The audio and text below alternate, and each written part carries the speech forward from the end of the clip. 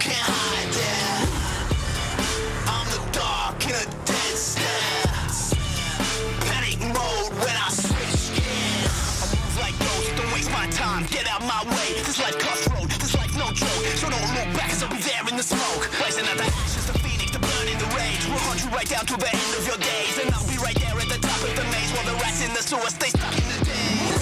So now I'm coming for y'all, whether you're lucky or not, you've already gotten involved. Don't take it personal, I gotta finish you off, 'cause only room at the time for one gun in the drawer.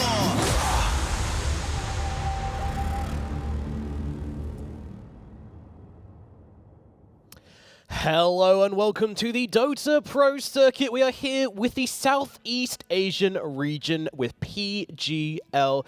These teams are battling it out for a slot at the PGL Singapore Major, and it is getting spicy in this region. My name is Nomad, and joining me to break down today's games is Lacoste and Lizard. Gentlemen, how are we doing this morning?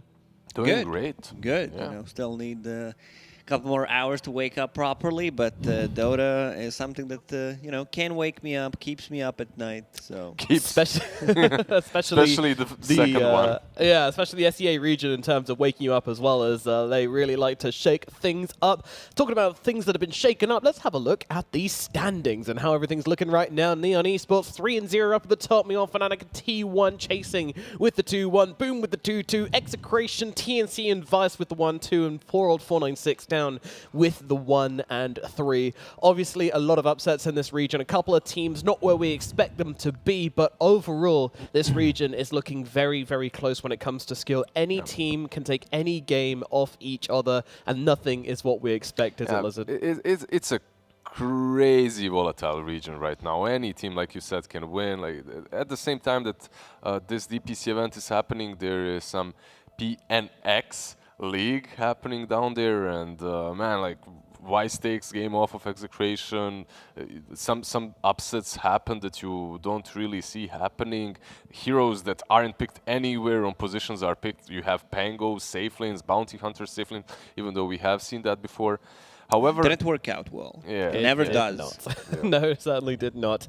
And of course, we have two series coming up today, a jam-packed day full of Dota 2 action. We're going to start things off with Neon versus Execration, and then our second series of the day is going to be T1 versus TNC, the battle of the Ts in this second series. And I think, you know, this second series could certainly be defined as the region-defining game, because these two teams are somewhere in the middle. We don't really have a very good power rating on either of the teams because they've just been so up and down. If you had to favor one of the second series, who would it be? Isn't TNC kind of down there and not really in the middle? It's a tough one. I don't even know, Nomad, what to tell you. You know, I do the prep. I watch these games. I'm a part of these games. I'm casting them. I'm like, yeah, I kind of figured out what's happening. Then the next day, it's all complete different. opposite of what I'm thinking. Yeah, it's really very, very... it catches you off guard. It's difficult to prepare for, and it is spicy. Alrighty, let's get into today's first matchup then. It's going to be Neon versus Execration. Now, you know, Neon, they are the region leaders. They are dominating. They are undefeated when it comes to series. Execration, meanwhile, they had a pretty big stumble earlier on when they lost versus Vice Esports. So coming into this, you know, we're fully expecting Neon to take the series. What could stop that happening? Yeah, so it's very simple. Like when you ask me what can stop that happening, Execration, if they have the proper draft with their full comfort zone, they can definitely win versus Neon the same way they won versus TNC. However, if Neon just looks at their games, which I'm sure they have done, and bans out two heroes, Batrider and the Medusa, then it's a completely different story. Execration with Bat and Medusa, or only with Medusa, looks like a completely different team. This is the two combination of heroes that they won against the TNC. Seems like very comfortable when they play with it. Looking at some of their drafts, the way they itemize, there's so much inconsistency throughout this whole region, and I'm really looking forward to the major to see how things are going to go there, because you're in your own region playing against the same teams all the time, and the scene can't develop. I'm not just talking about the Southeast Asian scene, I'm talking about any scene in general, because like in Europe, the competition is much higher, because there is like a lot of the teams that proven themselves to be good. So like EU is kind of thriving, but I want to see some interregional matches. You know, I think the teams will adapt fast, and like this major is just going to be dope. Yeah, I think so as well. Very excited for that as well in Singapore. And of course, you know, we're going to have the China versus Europe, because I think a lot of people have questions about who's actually going to be stronger. And I think for Southeast Asia, their closest matchups probably CIS. You know, they're very similar regions. And obviously CIS have been training with the EU boys, so they kind of have that going for them. Meanwhile, SEA and China struggle a little bit to play with each other due to ping issues. So there's kind of a discrepancy there. It's a little bit different. Like when you say this thing CIS, on paper it's a different region, but in reality it's EU, right? Like you're playing these players all the time. They share the same meta, they share the same heroes. It's the same region. It's the same region. Like when I queue up, I get more Russians 90% of my games than people from Western Europe, right? So I'm playing versus these guys. I'm playing versus pro guys or with them. So it's it's a little bit misleading, but when you look at the way the region has developed and how they all started, they look very much like SEA. Indeed, indeed. And, you know, not just SEA, but actually the Philippines, because both of these teams are, of course, Filipino, full Filipino stacks coming against each other. So a lot of, you know, country... Yeah, these guys probably know each other very, very well. They've probably played together a bit as well and, you know, played on pubs and... Yeah, they probably know each other well. So I reckon this is going to be a matchup where these teams are very familiar with each other, and I'm expecting a lot of respect bans. And already starting off with Neon getting rid of that Medusa. Yeah, for sure. Like if you... Something that Lizard mentioned during the other tournament that's happening right now, the PN Invitationals, where like Neon, they lost to Omega, they lost to some other, to me, unknown team that's not in Division 1 or in Division 2. So this is something that should not happen. Like Neon has really high chances of going to a major, and like I want to see some consistency where you're like dominating, where the games are close, even if you lose them, instead of, you know, doing some wonky stuff. Same in Invitational, however, like what I mentioned earlier, this Pango safe lane, it was actually Wise that played it versus Execration and won with it. By the way, if someone gave you the items of this guy and asked you the hero, you would never guess Pango. He had SNY Heart of Tarask Abyssal. What the hell is happening? Okay, Maelstrom there as well, but yeah, it's just crazy. Anyone can win, as has been proven to us in the league. I'm not a big fan of Void Spirit into Puck. Like Void Spirit does well in the lane against Puck. Maybe even has a better laning stage from what I've seen, 55-45. But once there's level 6 on Puck, you're just straight up dead. Like you can't do anything. There is one game that we have watched in which Void Spirit did dominate, though. In the SCA region, like Void Spirit popped off, got that Aghanims early on and whatnot, but usually I completely agree. This Puck just feels like a straight-up counter.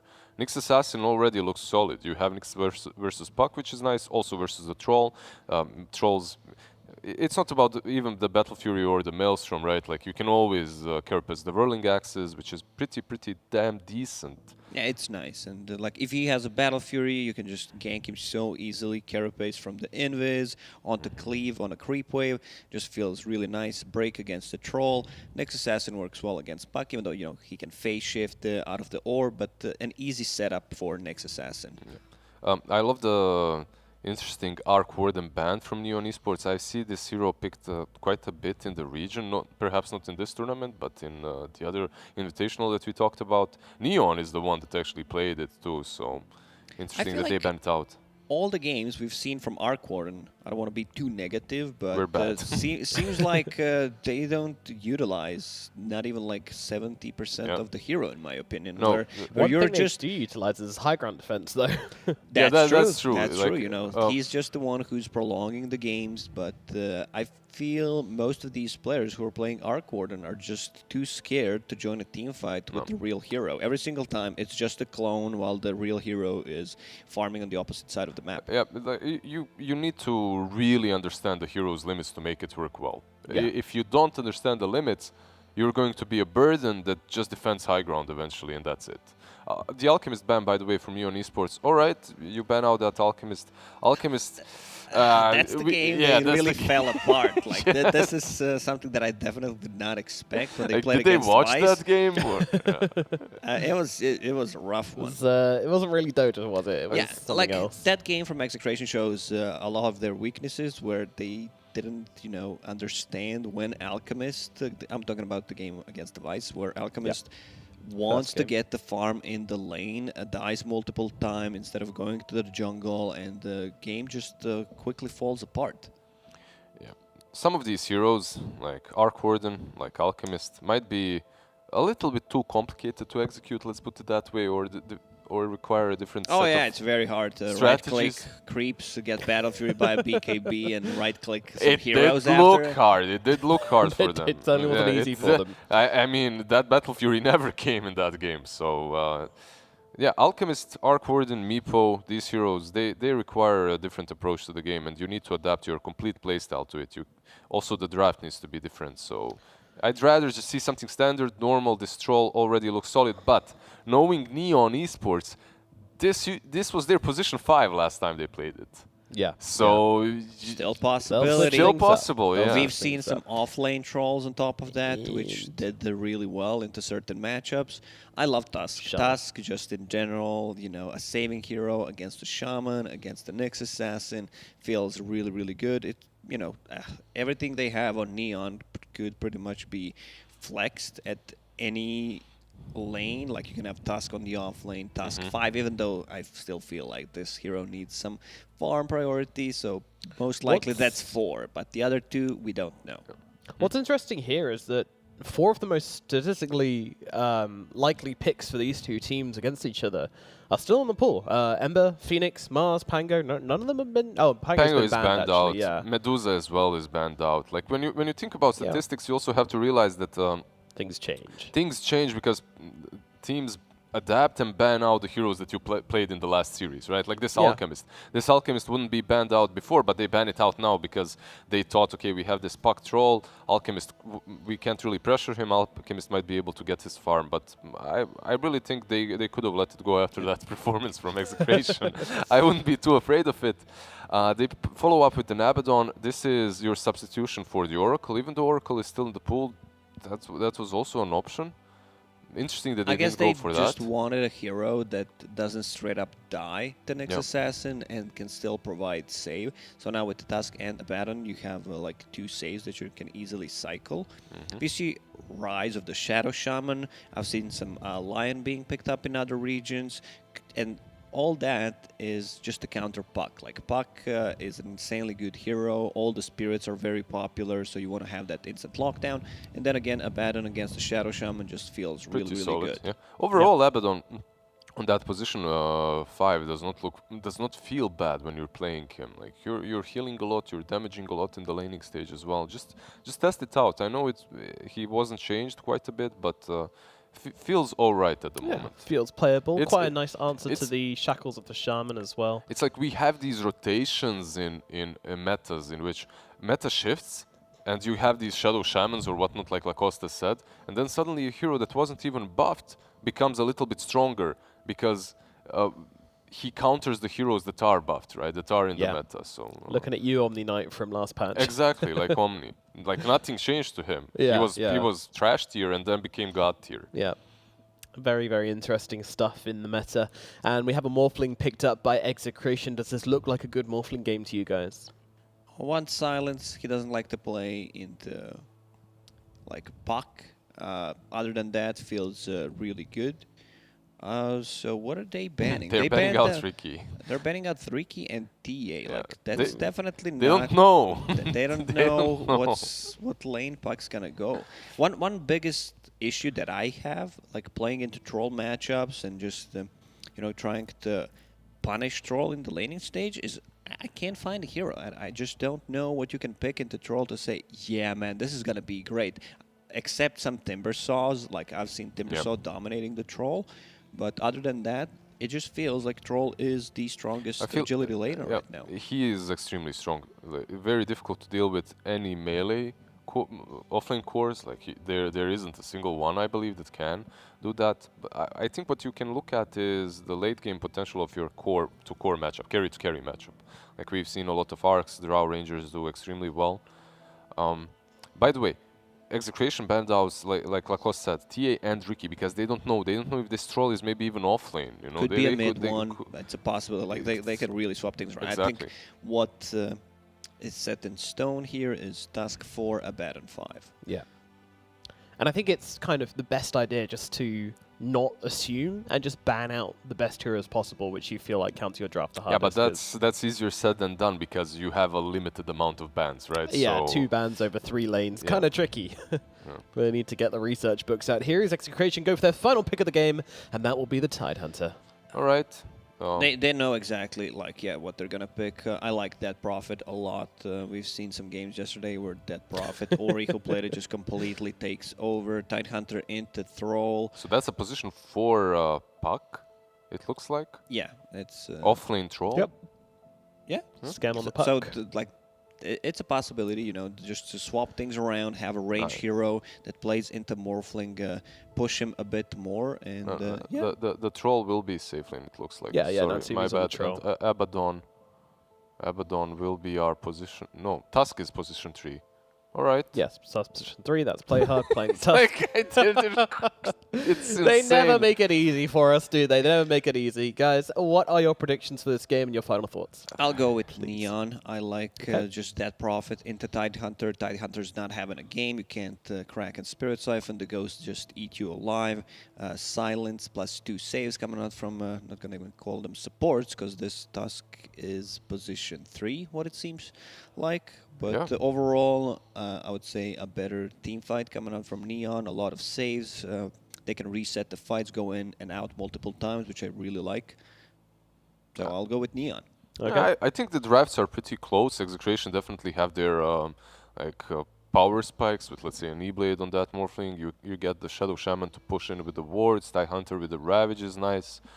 But yeah, I'll as well just roll with the Neon. You're rolling with Neon as well. Okay, both of you going for Neon. And I think for me, it's going to be Neon as well. I just think that, you know, as you mentioned, DP into Tide, very, very nice. The Puck 4 into both the Morphling and the Void Spirit can be very annoying. And you've got the Silence there from the Death Prophet. You know, these things are very hard to play into. It's too much to deal with. So that is going to be our predictions for this game. Let's bring in our casters as we've got B-Cop and Black, our favorite father-son casting duo. Guys, quick thoughts on this game and quick predictions, please.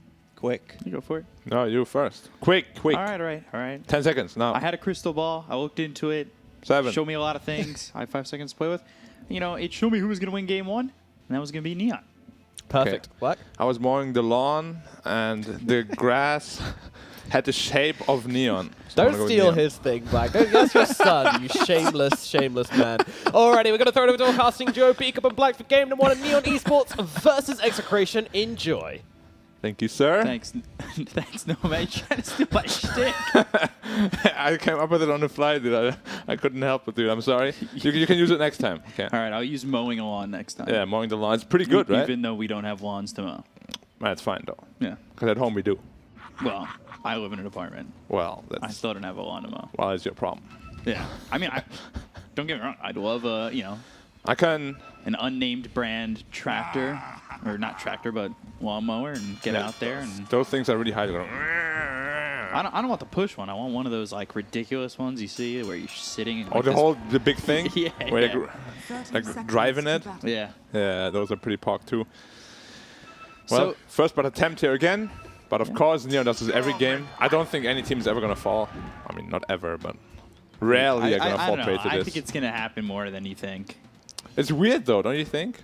It's very interesting that teams are just doing it all the time. Like, and only this region of the 2 that we're covering. Like, China, sometimes like they'll throw a couple heroes over. Rarely. But it seems like SCA is just aggression, hand over fist. And yeah, you see Rapido already in some trouble, about to be silenced on the run. They need 2 more shots to get this kill, but they just don't have the damage and the body blocks there from the Shadow Shaman. Yep, and they lost the Okay. bounty rune trade. 3 in favor of Execration. That's not what you want. But well, early bounties, how much of a difference does 3-1 make? I mean, it's like, you know, half a pack of tangos for your mid lane or whatever. It's not like a massive deal, but it's 1 CS, which sometimes can make a big difference when you get into your bottle or whatever, you know. But it's definitely not something that like auto wins you the game. Yeah. You know what I mean? So should still be fine. Do you think Titan's in trouble here? Ooh, he might die again. Might be first blood. One more shot. Sanuel unable to get that kill again. Rapido though constantly getting aggressed on here over bottom. It's a tough lane. Yeah. Honestly, we say that every time there's a troll. Trolls is such a strong laner. Well, it was last time it was Januel who was on the troll. Yeah, and same thing applies though. He's still an amazing laner. Yeah. But he's here with the Abaddon, which sometimes you see Abaddons kind of sit back a little bit more defensively using that Aphotic shield. I don't really mind an Abaddon getting aggressive. Yeah, I just feel like if you go for this build, you want to have an Oof, Orb of Venom. Right. Because it just stacks so nice, you know. Tide probably would have died twice if he had an Orb of Venom at this point, because you can always send out the region with a courier. He chose not to do it. It's just usually when you go for this build, it just makes sense, you know. Slow plus slow equals more slow. Ooh, Shard's already out with the silence. Level 1 only. Stun from RR. Yoey on the run, trying to get out. Illusory Orb hits. Just needs one more. Ooh. Close. Shifting in time. Yeah. That is aggression in all lanes, and you can already see Death Prophet 10-5. You've got Tusk at 9-0. These heroes are struggling for Execration. They're really putting on the pressure on all lanes. Yeah, even mid. Yeah, everyone's like, just bomb low. under the tower. Yeah. DP against Void Spirit is pretty rough for Void Spirit.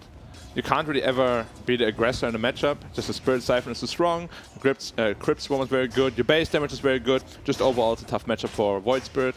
Of course, the silences are very good. Oh, again. Shaco just in time. Rapido has been making this move constantly. In about halfway to the lane, ends up getting, down to Shield a little explosion. health. Ooh, a Photic Shield, a couple more shots. Natsumi with the kill. First blood over BDZ. So it's not Rapido who gets low 3 times and doesn't fall. It eventually ends up being the Shadow Shaman. Yeah, they had to bring out so much regen in the bot lane though. Yeah, and then up towards top, Yoey's already dead on the Morphling, and we saw that aggression coming out in all 3 lanes. This is Neon, what we've come to expect from them. Like, just heavy aggression constantly. Yeah, and Morphling pre-3 is very, very weak, you know? You see he's just sitting at very low health. He can't morph up in time. Crypt Swarm? Oh, that is 10 health. Oh, it's very close. Almost did the math on that. RR behind these 2 heroes of Neon. Yeah, Morphling is struggling quite a bit, sitting at 10 CS only. Yeah, the Tide only at 12. Yeah, losing all 3 side lanes at this point. Not very much though, so they still, not over by any means. CS maybe, but bottom's probably looking way worse than the CS gives because they're shipping out regen. Yeah, definitely. The network definitely doesn't look too good. But Natsumi, he's happy with this. Everybody so far on this side of Neon are having an okay time.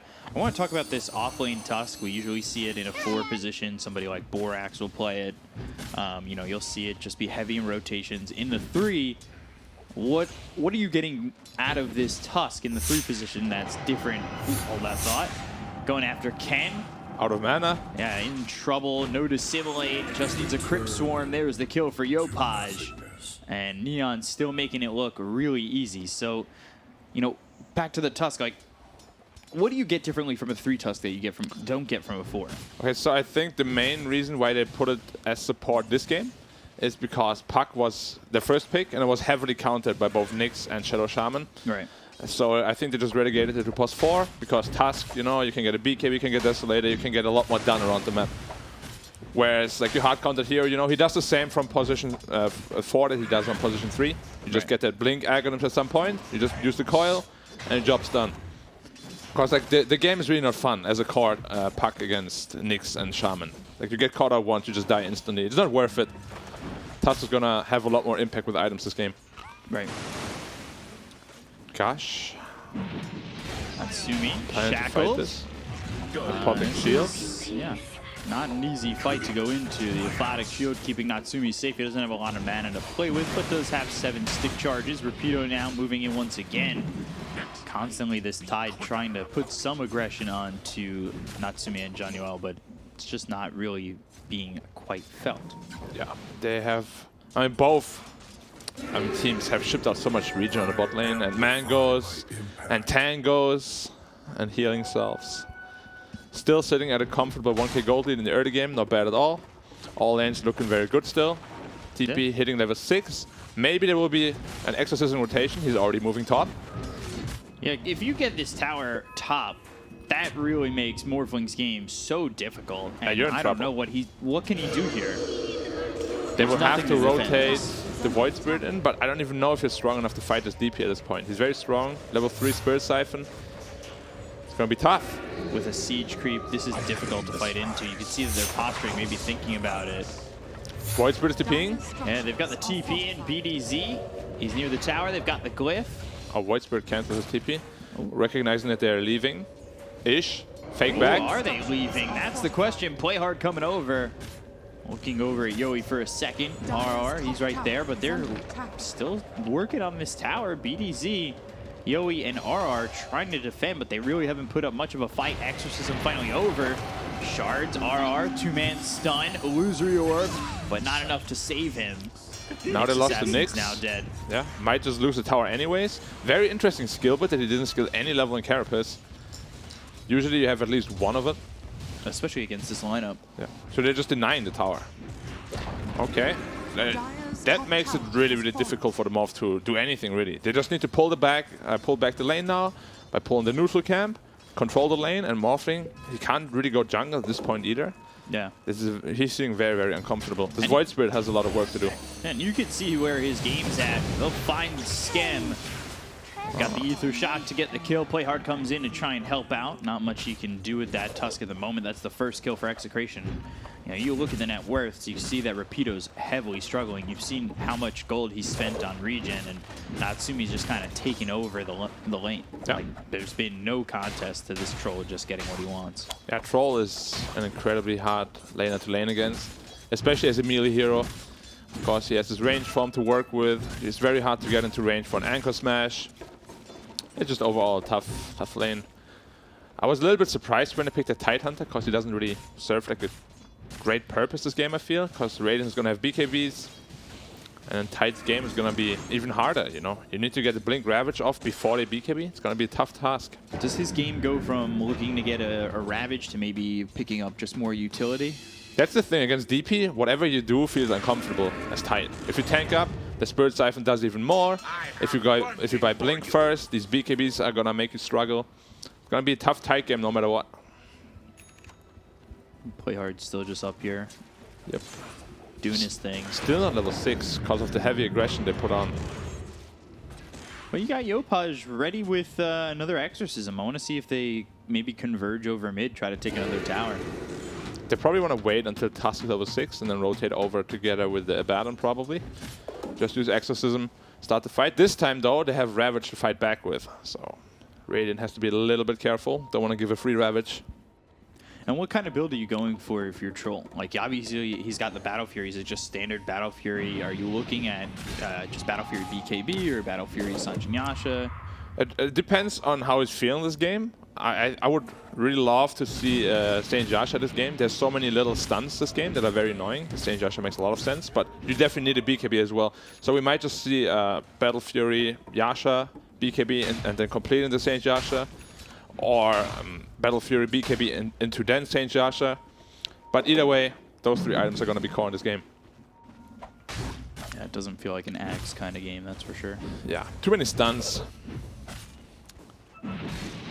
So, let's see, 2K lead, still Natsumi. He's happy with just sitting down here and keeping it pretty much status quo. Yeah, not a lot of action coming out right now. That's favoring Radiant by quite a bit because they have more map control. Morphling in general just is a little bit more scared to farm because he doesn't exactly know what's happening around the map. Royal Jelly coming out for the Radiant side. Always a good one. Yep, one of my favorites.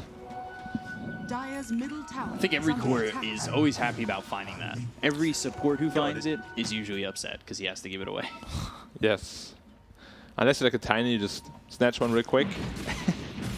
Yeah, why not? I always try to plead my case. Yeah, I mean, you know, finder's fee. Yeah, exactly. I'll give it to the carry, but I need the other charge. Exactly. Unless you're some IO. Actually, it's quite good on IO. Maybe it's not a good example. But yeah, you can see Abaddon smoked up with the Tusk. Yeah, smoking up immediately. Hack stun. I was thinking about it. Now they got the silence on a 3. This gets really difficult. Walrus punches out. Then assimilate as well as the Ravage comes in. They get the kill on the BDC. They look over at this Death Prophet. They've already lost Playhard as well as Scam.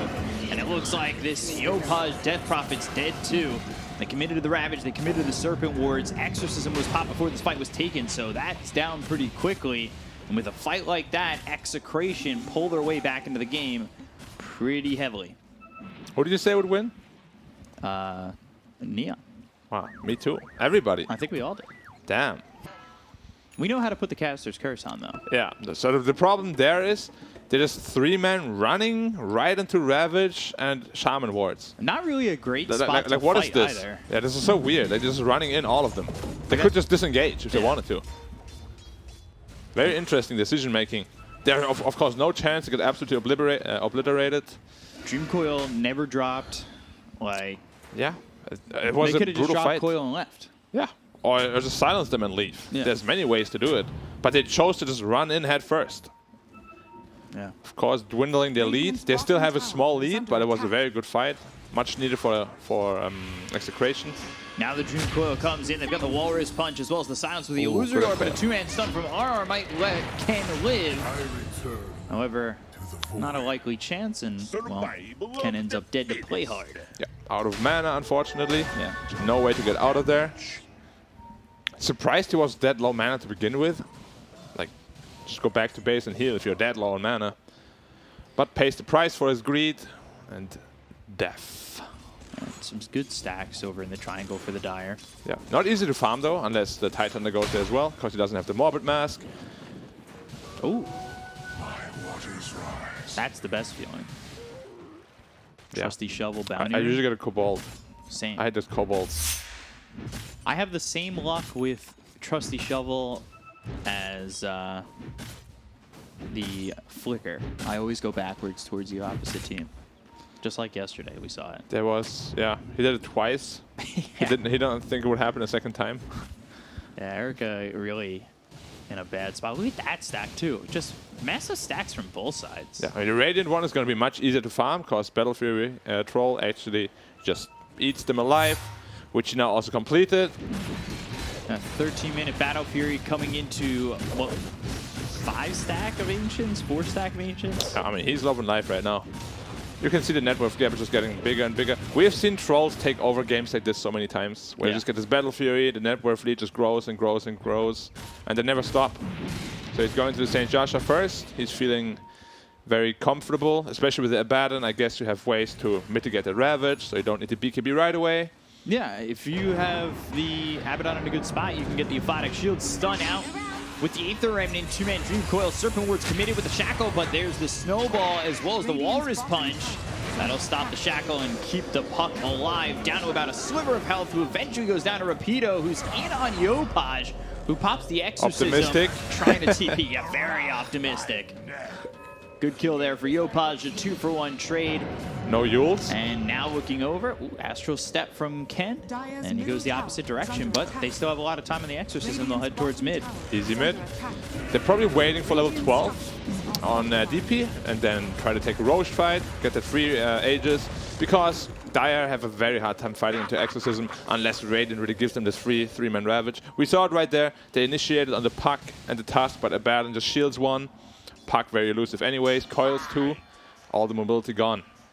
And Nyx Assassin, he tried to snap the coil with Carapace on, mistimed it a little bit and just died through the coil damage. That looked a bit goofy, but no. Mistakes happen.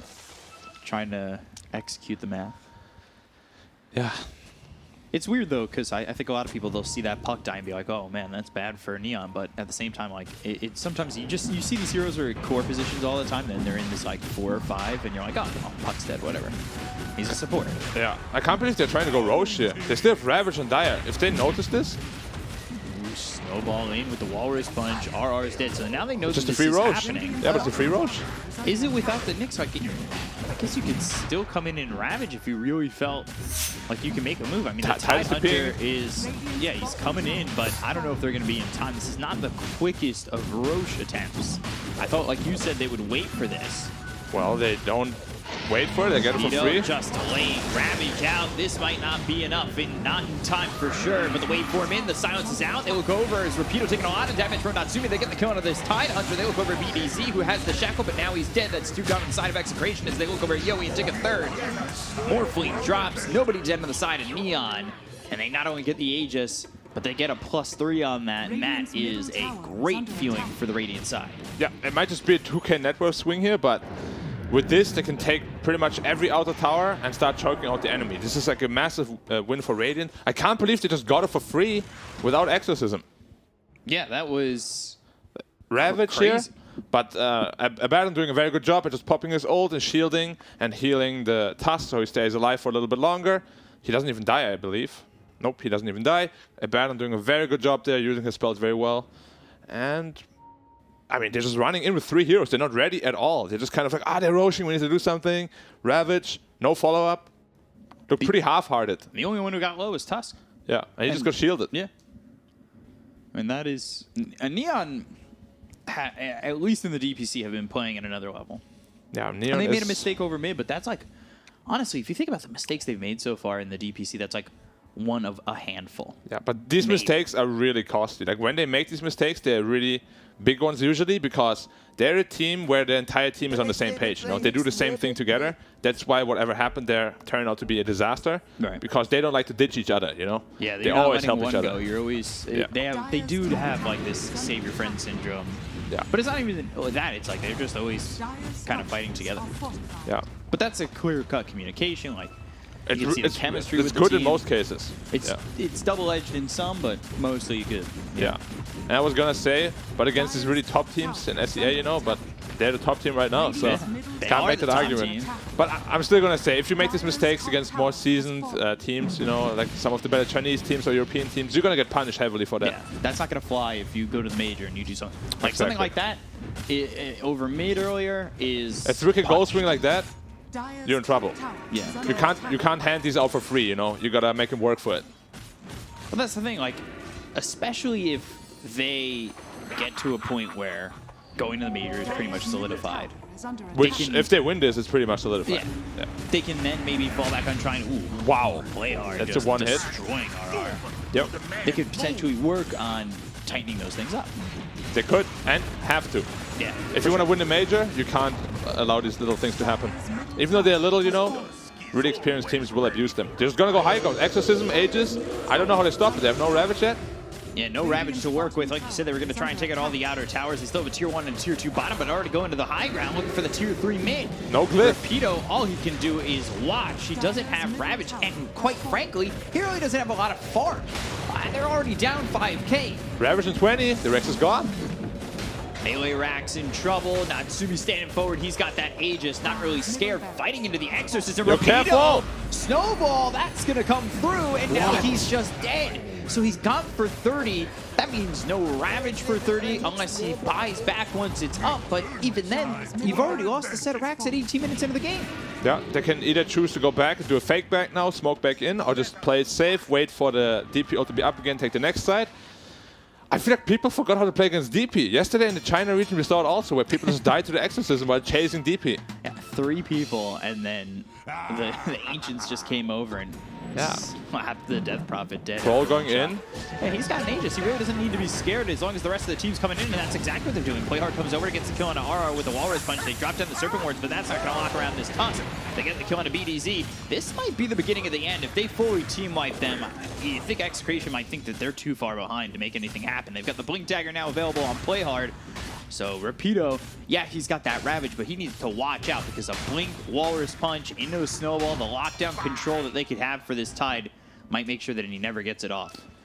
This is how you play Abaddon, you know? Like, you need to be in your face all the time. Perfect display on how to abuse this hero. He's healing and shielding off so many debuffs.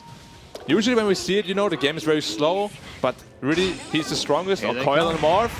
Boots of Travel, Dream Coil, now the Snowball, Silence, nothing this Morphling can do. Manta used Trying already. to get away, but Yowie has no chance of leaving. Yeah. And, well, this fight takes place right next to the Tier 1 tower, so High ground why again. not? Yeah, they could go Tier 1, Tier 2, Tier 3. Yeah, no way to stop them right now. Even this Ravage won't do a single thing. But again, most teams that pick a Baron don't really use it well. He's best when he's really aggressive, you know, and just in their face the entire damn game, which is basically what they're doing. He has saved so many heroes over and over again. General playing out of his mind here. Super good performance overall from the team. He's quietly been the star for me, like, throughout their time in the DPC. Yeah, he's a very good +5 player. Yeah. Shards, Hex, on a play hard, but the Silence, that's thrown forward. Spike Exorcism out Herald, again. lose your orb, but they've got the Exorcism. They've already taken away half the health on this Tier 3, though. Glyph.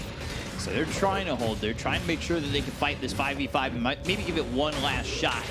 But it is not looking likely. They'll go for the Tier 3, and this is going to break soon. Rapido, he stands and anchor smashes, but they need more than that. They need an aggressive play from Execration, and it's just not coming. Yep, playing it very safely here, waiting for the BKBs. They need like about 100 gold on the troll. You know, might as well just wait for one additional cooldown cycle. Aegis also ran out. With this BKB now, this troll is pretty much invulnerable. Yeah, and man, it's just been so good from Natsumi. Like, I don't want to sound like it's all just us talking one-sided, but Neon have really played, just, you know, other than that fight mid, a perfect game. Yeah, I actually thought after the fight middle they would struggle a little bit more, but they do get that fight bottom into the free Roche, and ever since then, Execration just, you know, they haven't managed to do anything really. They're just dying one by one. They don't really manage to split push either. Nothing much they can do at this point. They're just waiting the Exorcism cooldown. Then they're gonna go high ground again. Yeah. It's probably gonna be the last fight for Dire this game because I don't see how they're stopping them. Like even a 5-man Ravage at this point is gonna be difficult to win after that. Yeah, and it has to be like more than that. It has to be perfect. Like you need to just have the constant control on the troll, make things happen, but it's not looking Which is too so like hard that. against the Baron as well. Yeah. Yeah, and they're going high ground again without Exorcism even. They're feeling really comfortable. They have to be a little careful that they don't get overconfident. But of course, Neon, you know, they're a very aggressive team, but they're very disciplined as well, which is what I like about them like a lot, you know. Most teams would just either go all out or play really defensively. They know when to do what. Yeah. Which is why they're doing so well here. This is how Natsumi used to play with Adroit. Like, he's just been the star. Snowball. He knows what he's doing. He knows the He's in control, deep. knows the discipline. But there's the Snowball into the Aether Remnant. They've got the Hex on a play hard, but it doesn't look like Yowie has the damage to get the kill on even Tusk. He morphs into the Tusk, throws the shards as well as the Snowball, but now Troll just says, all right, I'll commit, and turns around on him. Yep, Exorcism available again soon. Troll in the front line, there's really not a whole lot you can do to him. A Baron in the back line, even if you stun him, he'll just shield it off. Already takes the range racks, going melee racks, and there's not much Execration can do to stop it, even without the Exorcism rolling. I mean, they're just looking at him, you know. That's all they can do. Blink Walrus Punch, Half health shards. gone. And Rex gone. Without Exorcism used. Now they just go top, repeat the same thing. Yep. And as I said, there's not much Dire can do. They'll probably have one all-in fight. And See how might that be goes. it. Yeah. Ether Shock with the silence onto both the Void Spirit and the Shadow Shaman. RR moving forward, hoping he can maybe start a fight. Spike Carapace, stun, Ravage, move everything in. Aether Remnant, that's not going to land. The Walrus punches out. He'll force the Ravage with that. Isn't even enough. No, Battle Trance, Dream Coil, you can run, but it's not going to take you too far when you're Dream Coiled up. They'll get the kill on a Ken. They've taken out Rapido. They'll both buy back immediately. Execration trying to fight into this, but this is the beginning of the end for them. As Ken tries to come in with the Dissimulate as well as the Aether Remnant. That does hit on the Abaddon, but it's just the Abaddon. They look over at BDZ, drops down the Serpent Wards. They get the code on the Shadow Shaman. He's going to buy back as well. They hit Rapido with the Walrus Punch, pump him up into the air, but now the Hex is out on a play hard with the Gush. Even then, it doesn't feel like enough damage, but they finally have the Shackle. They've got the Serpent Wards hitting. They get the kill on a play hard, but they've lost themselves the melee racks. And this is almost megas for Neon. Yeah, 4 buyback expended and all they get is a Tusk while still losing the melee Rex, so you can hardly call this a win for Dire. They just have no damage anymore. And Morphling has no damage items, Void Spirit doesn't, none of them have. Nyx Assassin, not a damage support at all, he's a control support, but that's why I don't like this Nyx tight duo. It just doesn't do much, you know, like you stun people, but then what? We have to follow up damage. Ooh, RR. It's a brutal game. Oh, Sentinel down. Have to be careful, you know. He's got the rest of the team behind him. 2-man stun, but the borrowed time is popped. Well played. We're both giving up. Yeah, they're both dead. Yeah, might just see the GG here. They're gonna That's push usually in what and happens in my finish. pubs, you know? Like, one is about to die, he just stops moving because he knows he's dead. Yeah, if you know you're dead like that, you can only do so much. Yeah. Yule's into the air now onto Ken. They've got the silence, so hard for him to get away. Yule's Dream Coil, that comes down, that's avoided. Walrus Punch though onto Ken, they'll still find the Void Spirit. And well, now they have Mega Creeps and they'll go to the tier 4 as GG is called by Execration. Yeah. Get out of the base, out of my base, says Neon. Like, they've just been camping the enemy base for like the last 10 minutes, it feels like. They took over the entire map. The entire thing is claimed for Neon. I mean, I know you were asking them what they were going to have for breakfast in the morning and, you know, how they responded, thinking about, what, it was chicken and waffles, they said? Chicken and waffles? With a side of Execration? That's certainly Seems it very there. likely, yeah. Yeah, wow, that was They really impressive. did not leave him a chance, not a single one. Other than that fight mid lane, it was all Neon. I actually really thought they had a good shot after the fight middle, you know. Gold actually went into their favor. But after that, one fight bottom into a free Roshan without Exorcism, I still feel it's very questionable, you know. Titan could have been there earlier. Yeah. And then they can steal the Roshan potentially and then catapult themselves forward into the game. Didn't happen. All Execration. I mean, all Neon. This game. So Neon take game 1. They have a 1-0 lead over Execration. Talking more about it is the panel. Back over to you guys. Thank you very much, B-Cop and Black. Yes, a convincing game 1 for Neon as Execration really struggled to get their feet wet in this series. Guys, is this a case of the morning blues for Execration or something a little bit more? Neon probably having a little bit of a better breakfast, maybe woke up earlier, didn't stay up until 3 a.m. playing some pubs, you know. Definitely looking fresh, crispier movements. Tidehunter forgot his coffee, perhaps. If he had it, he'd be in this Roche fight on time. Maybe he wouldn't use this Ravage after Aegis has already been picked up. One thing leads to another and the game's out of your control. Yeah, it's just that, you know, Neon, I think they really counterpicked them in this game and adjusted their lanes and roles accordingly. Puck shifting towards position 4. It's a tough matchup for him to play into Shadow Shaman, into Nyx, the instant Hex. So they swap things around. They put Tusk on the off lane, someone who's going to get an earlier Blink Dagger, initiate another save like we've seen in that Roche fight. Again, this Abaddon, he just ruins Shadow Shaman. Like, you try to go for any kind of play, he gets, let's say, stunned, pops the ulti, gets out, saves one of his teammates.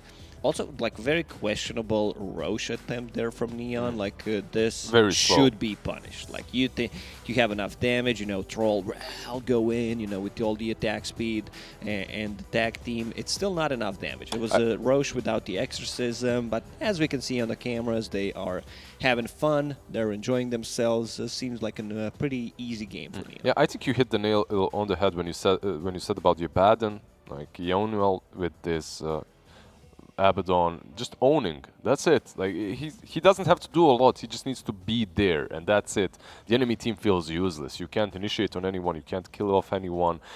All these heroes are tanky enough besides Puck to sustain themselves until that shield comes in. And by the way, Tusk as a core right now isn't completely crazy because the item progression feels so natural. Like Phase Boots with that Orb of Corrosion that buffs you up a little bit, brings you more pick-off capabilities, then you get that Blink. Looked very solid.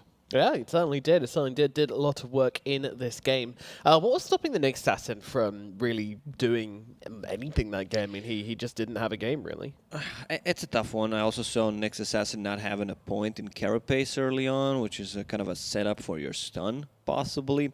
Nyx Assassin as a 5 does not provide you with like a good laning stage. This hero really shines with the level. I would compare him to Brewmaster, where Brewmaster does a bit more in the lane when he's paired up, let's say, with a troll, so you have a kill potential. Nyx Assassin is more there, you know, just to exist until he gets like level 6, and then he starts rolling, getting the ganks, providing the vision in the team. And Nyx Assassin, like, his abilities are not as strong early on as like compared to some other position. Especially if you skill build him that greedily without the carapace. And overall, you have to also understand that they lost all 3 lanes. None of the lanes went extremely well. Yeah, Morphling had a little bit of net worth advantage over the Tusk, but That's like a little bit is the problem, right? Yeah, And yeah. also that lane on its own, it's very difficult to play. You're playing versus Tusk and Puck. They didn't predict the laning stage. They did not predict this last pick, that Prophet, and I believe It that's was what, instant. Like yeah. they Yeah. knew, like we see Tidehunter, we're gonna ruin this watermelon just by picking a dead prophet. It's such a strong counter. You have silence, you have ghosts, you have spirit siphon, and you can cracking that off. Like once DP gets one defensive item, it feels really hard for them to actually fight into that. Like we've seen a good ravage on the mid tower and the Shadow Shaman Ward. It's kind of a mistake from Neon where they go in like what could possibly go wrong. I don't know. We just run into Shadow Shaman Wards and the Tidehunter ulti. But yeah, they kept their composure and pretty much didn't make a single mistake after that. Yeah, they pulled it together, they tightened it up. You know, it's the morning, we'll allow them one mistake. And someone did not make many mistakes this game, and that was certainly Januel on his Abaddon, who's our MVP for this first game. Doing work, you know, as we already mentioned, taking off those stuns, removing those shackles, just keeping his team 10 nice assists, and healthy. 0 deaths. Yep. Wards placed 16. Seems good. Seems good. Yeah. And because they made this early rotation to the top to try to take a tier 1 tower, the safe lane tower, from Execration. Januel, he goes to the mid lane, gets a lot of solo XP on the Abaddon, because Troll was left alone bottom, and he doesn't get pressured by this Tidehunter at all. It's still, for me, feels very, very difficult to fight into safe lane Troll. Like, I still don't know what the hero should be besides the Timber. It's also very interesting that they didn't even try to pick some Razor or something like that, because it was an extremely early Razor, extremely early Troll pick. And they didn't also even try to scout out those stacks, which he had plenty. The moment he hit that Battle Fury, he clears like a 4-stack of Ancients, 3-4 stack of Ancients, then the Heart Camp as well. He gets Yasha instantly after. It's a possibility to steal those stacks, especially with the Tidehunter. Anchor Smash, very easy to do. Smoke up, also possibility to drop the Shadow Shaman Wards. Like someone would do, or maybe Echo Slam, I hear Echo Slam, Lacoste yeah. Likes to yeah, use on Ancients. Like, I baited him. And we don't want to talk Good about fun. that. Nah, Our it's fine. pubs too Yeah, much. I heard the whole story. It was good. It was a good It's a play. good story, yeah. Either With a way, nice ending. Froon, we shall save it for another time. But of course, we want to hear from you guys as well. We want to hear your comments. So head over to Twitter, #DPCSEA. Neon, oh, they'd love to see Black's Lawn. I hear he gets asked that a lot in the DMs. But yeah, we want to hear from you guys as well. #DPCSEA at PGL Esports. Let us know your comments. Show us your memes. Me and Lacoste, we are ready to judge your memes. We want to see them. Dota-related memes. Dota-related memes. Yeah, don't send us any. Please don't ask us about our lawns, all right? Just Alrighty, guys. Well, that's just going to about do it for game number 1. But since you guys have been good, we will be back after this advert with game number 2. So stick around, and we'll see you on the other side.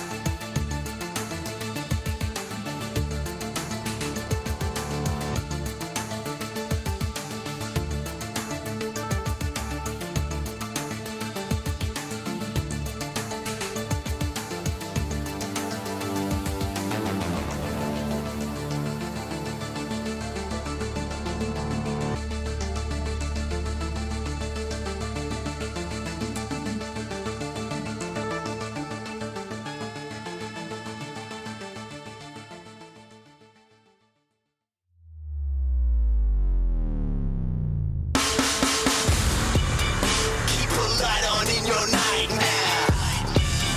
You can run, but you can't hide there. I'm the dark in a dead stare. Panic mode when I switch gears.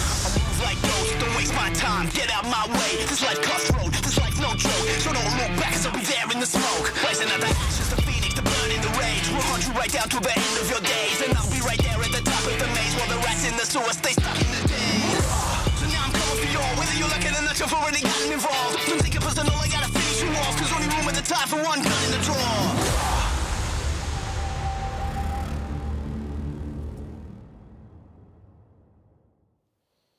Hello and welcome back to the DPC SEA Leagues. I hope you enjoyed the adverts like the good little communist you are. Capitalist, I mean. Capitalist. Anyways, guys, welcome back. Yeah, nice little break. The cost, you know, we've been asking the viewers for some memes. What would you say, being the expert, is the best ingredients for a good meme? You need to be like In the very meta. updated. Like you need to be In like the meta, in the yeah. meta. Yeah, I would call see, that. Like I you see. need to see what's happening on Reddit, on 9gag, your 4chan, Instagram, 9gag, yeah. wherever, you know. Just the easiest way I'll give you a secret how I do it. You know, so you see a meme that it's not Dota related, then you start thinking, how can I, you know, make this into a Dota meme? And sometimes it takes a second, sometimes a bit more, sometimes you can't think of anything, but most of the time it works out. You know, just try to think of something stupid. That's how my brain works. You know. And Be stupid, make good memes. Exactly. There you go. That's it. That's the meme masterclass from the man himself. Guys, we're just getting into game number 2, but I'm told we have some lovely statistics to feast our eyes upon. Some head-to-head matchups, of course, the win curves between the two teams to see when they like to close out games. And if we see Neon Esports in purple and Execration in the red, and it seems like Execration seem to struggle to close out games before the 30-minute marks, but later on they seem to be a bit Yeah, that's the more confident. Medusa, man. That's Yeah. literally what it is. If you look at the games that they won, they only won with Medusa.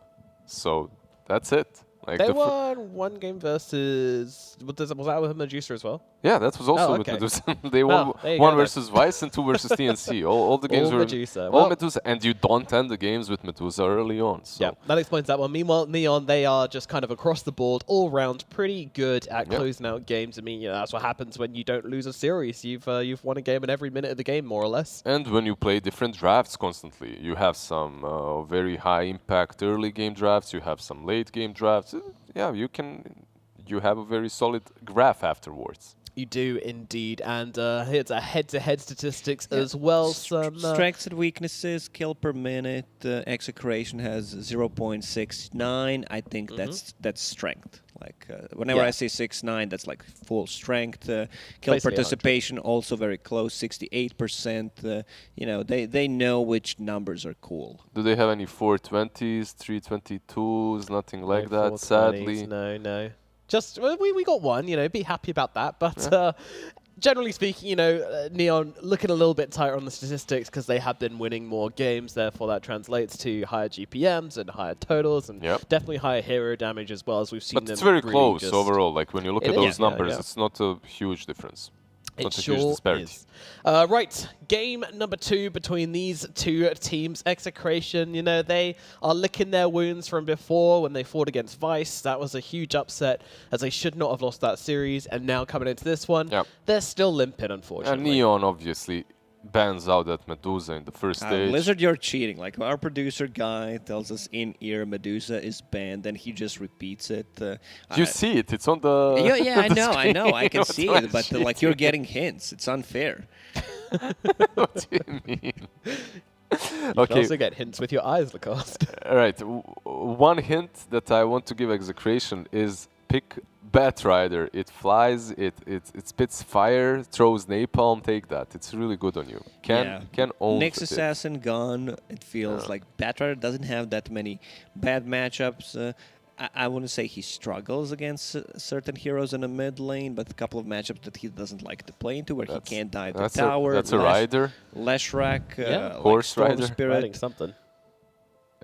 Okay, so Neon, they open up with the Void Spirit once again. I believe it was the second pick in that last game, but in the first picking stage anyway. They just like it. Execration had Void Spirit. Oh yeah, Where's- you're right. wait. You're right. You're right. Where are the Yeah, unicorns? Execration. Well, had you it. see what happens when he's not getting anything Hints. in his ear. Yeah, you know? yeah. That's it. That's it. He sounds like a fool. Okay, Uh, Execration opening with something we have seen in the first game of the league from Boom, right? Kotl, Pango, Followed up by a Bloodseeker. and- Void Speeder, Bounty Hunter. and Bloodseeker. So strong. Yeah, The as- unbeatable duo. as long as they don't follow it up like that, I'm fine with these two. I think these two heroes right now are pretty solid. Very flexible as well. Pango can be offlane, can be 4. Kotl can be 4, can be 5. I can't see the unicorns for Execration, though. The usual unicorn hugging that goes on in the Oh, Execration. Oh, Yeah. yeah. They're not He's there. just sitting in the back now. He has a jersey as well now, I believe, right? Yeah? No? Where back? No, it's who's, just a normal who's shirt. background? The middle one. I don't see it. He's just chilling. Oh, without the unicorn, yeah. Yeah, he's just sitting behind. Apparently, he had a panda at the beginning. Are these guys sponsored by like some Some stuffed toy? plushy Yeah. making company, it's possible. That's genius, if so. Yeah. Okay, so Neon Esports banning out that Arc Warden once again. They had the troll pick in the last game. They actually don't like that matchup most likely. Arc Warden overall does fairly well versus troll. You have that magnetic field to deal with. He can't really, if he goes on a target, you can magnetic field it, so he can't really go A lot through of kite that. potential from Arc Warren with his Q against the troll, the spark rates running around. The Aghanims is nice, but on the troll I mean, but still, it's hard to play into the Arc. It still feels like this is a really bait item on troll. Most of the time, it doesn't do anything. In certain situations, it's fine. Like when you get eggs, you get the Eternal Shroud, but you need to have someone else to deal the Yeah, damage. but versus 2 Flux from double Flux versus the Arc Warden can be like pretty useful already. Sure, right? but you still want to get like a farming item first. Oh, like for Battle sure, for Fury or sure. Yeah, I Maelstrom. agree. I agree. Yeah. I think that Aghanims on Troll is really nice if you're not the position 1 win condition, right? If you're the playmaker, if you go on mid, we've seen Troll start with like Aghanims into Shroud, right? And then you just run across the map, create space. Then it's fine. But if you're the one that's supposed to be scaling and farming, then it's not definitely. You need some Battle Fury or Maelstrom at least. After the Arc Warden, we have the Alchemist and the Batrider. Okay, so this is the hero that I'm not gonna say pressure troll, but the Nature's Prophet still gets farmed, so I kind of like that they picked it here. You know, A Troll is strong even versus them, even versus the Prophet, but yeah. just something range that can lane into troll. Like so far, I have not seen like troll just getting completely dumpstered in the lane if it's not a Timber Saw. They do have ways of dealing with his split push though. Like Swashbuckle already from the Pango is really nice. You have Kotl to defend as well versus all the pesky treants. The laning stage itself for Kotl, it depends what he's paired with. Like it can go really wrong or it can go really well. Those Illuminate charges definitely can mess with trees and whatnot, but the problem is if you're safely in position 5 on Kotl, that means you're pushing the lane. Right, and then your carry will not really appreciate that. He So won't what kind feel of that hero great. are we hoping for to kind of counter that? Something more brawly, perhaps, on the safe lane. By the way, Storm Spirit picked up. Good Storm game. Yeah, I'm surprised they didn't pick it the last game versus Void Spirit. That is Neon. This time around, Execration, they value this matchup. They get it. It is a really good Storm game, not only versus Prophet, but also versus Void Spirit. The only problem is if Nature's Prophet has a really good game and that first Orchid. It really, messes your game if he has like a 12, 13-minute Orchid. You still don't get a single item, then you're kind of forced to itemize defensively. They go with the Queen of Pain. They're switching the Void Spirit into perhaps offlane, perhaps position 4, and picking the Queen of Pain mid lane versus And are we Storm. certain the Nature's Prophet is going to be offlane as well? No, we aren't. That's what I'm saying. It can be a 5 even, They can. Yeah. Neon is doing a really good job just picking heroes, not revealing anything until their last pick. Heroes that are very flexible and then just adjusting their roles accordingly. One thing that they're not good at right now is picking stuns. They have 0 of them. So that can be a little problematic. Good Bristle game. Like they don't have any kind of like burst damage. Bristleback likes to Kotl play. Bristle as well. Yeah, Bristleback likes to play into this type of lineups. There's only pure damage coming out from Queen of Pain. could be a bit tricky with the Void Spirit. He turns him around with the Remnant. Yeah, that's something we've seen. Especially in the position 4, we can build the Vessel.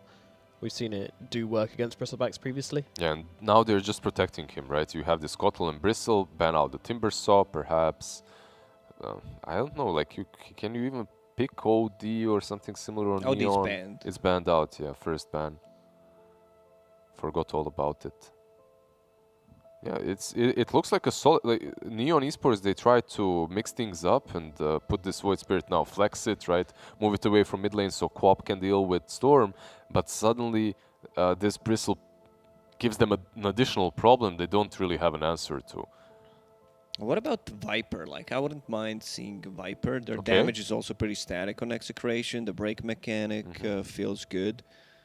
I wouldn't mind that. Plus the Atos build would be pretty solid, like Gleipnir or whatever in this game. Plus the Vessel perhaps from Void Spirit. They could also go for a hard carry and flex this Troll all the way to 5. Put 4 Nature's Prophet with offlane Void Spirit or 4 Void Spirits with offlane Nature's Prophet and then pick a Slark. You know, like you pick a hero that actually matches up against Bristle well. Yeah. You could also do that. Pick a hero that has perhaps high armor as well. That's also doable. What about something with Break? Is that an option potentially for Neon? Mentioned Viper. I still feel that's a good idea. I mean, Troll, once he gets the items, he matches up nicely against the Bristleback. They ban Sanking, so they think this is Pango 4, Keeper of the Light 5, and carry Bristle.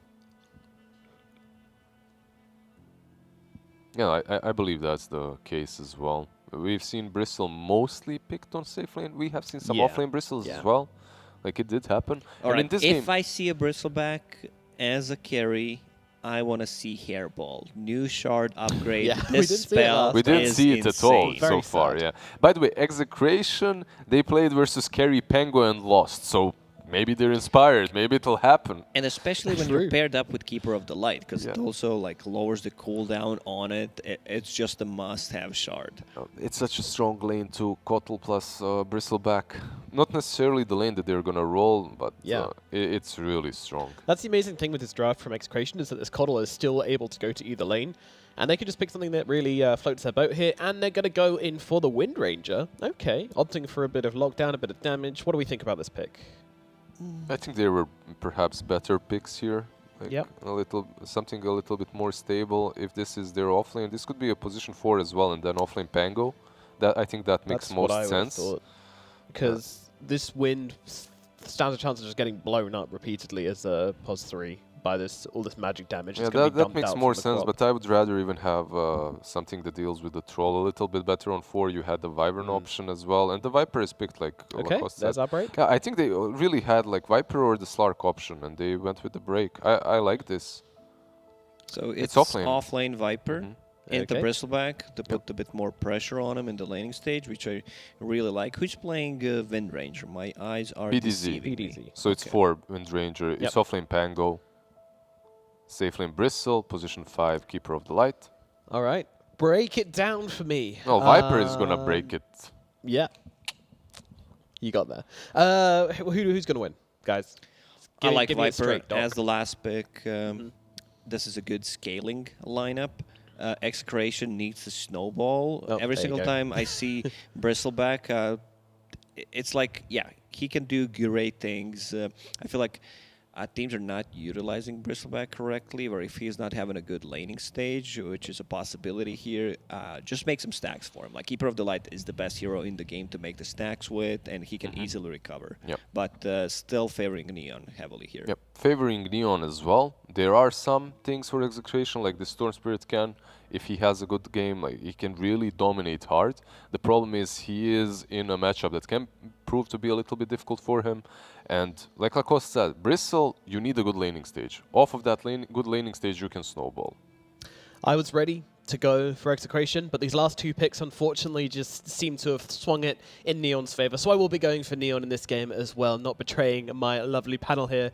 And we also have some lovely casters for this game. B-Cup and Black, what say you about this Game 2 draft? You go first. I went Neon. first last time. You got it. Neon. Neon, that's it? Yeah. That's all you got? All right. That was quick. nice. The Okay. quickest we've ever had. Well done, really, Black. really broke it down. B-Cup. You have loads It's of hard time to now, work with. buddy. Okay, yeah. I mean, last night I lit some candles. You know, there's a. We don't. I'm not sure we want to keep hearing this one. I turned off the lights. Oh god! Oh god! Cut him off. It's getting there. It's getting there. It's getting there. I took out a I Ouija hope board. it's not getting all right? there. And then I asked who was gonna win. You moved the triangle, and it came over. And it was just like neon, and I was like, "This is cool. All right." Alrighty Those two then. exist.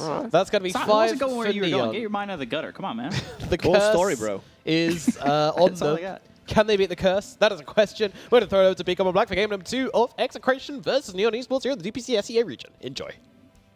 Thank you, Nomad. Yeah, coming Thank into you, game sir. 2. I need you to explain more. About Neon, why they're winning? Yeah, you I just saw- went neon. Alright, so the problem is Storm vs. Quap is generally a matchup where Storm can struggle in a lot. He can get pressured a lot because the Shadow Strike, the permanent spam on the Shadow Strike is a big deal. Wait, the 5-man smoke here. Let's talk a bit more about the game after that. Is it gonna lead to anything? Two Doesn't heroes look bottom? like it. There's only 2 heroes bottom though. If they catch them off guard, could lead to a double. Idle Yoey. Yeah.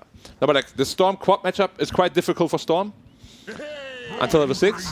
And his Bristleback carry hasn't done any. Oh, he's going high ground. There's 5 heroes there. Oh boy, Debil walks right into them. There's the Illuminate with the Swashbuckle. Ooh, dissimulate onto the high ground. Whoa. He's played him. Is he actually out? He has boots. He's so fast. Yeah, he's gone. Wow. Okay. All right. Yeah, sure. And he's got 3 tangos to work with. Unless he's... He might just suicide? Yeah, I We'll was see. thinking instead of using all your tangos, The battle I'm not really sure what he begins. wants to accomplish. I'm surprised the troll is not taking the enemy's bounty room Look at as these a body triangle. blocks from the Treants. Shining well on another hero. Widening that hero pool that we've seen him play. Yes. Indeedo. But this carry Bristle is like so bad against Viper in lane. It's like you can't even like overstate how bad it is. I think they're going to play a lot of musical lanes. That's for sure. Alright, so Viper is actually mismatching the Bristol matchup for now. Yeah, I do wonder if they're who's going to be the first to like TP. I mean, Troll against Bristol is also alright because you get the +6 armor from your battle, whatever it's called.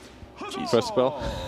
Ken already taking a lot of damage. Yeah, it's a rough lane until like level 6, as we said, and you can start dodging the Shadow Strike. But Quap, of course, itemizes into an early Orchid. So does Storm. It really just depends who has the better game, who gets the faster Orchid, gets the first jump, you know. It's a very skill-based matchup. Just overall, Quap usually comes out of the laning phase better. And originally I was thinking, you know, so does the Nature's Prophet, right? He usually goes Orchid, but this is A +5 one. a pos 5 Nature's Prophet, so Yeah. you know, are you gonna still see that Orchid? Probably not. Yeah, I mean, there is also Void Spirit, who's pretty bad against Storm Spirit, and the Storm does have a pretty free game if he gets a good start. There's only an Orchid coming out from the Quap, eventually an Atos maybe from the Viper, but that's pretty much it. So the Storm can dominate this game. It's just pretty much all in on him because, as I said, the Bristleback, this game, looks absolutely terrible. Against a Troll, he doesn't match up well. Against Viper, he doesn't match up well. Even Quap, you know, you can't really ever kill him. Yeah. I don't know why they picked it. Is Gluttony a bait item on Viper as much as it is on like the Arc Wardens we've been seeing pick it up? I think so, yeah, because it's like an additional like 3,000 something gold that you have to invest after the Atos. Yeah. Itemizing into something like the Greaves, you know, makes much more sense. You have much more teamfight presence. It's still a good upgrade, like mid-late game, don't get me wrong, but like rushing at first item is a big, big bait on most heroes. Right. Well, now the Bristle's back up towards top. Yeah, Storm struggling. Yeah, Storm, Vortex, but Yopaj, He has to be careful. He he's might. fine fighting this for now. He still has a healing salve. Completely out of mana though. And I do believe Quap has the bottle coming. Man, this is already so much aggression on There's on the bottle. Ken, and there's the bottle. He's going to salve, but he's still not working with a lot of mana. He does have a courier coming in. So it's just, it's already showing to be a very tough lane for the Storm, and we talked about whoever gets the Orchid earlier will probably, well, not probably, but will be the aggressor first. So Yeah.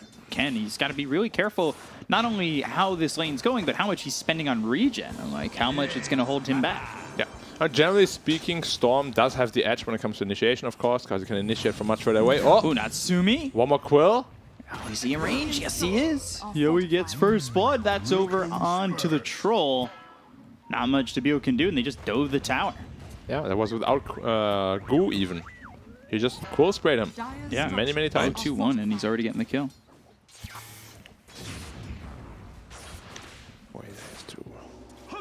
So, Storm, he's got his bottle now. Yeah. Trying to do what he can with that, and then... The minute 4 rune battle is going to be important. Whoever gets that rune is going to ultimately end up winning the lane, I'd say. They've got Coddle coming over, as well as bottom Januel with the Nature's Prophet. It's just a 50-50 at this RNG. point, and it's top. Oh, and an Arcane Arcane Rune. Rune. Now this is what you call Gaben.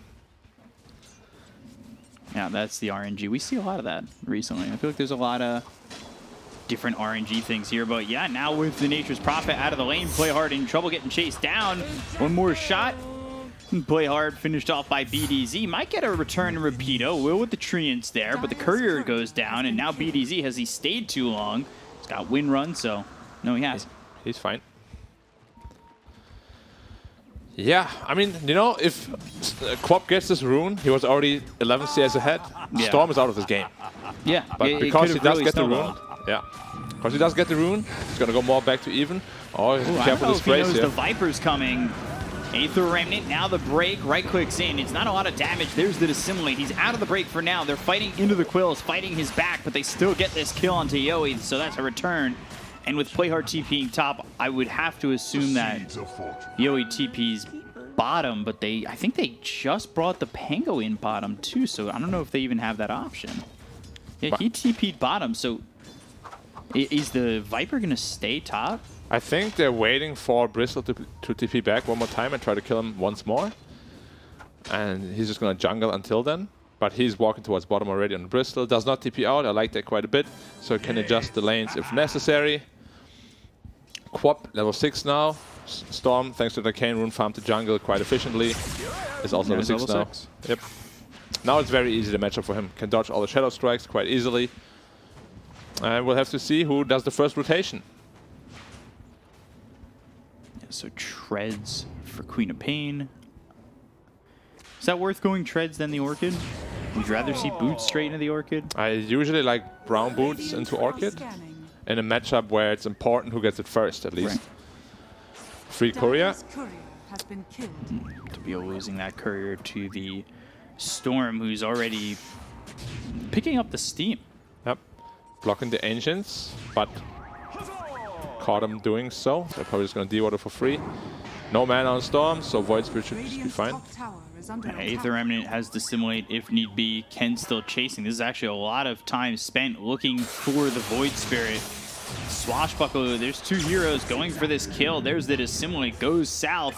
One more right click and he'll finally get the kill. It's a lot of time spent though. Bristle, he's top of the net worth at the moment. Yeah, and they're giving a lot of space to the Prophet. Almost over 6 on the +5 Prophet. Minute 6. Yeah, I like this. That Wrath of Nature hits very hard early on, and that extra bump in damage can really change a fight. Yeah, I don't know why Quap TP'd bottom. There's no kill to be had here. There's just nothing you can do, really. Feels like waste of time. TP's top. Okay. Yeah, I mean, I don't know what the rotation was about. He stopped his TP. Who did the Bristle? Yeah. He stayed bottom. Yeah, Aether Remnant on the Pangolier. Not much doing. He probably thought there would be more aggression coming in than there really was, though, and then decided to, you know, cancel it last second. I think this Storm's kind of getting off with more than he should. Ball Lightning in with the Vortex has help from the Kato as well as the Pangolier. Now they'll go bottom. He has no way to TP out. He was just trying to TP a moment ago. They're going to continue to chase onto the Bristleback. Yoi into the trees. But here's the Swashbuckle. They got the disarm onto the Viper. The Quills are starting to stack up. And, oh, Bristle is going to survive here. And they get the kill on a Play Hard. They chased them through the trees, and they just couldn't navigate it well enough. that is not a good fight from Neon. And these are a lot more mistakes in the early game than we saw in game 1. Yeah, also a pretty, I don't know if he misskilled or what, but usually you want to have this max poison attack. He would have died easily there with max poison attack. I don't know why he has 2 in W. Whether you have 1 level or 2 makes no difference in the lane at all. You just want to have that max poison attack just to deal the damage. Smoking in on a Storm Spirit, but they have no way to catch him. Yeah, he's Ball Lightning. No Aether Remnant, no nothing, and Middle tower is under attack. easy escape. They're going to take over the triangle, though, or at least... They're just like crushing it. Like they're all there. It's like, you guys get out of here. Our triangle now. But that doesn't Do anything at this point. anything for them. I guess Troll's getting space. He's sitting Radiant's top tower is 500 under ahead of the attack. Bristol, so Natsumi's game is still going all right. He's going into the Ags this game. I don't like that at all. Against the Storm, if she gets an Orchid, you're very easily, it's just easy to kill you. BDZ and the Wrath of Nature coming in. And they hit the Shackle Shot, but there's the Sonic Wave. They look over. Ken, half mana, Vortex in. Quill starting to spray out, blink away. But the Ball Lightning continuing on to Yopaj. They'll get the kill. Double for the side of Execration and a killing spree for Ken. Taking back the triangle by force. I feel like Neon is forcing it a little bit too much. And as I said, this item build on Troll might end up costing them a lot. Under attack. 'Cause He's bought the Blade of Alacrity first, so he might switch. Usually you see that when they're uncertain, right? I don't know why he's not just doing Battle Fury into Axe if they really want it. Right. Like, you have so much space this game that you can easily do that. Once he has his Orchid, your Axe is not going to do anything. He's going to Orchid you and you're dead. It's good against Goo and Disarm, of course, Yeah. but that doesn't matter until later into the game. It's odd how much Neon are trying to Radiant's to bottom force tower things. has fallen. Yeah, I don't know. We keep talking about the, instability of the region and the teams and the players. I think it's kind of showing here again. From perfect decision-making, item-wise and everything, suddenly to, very suboptimal decision-making when it comes to items. Yeah, and Viper's trying to clean up that jungle using that Nether Toxin to do so. He's now got 3 in the queue. But Ken Whoa! looking at Yopaj, power shot. Yopaj over to the side, and now the Ball Lightning looking for more. Fills up his bottle with the Bounty Rune. Yopaj just one shot from dead, and they got him. Dominating for Ken. Ken trying to TP out, and there's nothing to stop it. Rolling Thunder, they're even looking for more. Rapido in onto Jean-Yuel. Hit with the ulti, but again, power shot comes through. Swashbuckle disarms both of them. Rapido's luck so far in this game has been very high. Looks like he might die, but he's got the Swashbuckle out. Astral Step, Debio gets the kill, takes out Rapido, but in response, Jean-Yuel as well as Playhard are already gone. Troll trying to survive. The Nether Toxin's down. They'll chase the Storm. They just don't have a way to keep up with him at the moment. Oh, turning this on the Void Spirit. Vortex again. The damage with a power shot. They are setting up. Ken and BDZ together have been knocking him down. Storm sets him up. BDZ knocks him out. And, well, BDZ does lose his life, but Ken is going off this game after what was such a difficult laning phase. Dire's Yeah, top the tower is under attack. Chakra Magic on the Storm Spirit is doing so much work this game. Constantly giving him it's level 7 already. Constantly giving him 300 mana. It's one of the most potent combinations in Dota, and we see here why. That was... I can't believe he didn't get punished for it and they got away with it. Yeah. But again, they don't really have many stuns on Dire, They don't have the control. I know they're trying to get a Rod of Atos on the Viper, but Yeah. without it right now, it is really tough for them. Yeah, they do really need that Atos. They need...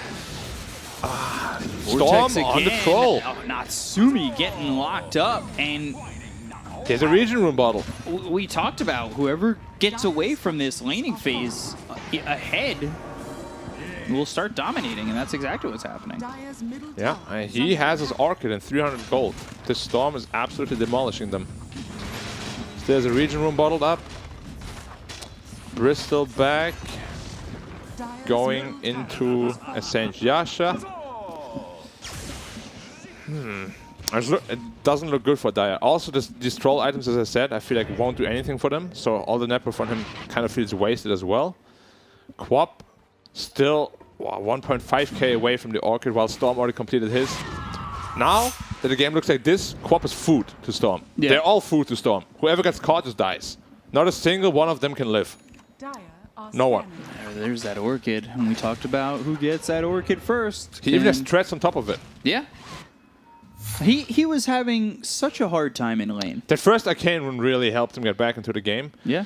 But after that, you know, he's made a lot of really good plays. Smoke up with the newly acquired Orchid. Trying to kill the Troll again, I'd imagine. Most value kill, if you can get him.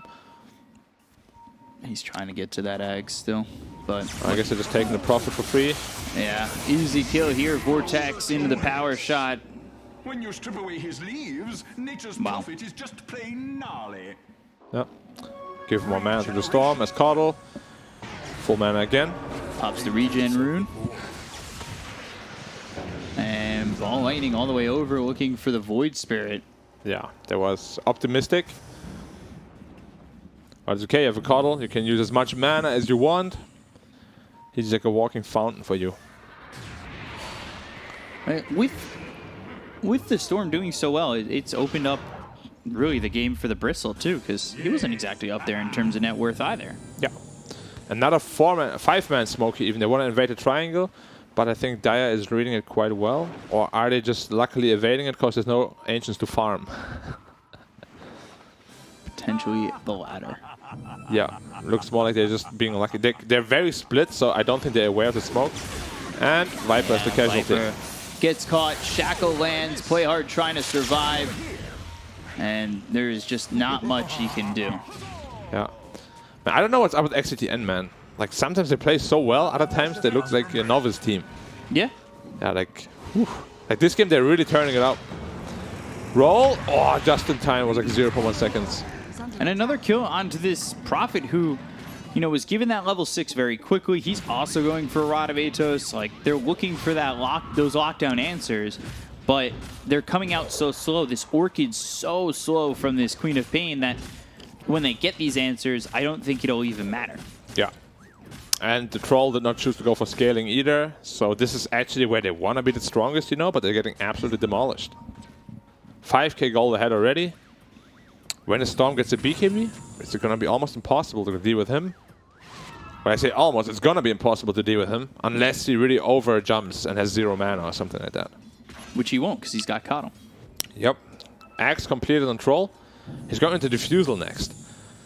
I don't think he understands the severity of what Orchid actually does to an Orchid Troll. I mean, to an Axe Troll. If you're Orchided, you're not tanky at all with this item build. You will die in a matter of seconds.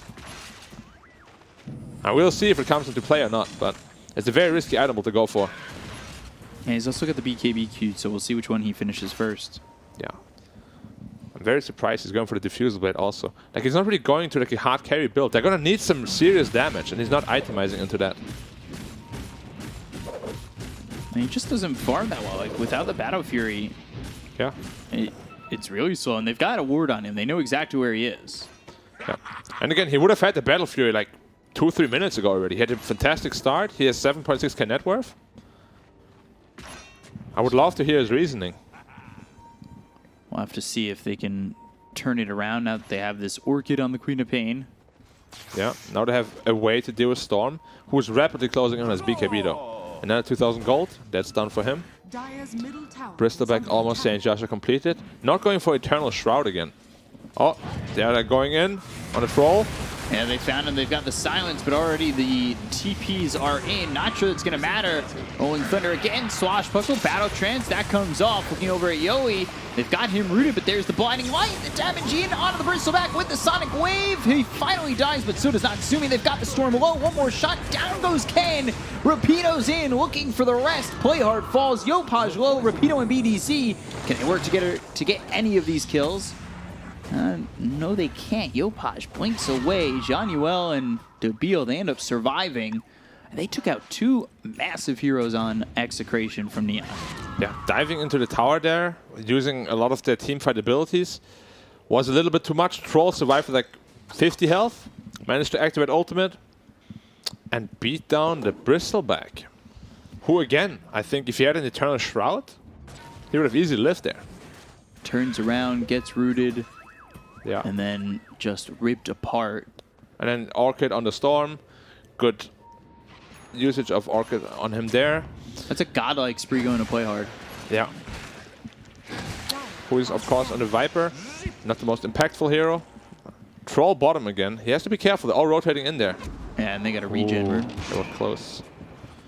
Storm might... I thought they might still go for this. The way they're playing. They've got vision of him again. Yeah. And that ward Placing is good wards there. a great spot. I'm not a big fan of this +5 Prophet. He's not doing anything in team fights.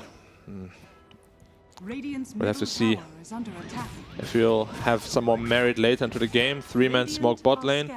On the Bristleback, they can easily kill him with that Atos into Nether Toxin, into Remnant. He has to be careful. He's not as tanky as he thinks he is. Ranavitos, and there's the Nether Toxin. Look at his life just drip away. They've broken him. They've gotten the kill on Yoi. And, I mean, back-to-back kills like that on the Bristleback are going to slow his game down immensely and continuing to allow this troll to come back into it. Certainly. He's going for the Hood next on Troll. So he's going for this like spell hybrid Troll.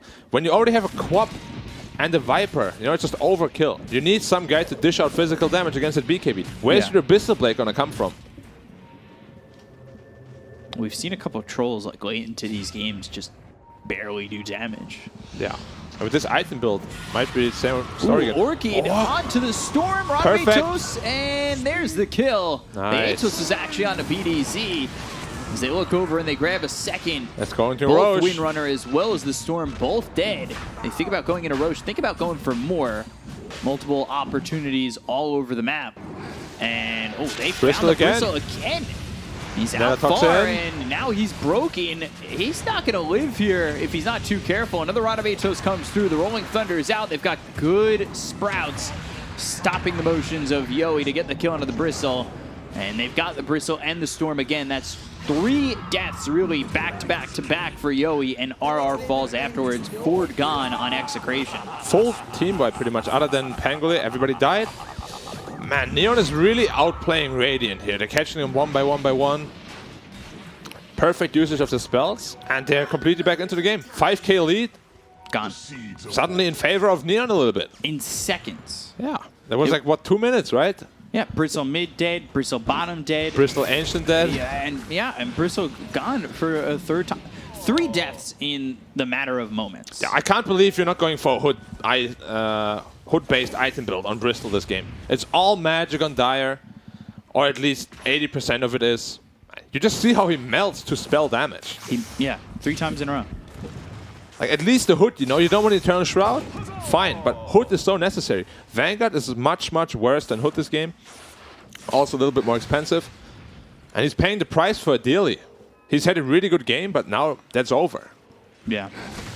Quap closing on the BKB as well. However, Storm still has a very strong power spike this game. 800 gold to his BKB. Then he's pretty much invulnerable, because there's no Basher on the Dire side. They don't have a way to lock him down at all through the BKB.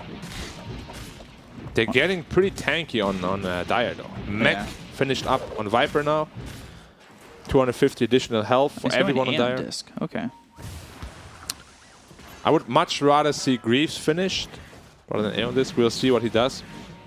But I mean, he just wants to live and break the Bristle, really. Who's itemizing into a BKB next? I like that.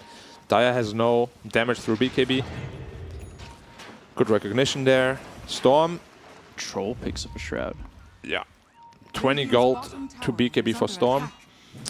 Honestly, the plan at this point, I don't know if I like it, but that's the plan of Dire. Just outlive the BKB timing, you know? Like, outlive the BKB on Storm, outlive the BKB on Bristle, and then fight back after that with the break mechanic, with the Atoses. Smoking up again on the Bristle. Again. Ranavitos up into the air, break. But now they've got the Aether Remnant with another Toxin, Viper Strike, and a kill on Yoi now. 4 deaths in quick succession. Right into Roche. It's so easy for them to kill his Bristle. Like, he feels like some CM at this point. Yeah. Under this Nether Toxin. I don't think they should just give up Roche. Kotl can definitely just Spirit Form and blast into the Roche pit, but are they aware of it? They are spamming in there now. Dire has to be really careful here. Storm region activated. Natsumi needs a slot ready. There we go. And he picks it up. They're getting Storm's it for free. in, and now they've got the silence, but BKB used? yeah, For what, though? for nothing. Yeah. Wasted BKB. That's a 10 seconds. One power spike gone. And a free Aegis picked up again. I can't believe they didn't spam them with Cuddle, you know, blinding light, all that stuff. I don't know why they didn't do it. If they knew about it. Pangolier waited really long until rolling in. Doesn't have that blink dagger to close the gap, jump in there. Yeah. And Neon is kind of, you know. And yeah, I They like fought this. back into this Viper game. went back to Guardian Greaves. Yeah, And the much thing better. that you were saying is why I like this. If they could just sustain, because for Storm to be effective, he needs to use that BKB every fight. Otherwise, he's just going to be silenced. He's going to get hit with the rod. So you take 4 more fights, now his BKB's 5 seconds, and you can withstand that with a Guardian Greaves. You're fine. Yeah, You certainly. can outlast him. Oh, he uled himself. He misclicked the ults. Set up on himself. Seems to be okay, though. Silence onto Rapido. Natsumi coming around the back. They've got the Aether Remnant onto BDZ. They have the break. Ball lightning in. He needs to be careful. Pops the BKB. Now goes after the Queen of Pain. Blink away. But the ball lightning to follow it up. They get the kill on a Yopaj. They'll look over the Viper Strike Stone over onto Yowie. These heroes getting a little bit low on Neon. They need to be careful. The Rod of Atos is onto the Bristleback. They're going to continue to chase. Behind them, though, is Rapido, and they'll buy back on the Windrunner. So, Can out of mana, BDZ though. back into the fight. Can they get anything going? Wrath of Nature throw. Natsumi turns around for a second, still working with this Aegis, as well as the Battle Trance. They've got the Architect. Silence, as well as the Vortex. They pull him in. He's getting low, and there's the Aegis. Queen of Pain up in 24 seconds. Can Troll survive? Now you've got the Troll fighting into this one. Hasn't used the Battle Trance just yet, but the Aether Remnant as well as the damage out onto the Kato. They get a kill to RR. They've used the Rod of Atos onto Yowie once again. Play hard coming in. He's got the Viper Strike up once more. So they'll throw that over onto the Bristleback as the Beal as well as Jean-Yuel thinking about going in. Natsumi without the Aegis this time and still without the Queen of Pain. They'll hold on for now. Yeah, has to be careful. They have Orchid up again. Orchid is the biggest threat for Troll this time Astral around. Step, Yules. Yep, And going in. BDZ trying to stand right in front of him to maybe tank the Aether Remnant, but they get the kill on a Rapido anyway, who's thrown in a better spot than right onto the Windrunner. He had time to use himself there and potentially get out of it. Not sure why he chose not to do it. Maybe he thought he was dead. But yeah, you can see this Troll is really not tanky at all. If he gets Orchided, he will just die if people focus him, you know? Yeah. He still will have to go into at least some sort of status resistance, and he did just pick up the Sage. Yeah, he's going Pick up there. Sanjay Nasha. Man, I really don't like this Troll build. I feel like they're making it so hard for themselves. If he just went BKB Basher, you know, the game would be so easy for them. So they have the Guardian Greaves. Shackle misses, power shot in. Ken, though, BKB down to 8 seconds. So every charge matters when you're playing on this Storm for Execration. Yep. But it's a 5K lead now for Neon. They have shifted the tides 10K the other way. It was a 5K lead for Execration. Now it's a 5K lead for Neon. Yeah, and Quap picked up her BKB, so now she doesn't really care that much about the Storm anymore, and outliving the Storm is going to become easier and easier. Radiant are I'm mostly scared for the Troll, because he doesn't have a defensive item that goes through that silence, and they can't really help him until they pick up a Lotus Orb, which I hope they will do. Yeah, Prophet is queuing up one.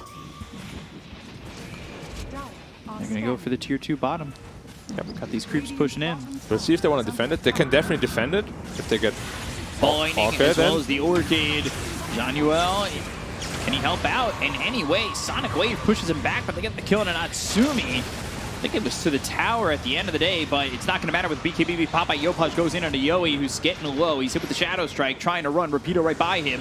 BDZ goes in, lands the Shackle on a Play Hard as well as Debeel. Ball lightning all the way over. They get the kill into the Void Spirit. They look over at Play Hard. They'll make themselves very difficult to catch on the side of Execration as they take out a third, now almost a fourth. Radiant's bottom They tower is backed under off attack. enough where Neon, it's so difficult for them to catch them because you're committing under the tower, you're committing even further in, and at that point, Execration felt ready to jump in and turn the tides. Yeah, and they went all in on the Troll, who thought he's much more survivable than he really is. Did not manage to get out his Battle Trance.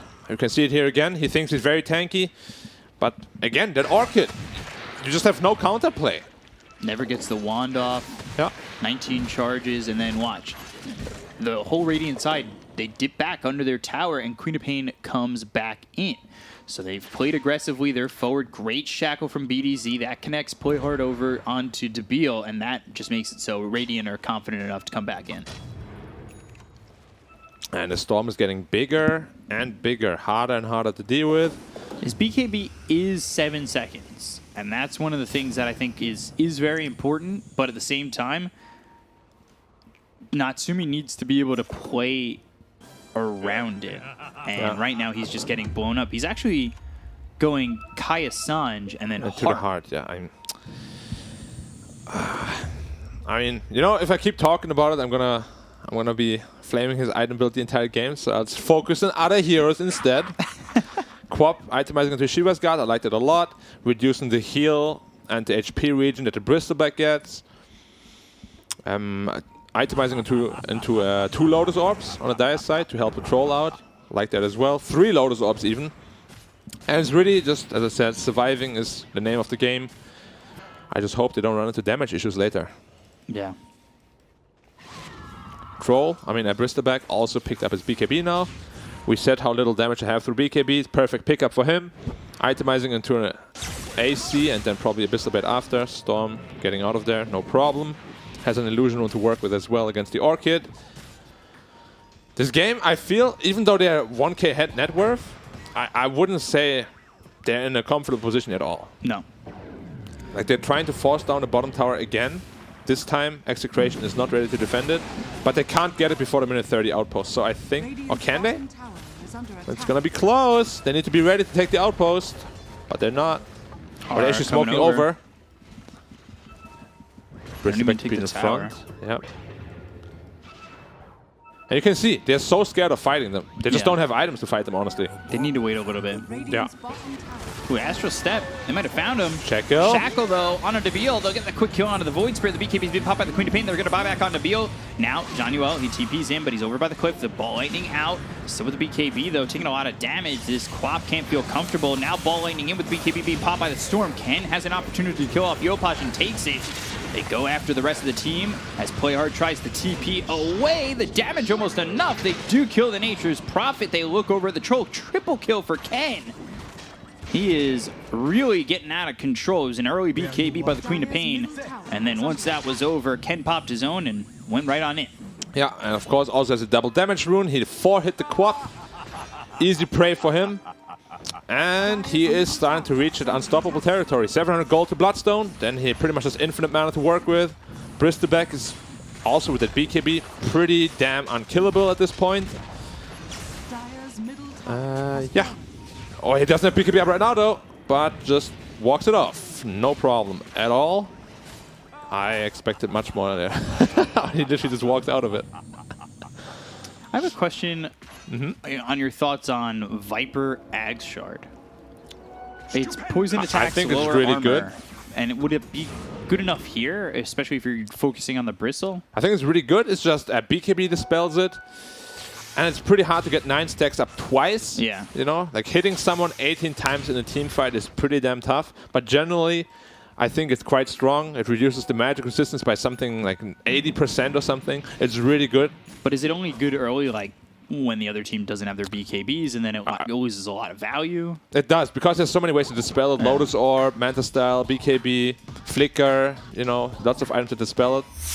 It has a lot of value early, but not that late. He has a BKB. He's fine. They can't kill him at all. They can't kill anyone that has a BKB. They actually don't even want to break their smoke. I thought for a second they might even want to just use the Rod of Atos and then go in Storm like that. But they've got BKB. He didn't use it. Oh, into the 8th round, and they blow up Ken. Astro step forward, and now Jonuel, he TPs in aggressively. The Sprout, it blocks Yoey in, but now they've got themselves the shackle on Jonuel, who's trying to run away from this one. Yoey with the BKB goes after Play Hard. Rolling Thunder coming in from Rapido. And they've gotten on top of the Viper where they'll get the kill. Jonuel now with another Sprout.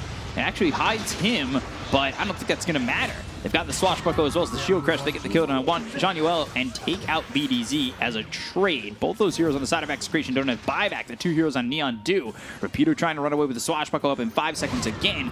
Blink, Scream, not enough just yet. RR coming over, and he'll give him the Glimmer Cape of safety. Yeah, even though Storm died right away, it was still an even trade. Losing the Wind Ranger on top of that. But I do have memories of just BK being out of a Remnant. I don't know why Storm didn't do that. I don't know if it was changed recently, if it's not possible anymore. But I've definitely done it before, 100%. I don't know if he didn't have a screen on him, or maybe, you know, some patch changed it without saying. But if he could have, that was a really damn big mistake. Yeah, a big kill on the Storm. Yeah. But again, this Bristleback is just, you know, once he has his AC and an Abyssal Blade, he's going to shred through heroes. He's got the shard, so he's throwing hairballs out there. And, Yeah. I mean, that is always It's scary. dangerous to go up against. Yeah, the hairball does so much in team fights. One of the, you know, one of the funniest names of all egg shards, hairball, kind of gross too. Yeah. Like the imagination of somebody throwing his hairball at you, which is not in it. That's good. Voodoo Switcheroo is really good Yeah. in terms of names. Voodoo Switcheroo is pretty damn good. Okay, Viper itemizing into BKB. Quap, 1k gold to Shivas. For the troll. It's just, I don't know what power spike Dire has at this point. You know, I can see this Bloodstone, he's going to be super strong now. I can see this Abyssal Blade AC being really strong. On Dire's side, I can't really see it. Shiva's Guard, it's cute, but it's not going to win you the game, you know? Natsumi still wants Kaya for the Kaya-san. Yeah, he finishes hard now. That means he can't die, but really deal enough damage. He's not really dealing a lot.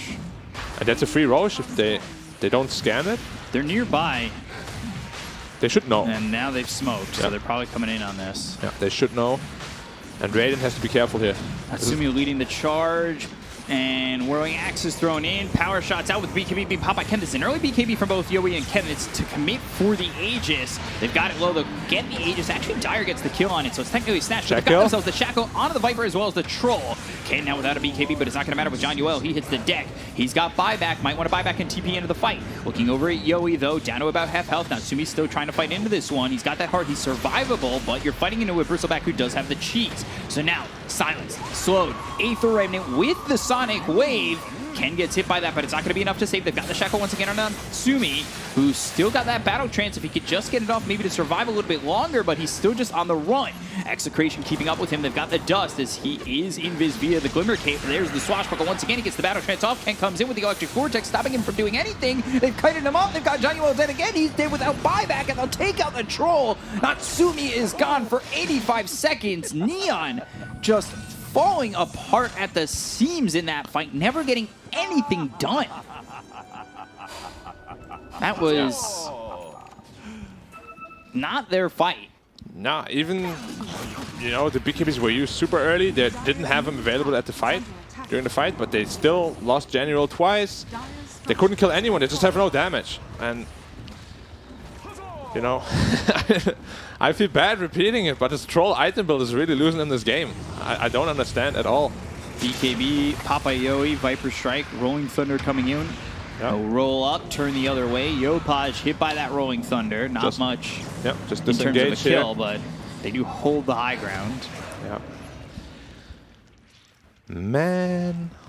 Storm is still working with an Aegis. He's going Ags. Like, his build just feels so strong. And I mean, Troll's got 17,000 net worth. But You zero compare that to the damage. Bristle, and he's not doing nearly as much damage. He's just running the entire time. Yeah. Using Whirling Axes to dispel, sure, but what does that do if you can't fight back, ever? 6K lead. Yeah. It's shifted back and forth a couple times. It is a 6k lead, but it feels much more damning, honestly, for the Dire side. Because at this point, they need to kill Storm twice. Still nothing through BKBs, no sort of Basher. Do they have any Basher, any Hexes? No, still itemizing into Loaded Orbs and BKBs. I don't see any Power Spike coming up for Dire anytime soon. Yeah, me either. Bristol, AC completed. Storm going to the Agam Scepter next, having his little mini black hole. Ooh, wow. Well, he's jumping around a lot. Playing very aggressive and up front. Yeah. Spell Prism, oh, godlike item on the Storm, of course. He's loving life right now. And they really got 3 fantastic tier 4s. On the level as well, huh? Yeah. I mean, compare that. Leveler, Timeless Relic, and the Spell Prism compared to Dire's top tower. Ninja Gear, Stormcrafter, Illusionist Cave. Yeah. On the Dire side, Illusion's Cape does nothing. Stormcrafter, Dire's top tower has my fallen. least favorite tier 4 item. And then the Penta-Edge Sword on a spell-based troll. Also not what you really want to see. Dire's top Not tower blessed by is under RNG this attack. game. No, not at all. That feels honestly pretty It's rough. bad. Yeah. Trying to go high ground here. They probably can defend high ground for quite a while. But it's just a matter of time until they break it. Well, they're trying to push in bottom too. They've got Treants coming in, so they're starting to do some damage onto the tier 3. Yep. They've TP back the Windrunner. I think it's quite a big mistake from the Prophet to not build a shard as well. Just to push out the side lanes more. Oh, just as I said, he bought it. Please get off the screen, sir. Bottom tower is under attack. Did But you say the- by shard? By shard. Do it. Like Listen- instantly. Listen to Black. They were so weird. Ooh, Bloodthorn instead of this Axe. I like this. On Storm. Storm. More kill potential. Because he knows the troll has no way of dispelling it at all. If he gets caught out with his Bloodthorn, he will die. Do they have a Lotus Orb for him yet? Nope. Nope. Nope. Big nope. No Lotus Orb available. No BKB. No Manta available. Radiant are He's scanning. buying a BKB now. Feels a little bit late. And then into the MKB. Now he is also starting to realize, oh, we actually have no damage at all.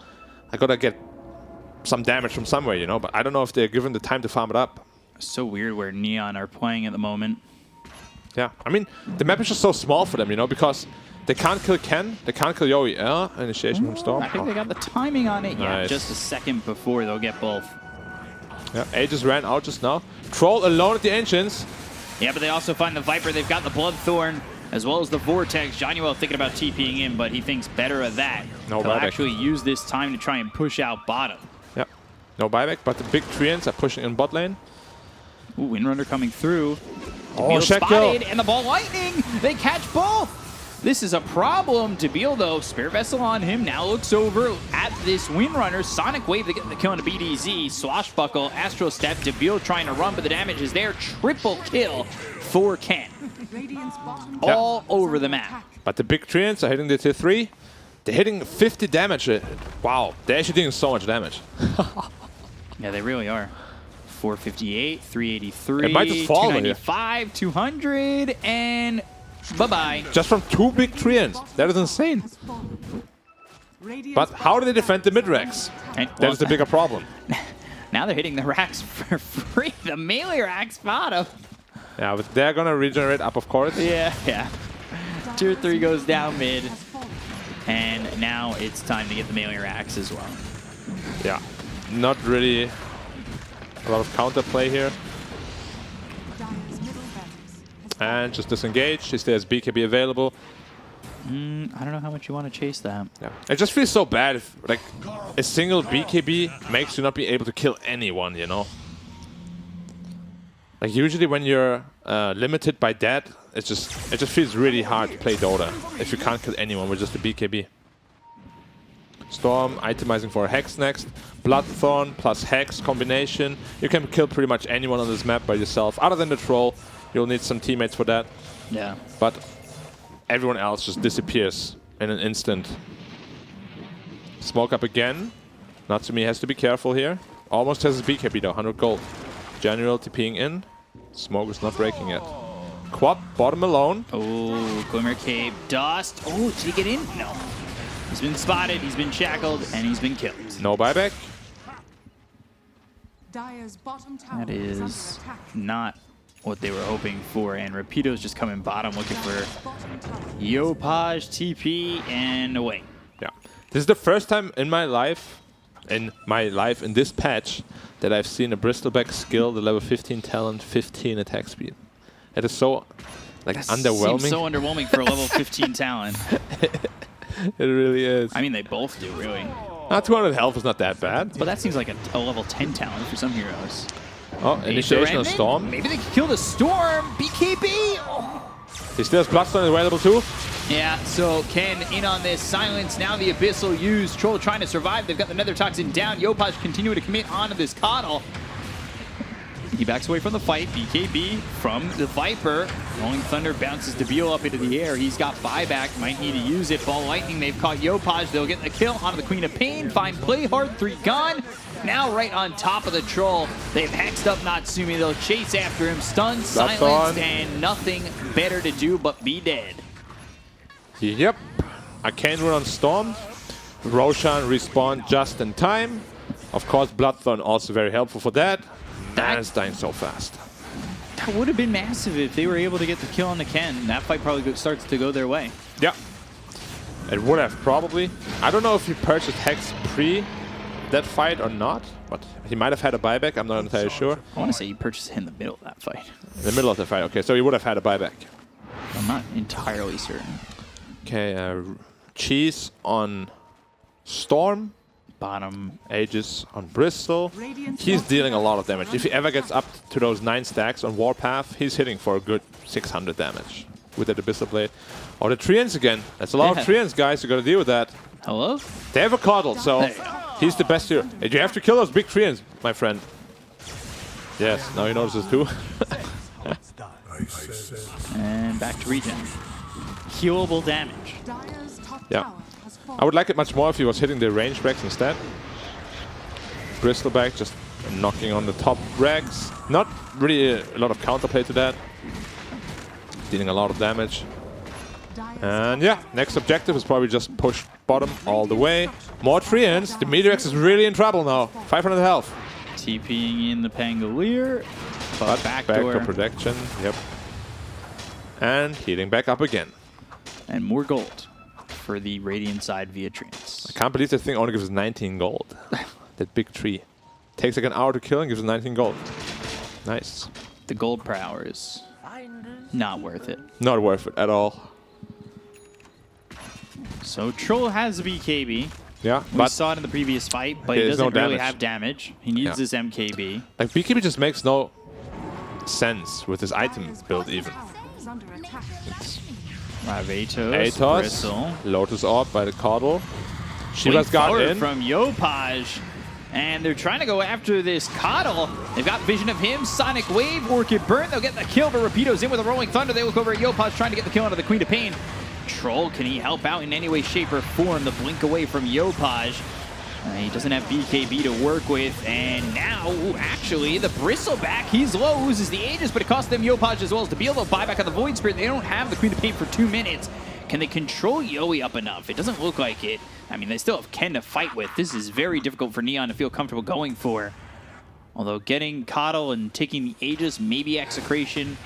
From there, just back away, but that seems unlikely. Maybe most likely just going to continue to push through bottom. Yeah. Coddle is respawning in 30. He's probably just going to join them. Quap, no buyback. Dead for 90. They know he has no buyback because he just bought back recently. So it's going to be, if it was hard before, you know, now it's even harder. Bottom tower is under Lost the attack. Aegis on Bristol, but he has a refresher shot to work with. So double BKB, double Abyssal Blade, Dire's bottom double tower face boots. Wow. Best item in the pack, getting refreshed. Yeah. Lotus Orb on Wind Ranger as well. They have 2 Lotus Orbs now. Troll almost level 25. Battle Trance strong. The spells could be good this game. This is Nasal Goo. Lotus Orb and the Sprout. Aether Remnant, Rolling Thunder coming in. Abyssal Blade used onto the Viper. Looking over, 50 seconds still until they get the Queen of Pain back up. They look over at the Troll. He's silenced! Natsumi doing nothing. He has found himself in an unwinnable position, and so have Neon as they get fully team-wiped. And there is GG called.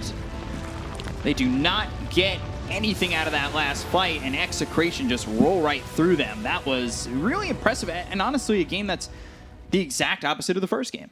Execration looked really good on that one. Execration showing up, making a lot of good plays, especially the Storm Spirit, you know, the Coddle Storm combo doing a lot of work this game. Yeah. Just overall, well executed by Radiant. They had this moment where they lost 6-7k net worth, you know, it looked scary, but Yeah. again, I really want to hear the panel, you know, what they have to say about that Troll item build. I really feel like it single-handedly lost them the game. Not much more to say from my side. So Execration, they take game 2. They split the series at 1, and now well, the winner of the next game takes it, and it's a big one to take. So we'll hear what the panel has to say about that. Throwing it back over to you guys. You certainly will, yeah. I mean, I think I'm not going to waste much time getting into it, guys. Trolls item build. Black wants to hear it. Classic. I want to hear it. Give me the breakdown. Give me the breakdown. Easy one is do not. I've seen players fall into this trap so many times throughout the DPC already, where like, yeah, it's a good. I wouldn't even call that an S tier shard. Like, it's a good shard, but you going for the first item, it doesn't tank you up. You're playing into Storm Spirit, who has Orchid. You can't dispel silence. I'm not sure if people are aware of that, you know, because like you want silence, you're dead. You can't cast your abilities. I thought, you know, still a better item build here would be any kind of damage item. Maelstrom, like Battlefield, he had a really good early game where, you know, a lot of space created for him. So just get that one damage item. I'm not all against that Aghanim Scepter. Just don't go first. It's just Black flaming all the carries, setting up the stage for him to go and replace one of them, and it's happening. But okay, I can also see where he's coming from. You're playing versus Kotl, you're playing versus Bristle. With that Aghanim Scepter, you'll be able to get rid of these spells, right? Like, you'll be able to dispel yourself, but... And you're thinking, okay, I have Quap and Viper, they can share the load when it comes to carrying, but they didn't. You don't have scale. real right-click damage. That's the problem. You don't, like Queen of Pain, like, she's okay. She needs like 4 or 5 items to be able to dish out some serious right clicks. Viper's more of a utility hero, like Road of Atos, especially on offlane. Guardian Greaves. Yeah, so he's not gonna scale that much. That's the problem, right? Like, they didn't. Okay, individually, if Troll itemizes this way, it might work, but they need to adapt to it. Like, maybe that Viper then needs to go for Gleipnir earlier instead of Greaves after Atos. So for damage, or not only for damage, for scaling. So the T scales as well, you know? Yeah, it's a Troll. Like, he shouldn't go for these type of items because it's a free Troll game to, like, I'm gonna call start with, but it's a good Troll game, and he just ruined the game for the whole team going for these items. What was Neon's tweet? They are gonna have a good breakfast with the side of Execration. Yeah, maybe have chicken and waffles for breakfast. That's it. Their blood sugar is spiking. They're feeling a little low, you know, underwhelming after beating Execration the first game. This time, you go into that slump, and you're kind of feeling too sleepy to execute properly and to pick the right items. All right, how do you break out of that that sleepy? Eat some baklava. Baklava? Yeah, some baklava. It really helps. It spikes the sugar even harder. Genius. Yeah, guys, beyond the Troll, though, you know, on the other side of the coin, we, of course, had Execration. They're playing pretty well, you know. Talking about carries, Yo had a pretty excellent game, or Yowie had a pretty excellent game on that Bristleback, you know, building them carry-ish items and really putting the team on his shoulder. Also, I think a wrong choice, starting item. He decides to get a Vanguard instead of Hood. All they have pretty much is magical damage. So I've seen this throughout this whole DPC season in China, in Southeast Asia as well. Like, just a lot of mistakes in terms of itemization. If you remember the game where Medusa went for like Moonshard, third item, Queen of Pain getting Orchid into Force Staff as a core against Riki to be able to Force Staff out of the cloud. Like, these are some things that I personally like. Players who think outside of the box, you know, I'll try something different, but this different is not good. Like, this is bad different. Like, don't try to do it. Go to different then, please. Yeah. But well, let's focus on some positives. Okay? Yes. Okay, so, we can absolutely focus So on Storm, some I feel like I've been very negative the past couple of days, so, you know, I'll just be a whole PMA.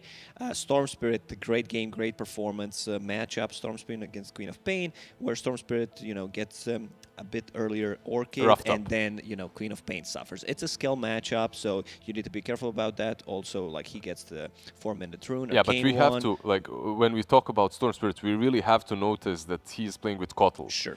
Before this patch hit, the whole rage in EU and CIS was about this Chen plus Storm Spirit. It's a better Chen It's Storm. a better Chen Storm. Exactly. Like, you get the recall on a similar cooldown, plus you get that mana. Not bad. It's so good.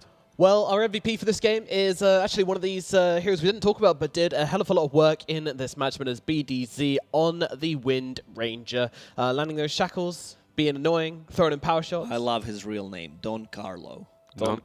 Yeah, he's You a mess Don. with the Don, you get at the arrow.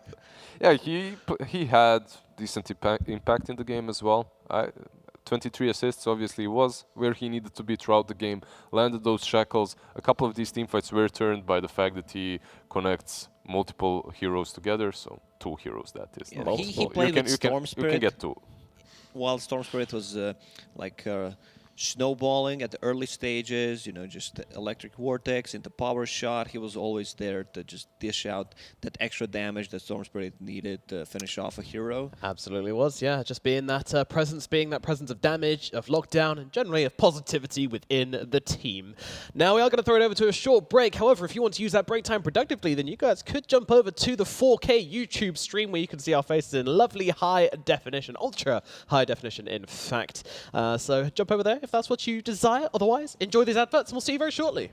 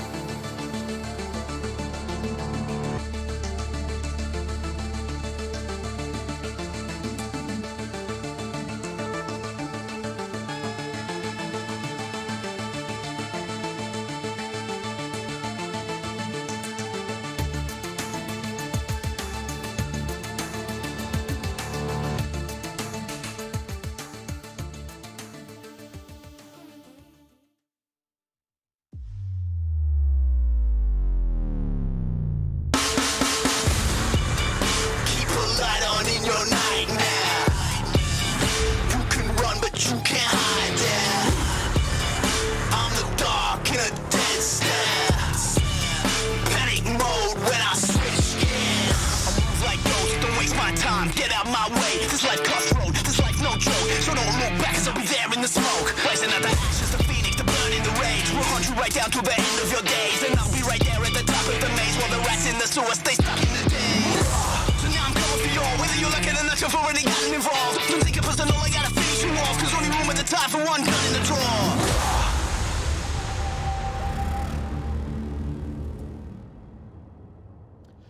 Hello and welcome back to the Dota Pro Circuit. We're here in the Southeast Asia region with PGL. My name is Nomad and joining me on the panel is Lacoste and Lizard to jump in to game number 3 of Execration versus Neon Esports. We expected Neon Esports to get inside their bulldozer and just cruise right through this game, but Execration, they've been the spanner in the works, and they have put them down one game. So Yeah, they're just proving that this region is the most volatile one anywhere, right? We don't have anything such as this one. We have the NA craziness, the EU, CIS, whatever. China is looking like there's a lot of upsets as well. Some top-tier teams are being down on the bottom, but here in SCA, anyone can win versus anyone on a given day. To frame that, this is Execration, by the way, the team which got beaten by Vice Esports earlier this week. Yeah, but Neon also got beaten by Vice Esports.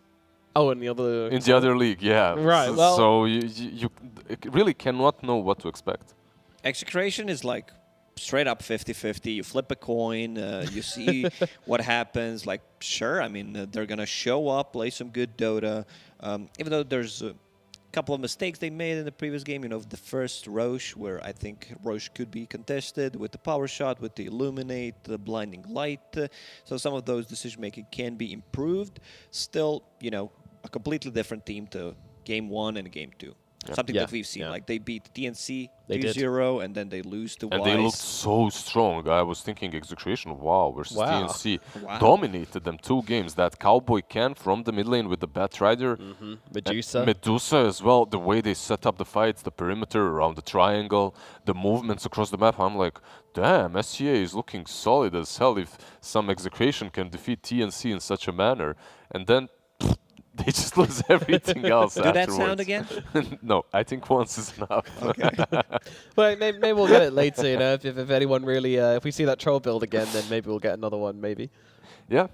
You know what bothers me about this type of an item build? You know, carries, they know the matchup most of the time. Their hero is picked last. But someone from the team, like captain, should say, like, yeah, we need damage. Like, we need straight up right click. Don't go for that item build. Like, I've seen it somewhere else. It didn't work out. I'm wondering how many times, like, this happens. So It's hard, you know, right? maybe in an interview we'll be able to ask them. It's always easy, if you're a captain and you're a position 5, it's always easy to tell him afterwards, yeah, man, what the hell were you doing?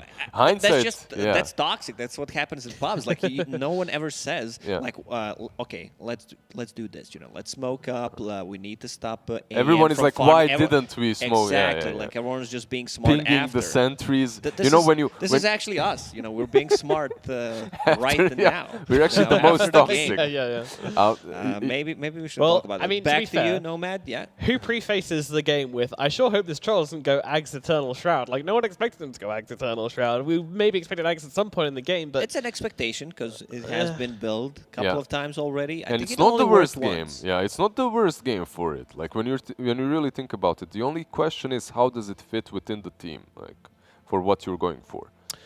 Well, we want to hear your guys' comments, not just on the troll build, but in everything in general. So head over to Twitter, #DPCSEA to get involved with the conversation. Please be thankful to Ken for carrying the whole Execration team, says Thank you, Ken. Vin Real. Real. Yeah. Thank you, Ken.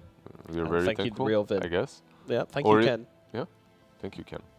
Good guy. Thank you, Ken. Thank you, Ken.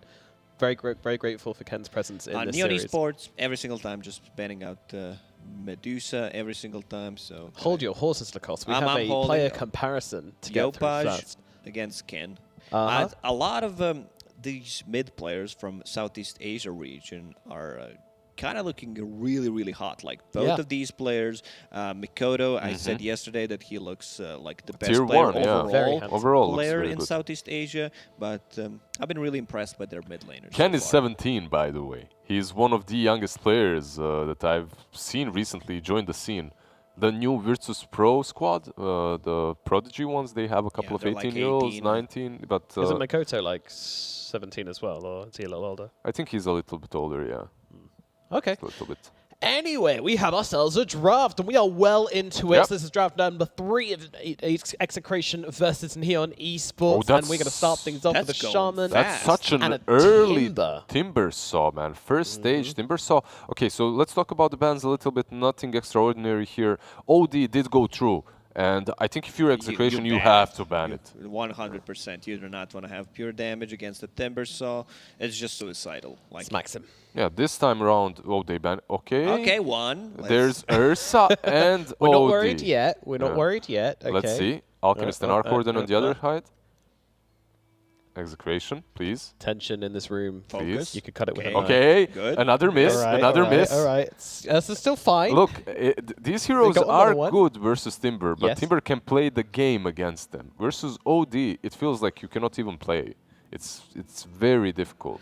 One more, Execration. They're going to do it. It's fine. Okay, by the way, do you Relax. realize that they just put themselves in a position in which They can pick it. they need to protect Timbersaw with 3 bans because they picked it so early. Yeah. And They you could probably have thought it's not going to be able to pick in the second pick stage, probably. Yeah, but was it banned? I see it quite more often, you know, Timbersaw not being necessarily like a last pick, not even a fourth pick. Like first phase Timber is fine if there's like possibly one good counter and that's OD. There so you go. yeah, They banned out all the three. Okay, okay. now we get can a play. game 3. We Yeah. get a game 3. Oracle is picked up by Execration in the first pick of the second phase. Okay, now if you're Neon, you can still go for the Troll. That's still an option. Like we talked about this Troll versus Timber lane, in which Timber, yeah, he can win, but Troll still always I don't has like farm. it. I'm not a big fan of Troll into Timbersaw. Seen it lose so many times. You Like, just get last 3 games they lost with Troll. you just get pressured so much. Yeah. Like first 3 levels, let's say, you put a lot of pressure. Like even Brewmaster plus Troll lost to Timbersaw the other day. So I'm kind of, yeah, this Timbersaw really good. I'm in general not a big fan of Timbersaw, but I feel he is much stronger than in the previous patch. And this lane, actually, Shadow Shaman plus the Timber is something that we've seen quite often, but they still go with the Troll. And the instant Raid King by Execration, man, they planned They this. know, They like know exactly what I they love want. that. I love the confidence from Execration here. Raid King, no real answer.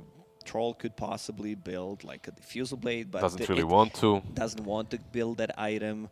And yeah, just new shard on Raid King makes him Who so powerful. looks more confident out of Yopaj and Ken here? Oh, okay, on the cameras, Yopaj on the right, Ken on the left. Yopa's like face bombing, dude. Yeah, he What's doesn't look going very on? You know, happy. like they have a better draft. We need. What's my hero here?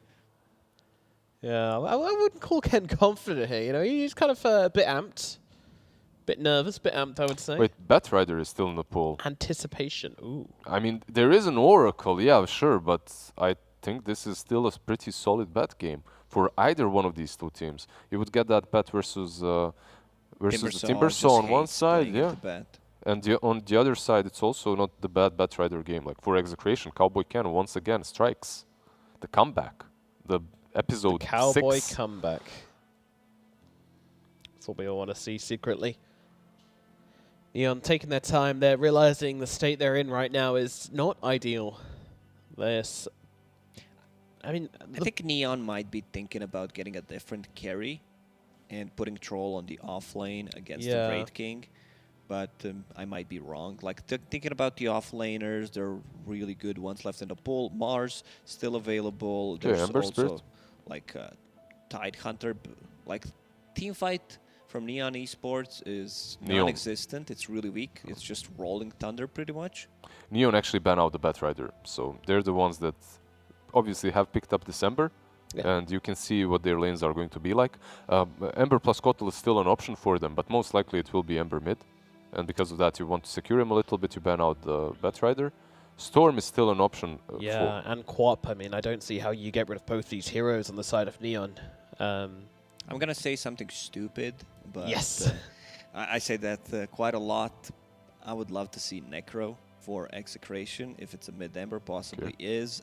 They could still swap things around. Ember plus Keeper of the Light is a strong combination. Don't get me wrong, but in the laning stage, like He crushes him. sure. Yeah, I don't think that's stupid. Against the your Troll works standards. fine. The problem is like the dispel. They don't have any dispel mechanics right now. Possibly Aghanim Scepter on Troll dispels the Ghost Shroud, which like there's a lot It's of just a dispel hero that no mechanics. one is picking right Yeah, now. so maybe, you know, could be possibly good, but probably will not see it.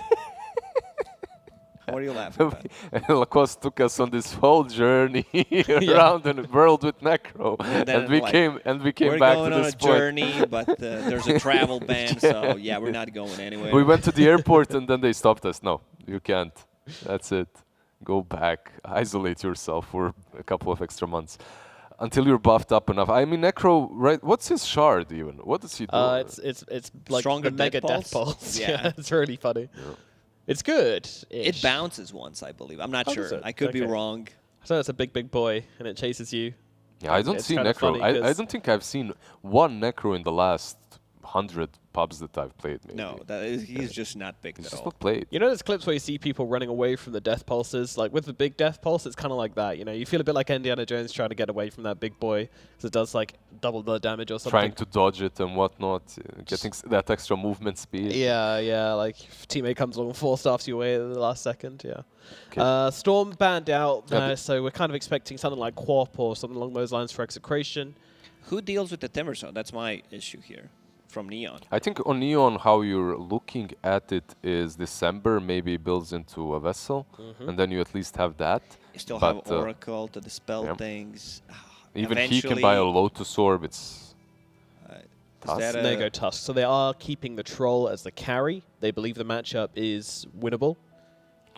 I mean, it is winnable. We've seen it win early on in the tournament, but they do have this like funky now combo Necro's with not the an Pango option. and, You know, and Tusk. into Yeah. Snowball feels Okay, really weak. I see. Just like wasted ulti. Yeah. So they have this tag team plus Pango on the offlane. If they put them on position 4 and 3, that's something that they could play around. They obviously did play Tusk offlane earlier, and on Execration. Yeah, Wraith King does not feel that great in this lane. There's a lot of punches that he has to sustain through, but he does have Oracle to help him with that. It's also another spirit into Shadow Shaman, something they really struggle with. So like I'm really liking Execration's lineup this game. It's a possibility they get Quap for the mid lane. Doesn't care about rotations from the Tusk. You can just always blink out. They have very limited control besides chains. And the matches well into Ember Spirit, so I would not be surprised if they just get Quap here. There's another Spirit available as well. There's Void Spirit still in the pool.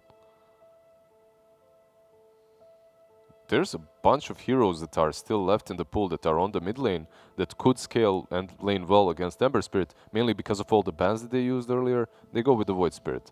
I mean, it's like, he called Quap, I called Void Spirit. Are we smart? No, we're not. But we just know what's picked right now. We know what's in the meta, right? And what heroes kind of match up decently. Is this like a great matchup for Void Spirit? Not necessarily. Ember can do extremely well too, but it all comes down to the execution. However, sorry, I don't understand your logic there. It's like I got a correct prediction, guys. Time to very quickly shoot myself in the foot just before I get any praise for it. no, I mean, just gonna be honest here with you, Frank. Okay, I Still take that. feel there should have been a Predictions. better pick, but we'll go with the Execration nevertheless, because this boss Wraith King doesn't have a real answer in this game. Like they don't have the answer for him. And Timbersaw, like I'm gonna be 100% sold on the Timbersaw dispatch if he dominates the lane. And I just want to get into the game, see how first like 6-7 minutes of the game gonna go. All right, I will go next, and I'm going to go with Neon. I think that this Troll matchup does get better later on in the game if they can make it there, and I think that this Pangolier plus Tusk is a very strong way which they can pressure. So yeah, I'm going to go for Neon. I haven't been impressed with their itemization. That's my problem, because this looks but like they're going to improve. this looks. Diffusal is not the item for Troll ever, right? But in this game, like you're playing versus Wraith King and Timber. If there's a game, this could be it. If they itemize properly, I think they can take it. Maelstrom Diffusal. But You say properly. The Fusel Blade, yes or no? Simple question. Let's go. I think there's a place. Oh, yes. This isn't the question we need to be asking right now. We need to get his prediction out of him. Come on, Lizard. I'll go with Execration. Thank Going you with for saving Execration. me. All right. I'll take this boat out on my own. And talking about two lovely people out on their own, we got our two casters in their casting booth all by themselves. It is Black and B-Cup. Gentlemen, how are we doing, and what do you think this game's going to happen? We're doing good. You first this time. All right, I'll go first. So Recently, yesterday, I learned that I have the power of Favomancy.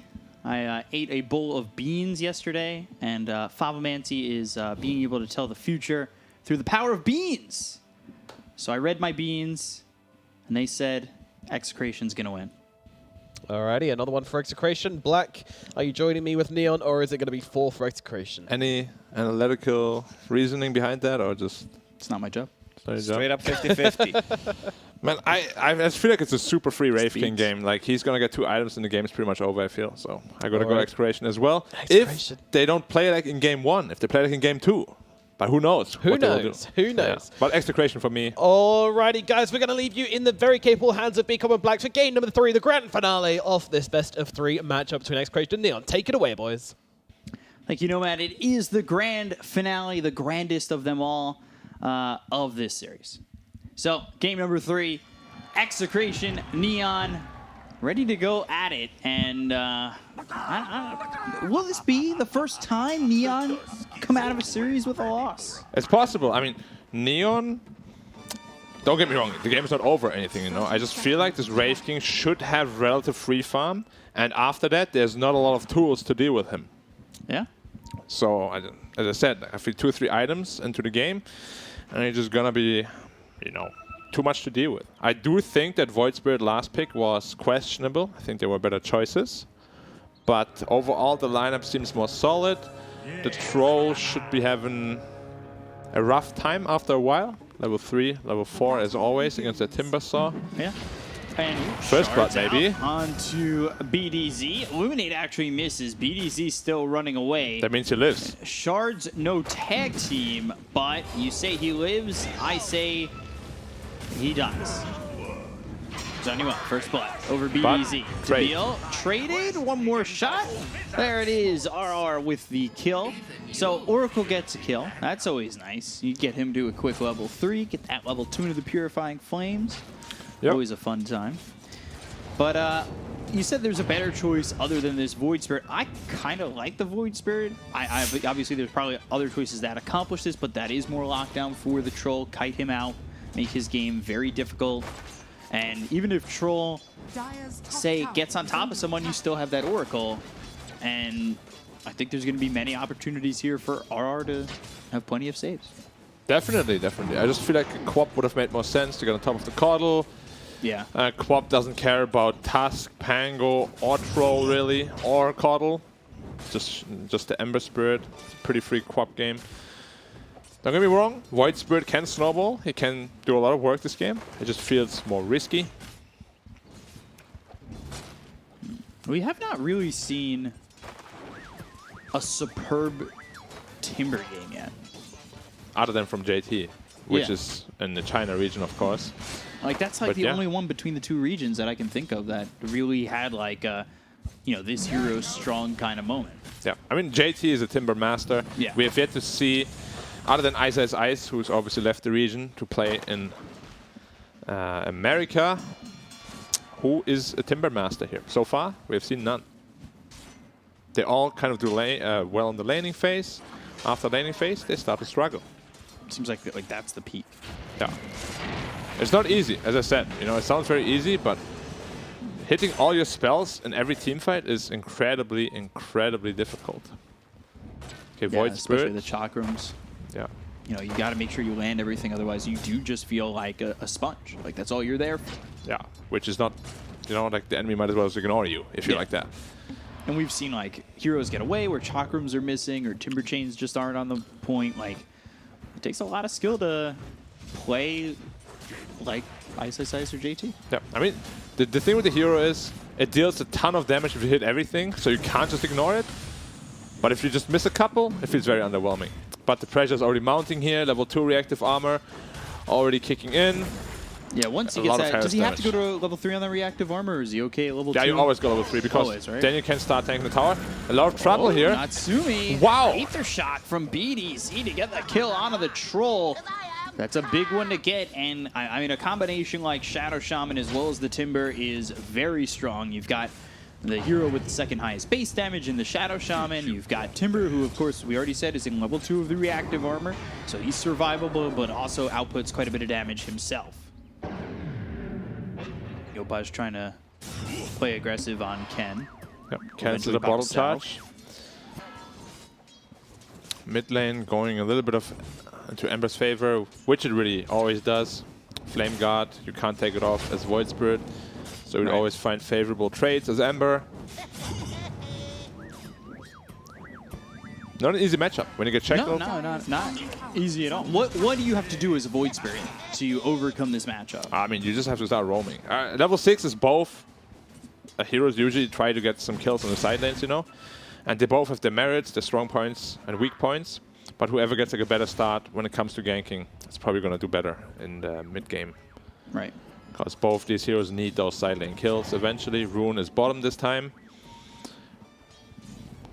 Last time Ken got lucky. This time goes the other way. Yeah, but it's just an illusion. Obviously, just an illusion. I feel like of the runes you can get early on, Edo is pretty Arcane was good. definitely up there in that last game. Yeah, but Ilu is also really good because obviously you have just like 2 illusions for over a minute.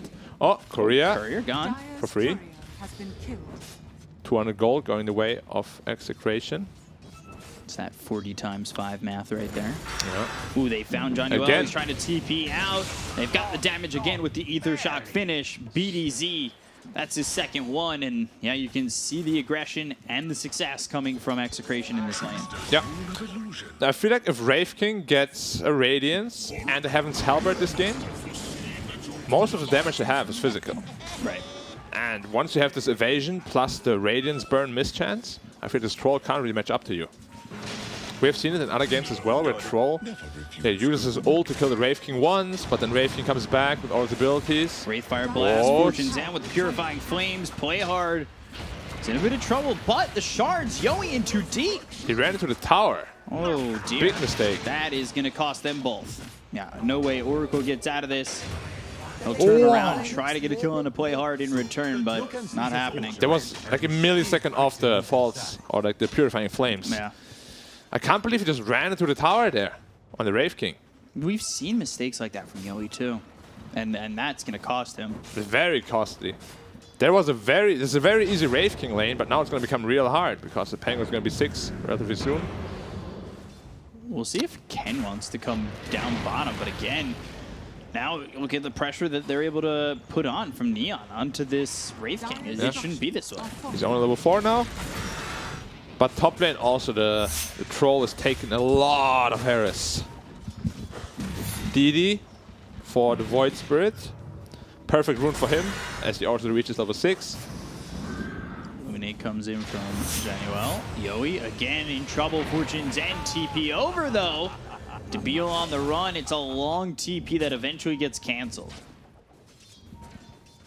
So no help coming over. But He has to be careful with the Oracle here. yeah, again it procs. Fortune's End now on the run. Snowball in. Both heroes here. Wraithfire Blast onto the Tusk. One more Q. Swashbuckle hits and play hard with another kill in this lane. Neon, they've got 3 kills bottom. Execration kind of outplaying themselves in a way. Top Ken lane. comes over, Aether Remnant, that locks up Januel, and well, with the Dissimulate, Ken comes over and Ken gets a kill, pushes away Natsumi as well. So this should be a dead tower eventually as Timber will keep it pressured, right? Yeah, and he's going into the battlefield this game. Finally, luckily, Radiant's middle tower good. is under attack. Wraith King chose to skill ultimate right away rather than keeping the skill point. Okay, Something you rarely see these days. yeah. He Aether has a Remnant? remnant out, Oh. no problem. BDZ. If he gets the hex off, he's dead though. There's still double damage rune on the Void Spirit. Good reflexes there.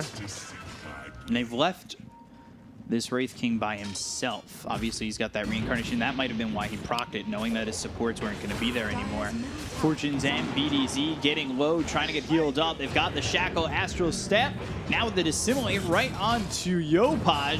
BDZ getting low, but not enough damage to take out just the Shadow Shaman. Yopaj forced away with the aggression he was feeding into. Yeah, a lot of pressure coming out on the top tower now. Level 4 reactive armor, of course, but the Coddle will just be there trying to spam it out as long as possible. Arcane boots early for the Pangolier. Illuminate from behind him. And nobody really punishing this Kato, who's kind of getting away with not only slowing down this push, but getting a lot of farm. Yep, getting away with murder. That should not be the case. Somebody should be there, whether it's the Void Spirit or Oracle or Shadow Shaman, really doesn't matter. I know you want to have the solo experience and the push come in, but if you're giving up this much farm to a Kato, we've seen what keepers can do with just a little bit of being farm. top, 4 heroes top, they really want to kill this Timbersaw. He's not as tanky. Rapido, Aether Remnant, now that's on a slight. So Yopaj caught for a second. Snowball comes in, they've got the Illuminate and eventually the kill. 4 heroes coming over to get this Timbersaw, keep this tier 1 tower. And again, that stems from the fact that Januel is able to just use Illuminate, have that aggression on the Timber, clear up these creep waves, and then Timber just stays too far forward. Yeah, this early game has not been going very well for Execration, which is really what Neon needed for themselves. Good game on the Troll, good game on the Ember, good game on the Pango. Stacks all over. Yep. All three cores having amazing games. Yeah, we'll have to see how the mid game goes, but they're looking real strong right now. Getting all the core items they need, core levels. Yeah, it looks like Wraith King is got a big burden on his shoulders at this point. Yeah, I'm surprised he doesn't go for casual Gloves of Haste. We see that pretty much every game, even if you don't go into the Midas. Top lane again. Snowball, Rapido, Searing Chains, Chakrams out, and now trying to run slowed up. Everybody's here to try and get this kill onto the Timber, but it's just not enough yet. The Sharks kind of... And RR trying to keep him alive, but now they've got the Searing Chains on a bolt. They get Rapido, they'll find RR. 5-man aggression from Neon up top. They're overplaying. The Timbersaw is overplaying. This is what we spoke about earlier. Like, it's so hard to know on Timbersaw, you know, when to go in, how tanky you really are. It really takes a Timber Master, it feels like, to be able to do that, you know? Yeah, the positioning from Rapido just seems pretty off. Too forward. Yeah. Now Wraith King being top. But is this worth it for Neon to send all 5 heroes onto that Timber? Like, have they shut down his game completely? It is, simply because they also got more kills after that. If it's just a Timber and they're pushing out all the other lanes, it's not worth it. But because they were 4 heroes top and got 2 kills, very well worth it. This looks like it's going to be a quick Battle Fury for the Troll. 3 heroes top for both teams. Looking potentially to engage here in the top lane as BDZ getting blown up. Januel with another kill, and Natsumi, now that he's been left alone, is pressuring the bottom tier 1. Finally, you've got Ken coming over, but it's still just Natsumi getting basically free farm. Yeah, they're kind of just throwing each other. I mean, Execration is throwing bodies to the top tower, and it's not really doing anything. I feel they need like a new approach, you know, like smoke from behind if you want to do something. Stop just running at the tower, because they're obviously not giving it up. They have a Coddle, they have a Pangolier, they have a very strong fighting lineup right now. 2k ahead now on Execration, on Neon. Still waiting for the Radiance timing on Execration before they can really start making moves. So Execration, Yule's first for the Void Spirit. See if they get that extra control, how much it'll do for them. They've already got a lot of control in what they have available to them right now. Ooh, that Aether Remnant hit. They've got the Hex. The Snowball comes in, and that's what saves this Ember's life. It stops the Shackle, and now Serpent Ward's committed. But these are just going to be cleaned up very easily. Rolling Thunder comes through, as well as the Sleight of Fist, Searing Chains, Outlocks of Ken, as well as this Oracle of RR. They don't get the kill just yet onto the Oracle, though, and actually end up losing Play Hard instead. Oracle just barely surviving. And there it is. Sleight finally finishes off RR. Or not surviving. He was surviving until Ember felt he had a necessary path. Yeah. Very well played by the Tusk there to save the Ember Spirit. He was dead for sure. They're all smoking top now to the Wraith King. They saw that he TP top. More likely, he's going to stick around and farm the cams. And they're going to punish it. They're going to maybe bring in the Troll as well for this. Snowball in and good shards. Oh, they pushed him out. Pushed him maybe too far away, but there's the Walrus Punch. Reincarnation, 4 heroes still here. Look at the damage immediately onto the Wraith King. Doesn't look like they're going to be able to save him. They'll get Yoi, and now they'll look for the rest. RR drops BDZ. He's here. He's got some help from the Void Spirit. Ember getting low. Yopaj Sleight and the Remnant away. Outplaying Execration. Make it 3, turn it into 4. Rapido by himself, and all the while, it's Natsumi going into the Battle Fury. Neon are playing Execration like fiddles. Yeah. This is the Neon that we always see. Snowball again, and this Easy is kill. really bad. Full team wipe. Yeah. This is the Neon, you know, that when you bet against them, you're stupid, which we all did, except one. But, you know, they look very vulnerable in game 2. I really don't know how is this possible that they look so different every game. Yeah. Both these teams. It's crazy. The lack of consistency. Yeah, on both sides, really. See a team fight here again. Wraith King just gets blown up twice. Oracle against Ember Spirit is pretty free food. 2 Slide of Fists and he's pretty much just dead. And they just keep trickling in one by one, you know. They do save the Ember Spirit as well. They lose nothing. Man. And now they're up 5k. Execration are just suffocating from this pressure. There's really no breathing from them, and it's just really tough. Neon just foot on the gas, no stopping. The brakes are broken. Dire's middle tower is under attack. Yeah, there's not too much you can do about it right now. You need the Radiance.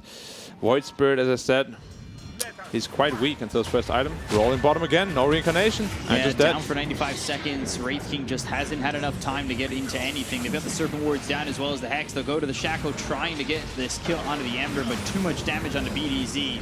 They'll lose a second. Rolling Thunder is in. Rapido too far forward by himself. Battle Trance pop. They'll get the kill on a Rapido and RR. This game is looking over before it's even really gotten underway. Yeah, my 7k gold deficit at this point with a draft that's not meant to play from behind. No, not at all. Wraith King, 3 deaths, 3 pretty unnecessary deaths. Pretty like obvious ones, especially the first one was pretty bad. Void Spirit just does not have a game at all. Same as Timbersaw, overstepped his World Cup multiple times. They're supposed to be ahead, like maybe 2-3k at this point, but they're behind 7k. I don't know what they're going to do with this. I mean, they need the Radiance timing, but there's no timing anymore because they're so far behind. Yeah. And again, top lane. He's getting caught out again. No reincarnation once more. 30 seconds. It's such a long cooldown, level 1, and they're Snowballing coming. in. Snowball might be short, but the shards aren't. They've got the Walrus Punch. Ember here. Yoi dead again for the 3rd time in a row. They are just continuing to dunk on them. Yeah. I mean, there's no way to say that Execration are having a good game at the moment, because it's really just not happening. Neon are down their throats. Like I said, suffocating their side of the map. Yeah. I mean, this is the Neon, you know, as I said, that we expected to see throughout the whole series. Maybe game 2 they just were, you know, a little bit relaxed. We're up 1-0. Don't need to try as hard. But they're turning it up here. Yeah. Absolutely no chance for Radiant. They're getting overrun everywhere. Down this much this early. Almost 10k in minute 16 is absolutely brutal. That's a beatdown that's very rare to see. Yeah. I mean, the deficit is Radiant's top almost tower as is much under as the 1 and 2 of Execration's net worth combined. Yeah. I think, you know, if Troll went for the same item build as last game, I would give him a chance. But because he's itemizing in a very proper, very stable way now, the gold lead is just going to be growing. Yeah. T2 tower bottom, gonna fall pre-minute 20. Yeah, Radiant structures are fortified. not much to do about it, I feel. 2 supports DPing in it together with the Timber, but I just hope they don't chain feed here, because that's something that could very well happen. Syrian chains again, snowball over, Fortune's End, not looking like it's going to be enough, but False Promise as well as the Serpent Wards committed. Walrus Punch onto RR, they get the kill onto the Oracle, they look over BDZ, they'll take out a second now, Rapido all by himself. The Serpent Wards are his friends, but they're just not friends enough to do the damage to get these kills. They'll find the Wraith King out once again. Nothing to save this Wraith King, he's all by himself and dead for the first time. They look over as, well, Void Spirit can't get anything done. Neither can this Wraith King. He's dead again. Gone for 33 seconds. They'll chase onto Ken. Double kill for Natsumi. Rapido makes it back into the base, but with no one there awaiting his presence. He's got nobody to help him out. And it is really just a shot in the dark that Execration have a chance at this point. Yeah. But any shot, if it connects, maybe they come back. It just... There's no slowing down this game. There's no way to open up that space to get those items, to get that Radiance, to get anything. They don't have anything. Yeah, I feel like a lot of this game comes down to Wraith King getting caught off position many times, his team trying to bail him out, you know, and then dying with him. He joined bottom lane again without his Radiance, dies once more, and it just feels like, you know, they're completely outclassed. Yeah. In this game, at least. It's crazy how different every game has felt. Yeah. This is... A free Roche. Timber still getting caught out. No false promise available. Yeah, Timber dead again. BDZ, he's gone. If this turns into a full team wipe, I wouldn't even be surprised if Execration tap out, but we'll have to see. They catch Ken again. He's on the high ground. Snowball through. Dissimulate to avoid it, but he's back over to the center, right still into the hands of Neon, who are diving tier 3s. They are under the tier 4s at 19 minutes into the game, looking to get kills onto these heroes on Execration, and they'll succeed. They kill Ken. He's in his own base, in between the tier 4s. Yeah. I mean, at this point, you know, there's not really sugarcoating it. We're just going to be waiting until they breach high ground. And then we'll see if they can mount the defense or not. Wraith King bot lane again. He has to TP out immediately. He does so. But again, there's just no space on this map at all. Like, the map is so small. 2 towers top on the left side. Troll is probably just going to make his way there and start destroying them. And then it's all about choking them out and going high ground after that. Just not really. Wraith King again, no reincarnation. Yeah, 55 seconds on cooldown. Snowball comes in. He dies in 3 hits. It's yeah. pathetic. He just dies so fast. Tag team, right clicks. Wow. Very dead. Yeah. 30 to 5. They have 30 kills in 20 minutes. Yeah. An absolute beatdown. There's nowhere for them to farm, nowhere for them to feel safe. Yeah, I think they're just going to go high ground right now, to be honest. Radiant doesn't really have good high ground defense. They have Shaman wards, but once they're gone, nothing can really do to defend it. They have a mech as well on the Pangolier. And now you're wondering, why would you ever bet against Neon? Fools. Yeah. They're too good. We got Feels like game 1. Yeah, it really does. Just been high ground minute like 19. Same thing. Ember for getting Remnant. pulled in. He has a BKB, so he's not really afraid. He's got Shackle. regen, he can back off that and be fine. Rolling Thunder comes in, they use the false promise. Nobody was following that up on a BDZ, but now you're without a save. They're in deep, Sleight of Fist, Searing Chains. They already got the tier 3 up towards top. They'll go for the rags, back and forth. Goes the Chalk Room, but with no connection. Yep, just spamming them out. And Snowball Shards, tag team with the Walrus Punch. Another kill on a Rapido. And a set of racks gone. Wraith King finally finishing his Radiance, so they have one more fight left in them. But they need to make it a big one, which is going to be incredibly difficult. All right, they've got the Hex. Remnant forward, BDZ. He's standing his ground. They get the kill into play hard. They finally have something going, but they end up losing BDZ. So now deep into this one is Rapido. He's just not tanky enough. They get the first life out of the hands of the Wraith King, who has to fight. BKB no longer available for the Ember. Dissimulate damage on an Natsumi with the stun. They'll take out the Aegis. Ken getting low. They've got themselves the Hex as well as the Serpent Wards. There's the Shackle. But Natsumi's back into it. BDZ, he'll go down. So will the Wraith King. Everybody dying on the side of Execration. And Neon will take the series as Execration called GG. 35-6, 24K lead. It was a quick one here for Neon, silencing the downers. Yeah, makes you wonder what happened with Execration Game 2 and Neon Game 2. Like, completely different teams. Game 1 and 3, absolutely one-sided, no chance for Execration at all. Game 2, they actually looked like they were the better team. Yeah, like, they did. How is this like? I don't know. I don't know what to say about it. Maybe the panel does. Yeah, maybe the panel does. Honestly, that was such an outclass in Game 3. I was really impressed by Neon. Yeah. They really put everything together. It's why they're at the top. It's why they're undefeated. Yeah, they have a game like that, which that raises the questions, what happens in international play. But Neon with a win like that, they get closer to solidifying their spot in the major. We'll hear what the panel has to say. Back over to you guys. Yep, that was an absolute massacre. They take them down, and that is a 2-1 victory for Neon in this series.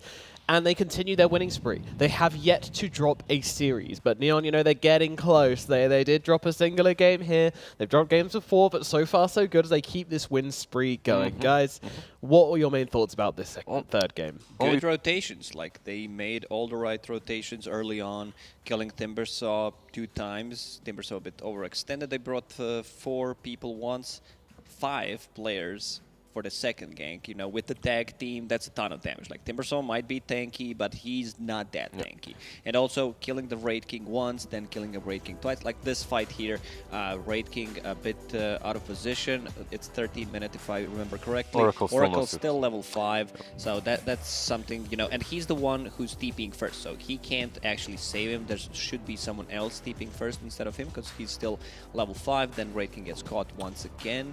It's a tough one for Execration. It's all about how you adjust your approach to the laning stage if things aren't going well. On one side you have Tusk and Pango constantly pressuring Raid King and Oracle. On the other hand you have a troll that did die to Timber, but then they made stacks for him. He rotates to the jungle. Meanwhile Kotal defends the tower for a really extremely long amount of time. Yeah. And that can't happen. When you're playing versus Keeper of the Light, you need to rotate one of those mobile heroes that can go behind the tower and eliminate him. Because you can't pressure the tower, you can't take it. Even as a Timber, he just kills all the creeps. And they didn't do that, and when they rotated too late, then everyone from Neon also responds, and they kill the Timber. Keeper of the Light. Sorry, who would you have liked to see joining the Timber to kill the... Just Void Spirit much earlier. Right, that's cool. it, no one else can. Void Spirit needed to be there alone a lot earlier, just eliminating Kotal while he's still level 4, allowing Timber to push and then TP back to the mid lane. That's actually how you do it. That if you look at every team that plays versus Kotal, that's what they do. It's very hard to bring him down. Keeper of the Light, once he stands at the tier 1 safe lane tower, very similar to what the Winter Wyvern does. Very hard to catch, mobile. So like you need to bring either like a vision hero or rotate someone who can close the gap. You know where he will be standing and just try to take him out. Go for the tower. Troll this game, did a very good rotation, dying once in the laning stage, understanding, yeah, I'm pressured too hard, I'll fall back to the jungle, there's gonna be some stacks, so I will recover. And well, would you look at that, huh? Him going for a really nice item build, the standard one, no shenanigans, actually winning a game. Game 2 should have been very easy if he decided to go for the Black same also item said build Raid King, he has a completely free game if he gets 2 items. The problem is, he didn't specify at what time those 2 items should come. He did get the Radiance. He also didn't say which item, so He also didn't like, say which items. Magic Wand, Phase Boots, He two had them. 2 items. He had them at minute 20. The Radiance got completed a little bit too late. Just a fraction Just a too fraction. late. And our MVP for this game number 3 is going to be... Yopaj. 14-0. Yeah, I mean, he was absolutely kicking off on this Ember, doing work, 0.77 kill participation, but, you know, the big stats are 30.7k hero damage in a game which only lasted like 10 minutes. That's crazy. I mean, it did last a little bit longer than 10 minutes, but even so, he was just slapping fools left, right, and center. Incredible game from Yopaj, and a well-deserved MVP for Good him as he rotations from dominated. him. Yeah, just overall feels like a strong mid laner, knows what he needs to do in the game. Itemization is solid. You know, he's not overcomplicating things. Just, I'd say, very stable. Yeah, very stable, which is, you know, a thing to be cherished in this region, Yeah, that's not for sure. like in Dota, inconsistency is the biggest problem for like most of the teams when they go for the high ground drafts. Like being consistent in Dota is something that you must have. But Neon, with this win, they nearly, basically pretty much have secured themselves a spot in the Major, right? Like, there's 3 slots available in SEA. What can happen is that there can be a big tie shenanigans if they somehow lose all 3 of their next series. They do have Vice coming up as well, so that's going to be happening. It's very likely that they're going to the Major at this point, so that's got to be a huge smile for them. I don't trust anyone until I see Liquipedia, you know, green. Yeah. Then I know, okay, they are going to a Major. Alrighty, well, we have our interview ready, and joining us in the studio to talk about this series is Skem, aka Debil. How's it going, sir? How are you doing, and are you happy with that win? Yeah, we are doing great. Feeling happy. Good, good, good. Now, what I would like to ask you, first of all, is did Execration surprise you with anything today, or were you prepared for everything they brought to the table? I think we are so prepared for this series. Good, good. So you guys are obviously both Filipino teams. Does this kind of factor into this matchup? And what would you say your relationship is like with the Execration boys? We are friends in real life, the team Execration. How very, very wholesome. Lizard, do you have a Yep. question? I just wanted to ask you, man, like, you had some tournaments before this, you played in the Ruby Tiara one. Did you expect to go 4-0 in the DPC League? Congratulations on your effort so far. I think based on our scrims and preparation, we expect that we will qualify to the major. And is there any region, any team that scares you, let's say, or that you look up to the most in the major now that you're almost qualified? I think we look up to Team OG and Secret because they play so different. Maybe because of Nisha as well, because of your nickname, right? Yeah. Yeah, talk to me about the preparation. Like, how many scrims a day do you have? Like, what's your day look like? We scrim 2 times a day, and we need to play. We need to play 1 pub before we scrim, so we are 100% focused on scrims. Then we need to play extra 3 or 4 pubs a day. It's a lot of Dota, but it certainly seems to be paying off for you guys. A question I'd like to ask you is about the scene overall. Why do you think that the SEA region is so unpredictable with results? I think all of the teams in Division 1 is so strong. You cannot predict 100% who's gonna win. I think it depends on the preparation of the team. Yeah. Can I follow up on that question? What happened in game 2? In game 2, I think we just fuck up our laning. We keep changing our lanes. I see. Alrighty, well, my final question for you then, Debil, is going to be this. Who out of your teammates do you think is really playing their best in this DPC league? I think everyone is doing the best, but I think Yopaj, we can say Yopaj is the best player, maybe.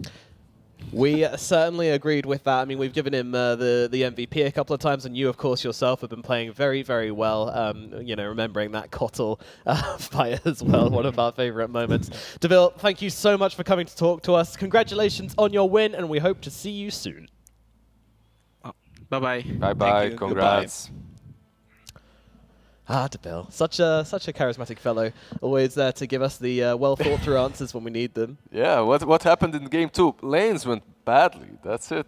I'm surprised by the amount of, scrims ratio to pubs. I kind of expected a bit more scrims and a bit less pubs, but some teams, have different approach to the game, what needs to be done. A lot of the top-tier teams also, you need to play pubs to see what others are doing, like where's Scrims meta are is hard, shifting. man. Like, Yeah, like if I can It's understand been a that, time if they play like 2 or 3 scrims and then they go over the games, like what went wrong, it's a lot of time consuming. Then you add a couple of pubs, you need to sleep, you need to eat, so it's pretty much the whole day. Do you think there's anything to do with, trying to keep hold of your strategies and trying to focus on Not preparation? necessarily. Like, you can't just play, like, if you play 10 scrims a day, you're not going to be better than if you play, like, 8 scrims a day. You're just going to be exhausted. It's really draining. And like, just, especially if you go over the game that you just played, see what went wrong, observe rewards from the enemy team that you're playing to play against, their rotation, smokes, everything. It's time consuming. One major point the team made is you need to go over those scrims afterwards. And that's actually the hardest part that every aspiring pro player or team needs to understand. Like going over those scrims, not only playing them and testing your strategies, but really deeply understanding what went wrong and why. The biggest problem is you as an individual understanding what your mistakes were instead of just, trying to blame someone else, because that's what the Dota players do. It's never your fault. But when you're playing in a team, you need to not take it personally, something that you messed up, instead of like being angry or whatever. I'll try to improve it because I'll remember it for the next time it happens. If every one of you only sees others' mistakes, eventually you'll see everyone's mistakes, right? So you need to start with yourself. Okay, so what are you saying? Point your finger as much as humanly possible. And what are you just saying? point your fingers at Point that everyone finger back. around you, and they'll point them back, and you'll know all the mistakes. Everyone's doing finger guns. And that's how everyone's having a teams good time. disband. Very then you will quickly, disband. very quickly. Alrighty, well that is going to be it from this series. Neon do take the 2-1 victory over Execration, which makes the standings look like this. That's right, Neon Esports 4-0, now very, very likely to be going to the major. A huge result from them. They said they expected to qualify, but I mean, no one would have said that they'd be going 4-0 and be the top team in the SEA region. So huge congratulations to Neon. Meanwhile, poor old Execration down at 1-3. Oof, So they have, what, Fnatic that they have to play against, and T1? That's next 2 matches for them.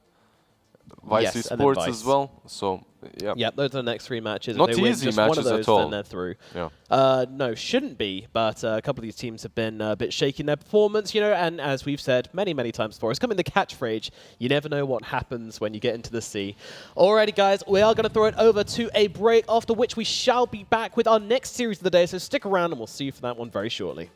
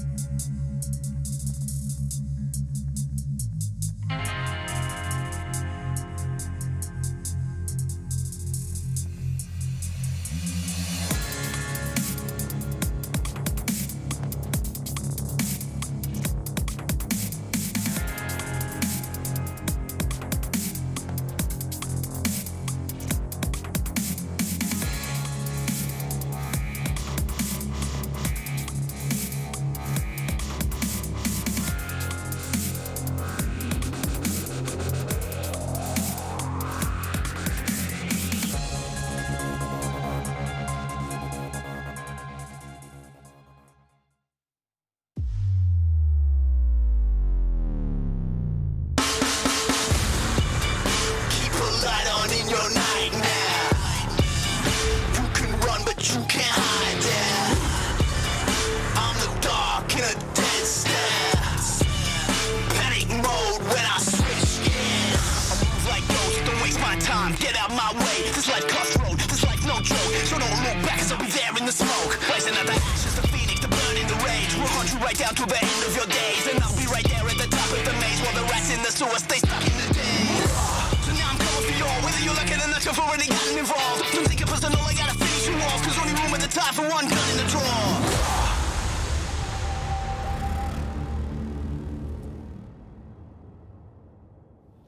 Good day and welcome to the DPC SEA region, where we are about to get into our second series of the day, and I'm joined here on the panel by two very fine gentlemen. We have Black and we have Lizard joining us for the second series. Black, how did you enjoy your casting this morning, and are you excited to get into the second series of the day? Yes, I am very excited. No, but seriously, unfortunately, very one-sided games, 1 and 3. Game 2, you know what I say, the troll, kind of trolling with his item build. But overall, was a fun series, you know. Neon as expected, very strong, coming out of the gates. Game 3, unexpected, but again, Neon is just too good. Alrighty, let's get into our second series. That is, of course, TNC versus T1. Lizard, what are your overall expectations for this series? It's going to be a very interesting match overall. T1 didn't start that well into the tournament, lost versus Fnatic 2-0, but Fnatic obviously is a superstar team in SCA. But the last series that T1 have played have really impressed me. Like the way they formulated their high ground defense, the triangle defense, the way they read boom was really on point. If they manage to show up in the same way with the same execution, they can definitely take the series. However, I'm not worried about their execution, I'm worried about their drafts. Like that's something that T1 sometimes, they like to flex it a little bit too much. They like to have some weird drafts, like Naga surrounded by Venge Mid and Beastmaster, Naga surrounded by auras that don't really benefit her, or when you go for these Enigmas on offlane that can't really accomplish a whole lot at the moment. So if they get the drafts right, I think we're looking at Game 3 here. At least. What it feels to me for T1 and Boom and a couple of the other teams they've come into this, even TNC for their first series, is that they've tried to be a different team. You know, they've tried to emulate maybe some of the top Chinese teams, top European teams especially, and get very creative, do things differently, and maybe mix things around a little too much. Why do you think that doesn't work so much, and why do you think it's so much easier for these teams to stick to the more simple drafts? I mean, every team, every player has like their own strengths and weaknesses. Whenever you try to copy a hero from another team, you need to find a way to play with it, you know, like put it into your lineup, because someone might be a really good anti-mage player because he's really good at split pushing and knowing when to fight, you know. Someone else is just really good at farm efficiency, so you just want to make sure you give him like 30 minutes of undisputed space, and he's going to carry you, you know. Every hero just works differently in every team. What kind of a player are you? I am the most flexible player. Inefficient and also... I'm inefficient, I'm also terrible at decision making, I can't do anything right. Let's talk about TNC then, because you have proper item builds at least. Sometimes. Sometimes. We have TNC coming into this, obviously not looking their hottest. They are currently 1-2, which isn't where they want to be in their series score. They're somewhere in the middle, and if they don't win their series, relegation could seriously be in conversation for this team, which would be a disaster. Yeah, they're looking rough right now. Their drafts so far haven't been that bad in my opinion overall. Like I have a feeling they had a little bit of a bad luck that they play Execration first, because no one knew what to expect from Execration, and then they hit them with that Medusa bet combo. Someone had to fall to it, right? Like they went guns blazing in the first week but not of the twice. tournament. That's their own fault. Falling for the same thing twice. Okay, but no. You know, like at first you try. So many captains have fallen on the same trap. Absolutely. And to have a look at these two teams in comparison, we can, of course, have a look at the offlane because they've got very, very talented offlaners, both of them, Cuckoo and KP. A couple of interesting statistics here. Definitely kind of shows the way these two players like to play and the kind of heroes they like to play and how differently that makes them. You know, KP is that big space creator. Very unusually will he be trying to take space from his team. Meanwhile, Cuckoo, he can be a little bit greedier, but that will pay off for his team in a lot of these games. That's also the way they draft. Sometimes Cuckoo ends up on this Monkey King offlane or Enigma offlane and it doesn't look that great. Like there are definitely games in which that can work. I just have a feeling that they look more stable and they execute better if they have a normal offlaner, Beastmaster, Mars, anything like that. Absolutely. Let's get into this draft for the very first game of T1 versus TNC, the battle of the Ts. We're going to start things out with the ban of the OD and the Batrider for T1. Meanwhile, TNC will get rid of the Monkey King and the Disruptor, and the first pick of the game will be the Pangolier for T1. And TNC respond with the Batrider, with the Phoenix. It's fiery, it's not bad. It's similar. Okay, I really like this opening from TNC. Why? Because their support duo, for me, has been looking like their weakest link in this league so far. Like, when you're looking at the composition of heroes that they picked, like, sometimes they go too much in one direction, and then you end up with the Shadow Demon plus Oracle. Like, two heroes that kind of accomplish similar things. In teamfights, reset the fights for your own team with the Disruption or the ulti. Or they go Mirana, Spirit Breaker, that are literally just charging in together all the time and don't bring a lot to the teamfight. Yeah, but on the other hand, we have one of the most liked SEA heroes, Pangolier. I think it's one of the only regions that picked this hero this early, right? They love it. Yeah, I mean, it always works for them. Pango CM. Very popular combo, right? Yeah, this Pango and CM. Is it really worth giving up like a Puck? I mean, Puck Phoenix already sounds pretty game-winning to me. Yeah. Like that's a game-winning combination right there. I agree. This Pango and Crystal Maiden, yeah, it's strong, but you gave away a stronger duo. Yeah, for sure. That's how it looks like, at least. They can both be played as support as well. Like, they're very flexible on TNC. And Puck loves playing into both of them. Like, you have the Leash versus Pango, and Crystal Maiden just melts to either the Puck damage or like literal fire damage from the Phoenix. Yeah. Opening definitely going to TNC here. Have to see how T1 choose to iron out their draft because they are not looking too hot right now. Yeah, and TNC will obviously try and prevent them from ironing out their draft with some bans out, like the Nyx Assassin, something that would work very well for T1 versus the Puck versus the Phoenix. One of the best heroes forces Phoenix into that early BKB. But fundamentally, what are these two openings telling us about how the teams want to play these games? I mean, T1 is very skirmish focused. They have low cooldown abilities, just for small fights here and there, to pick someone off. And TNC is, at least for now, they have massive team fights. But they can still have good skirmishes as well. Puck is a very low cooldown hero. That's just why I prefer TNC. They have more options right now. I see. Yeah, on T1, like this Crystal Maiden and Pango work so well together because as Pango, historically you had mana issues even before some buffs, I believe, to the mana regen talent, something like that happened. Nah, I don't think so. But in any case, Crystal Maiden and Pango, they're just so good. You can always have enough mana throughout the game, and you don't have to itemize into a bottle or into Arcane Boots or anything like that. You go straight into Orb of Corrosion as a position 4. Magic Wand, Orb of Corrosion. Lovely. It feels great. If it is a plus 4, we have seen a lot of plus 3 Pangos as well. Yesterday it was played as position 1 and it go. won versus Neon. So anything can happen. Yep. I think versus Neon or Execration. Yeah, one or the other lost to it. Yep, in the SEA region, anything can happen. Any hero can go anywhere, and a Pango carry is not off the cards, but would still be very unusual, especially in a game like this. Bloodseeker banned out. It's one of the counters to the Pangolier, so they get that away from themselves. On the other hand, we have the Dragonite, right? Just a strong matchup versus the Puck. Yeah. It's pretty generic bans, just covering their weaknesses right now. Wraith King.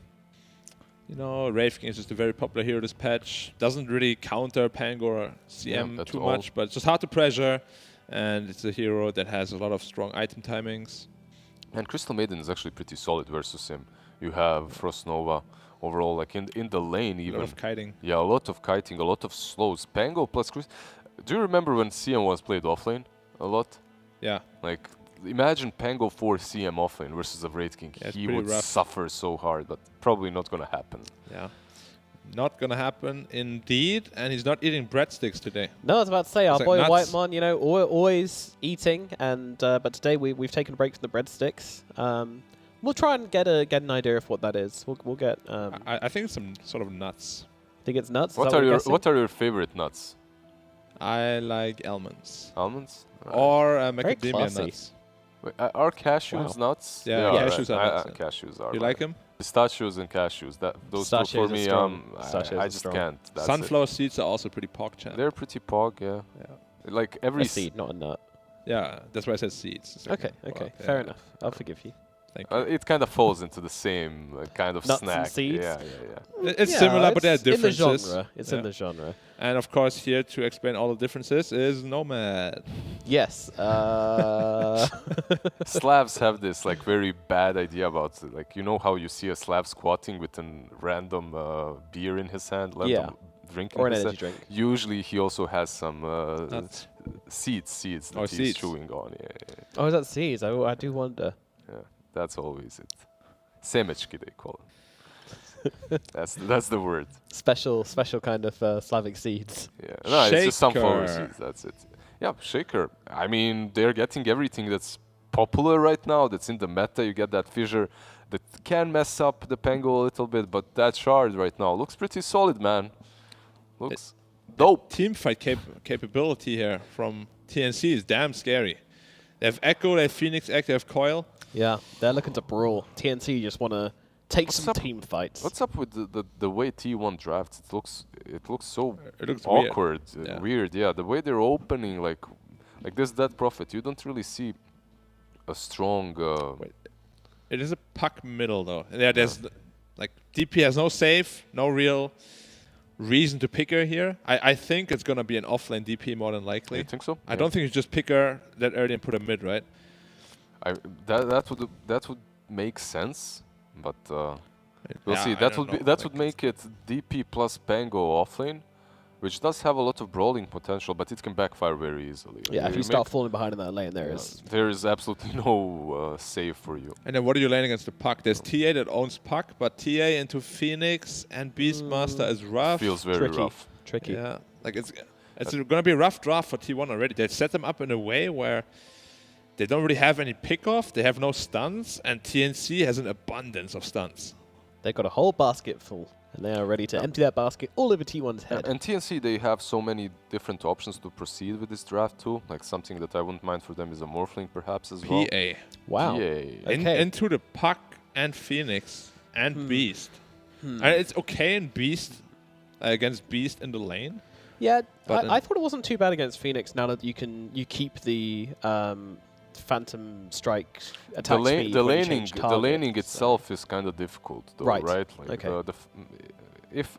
but okay, Phoenix shouldn't be there. It should be Phoenix- pretty easy. Yeah, because Phoenix it's should be on the Shaker, safe lane, yeah. Beast, Shaker, and Beast. CM, PA against the Boars, you can kill them pretty easily. So the lane should be fine. But team fights are scary. Like if you ever get puck coiled, you're in trouble. I really like the Morphling ban. By the way, one other thing that we have to mention when we see this PA is the TNC love to pick Arc Warden from time to time.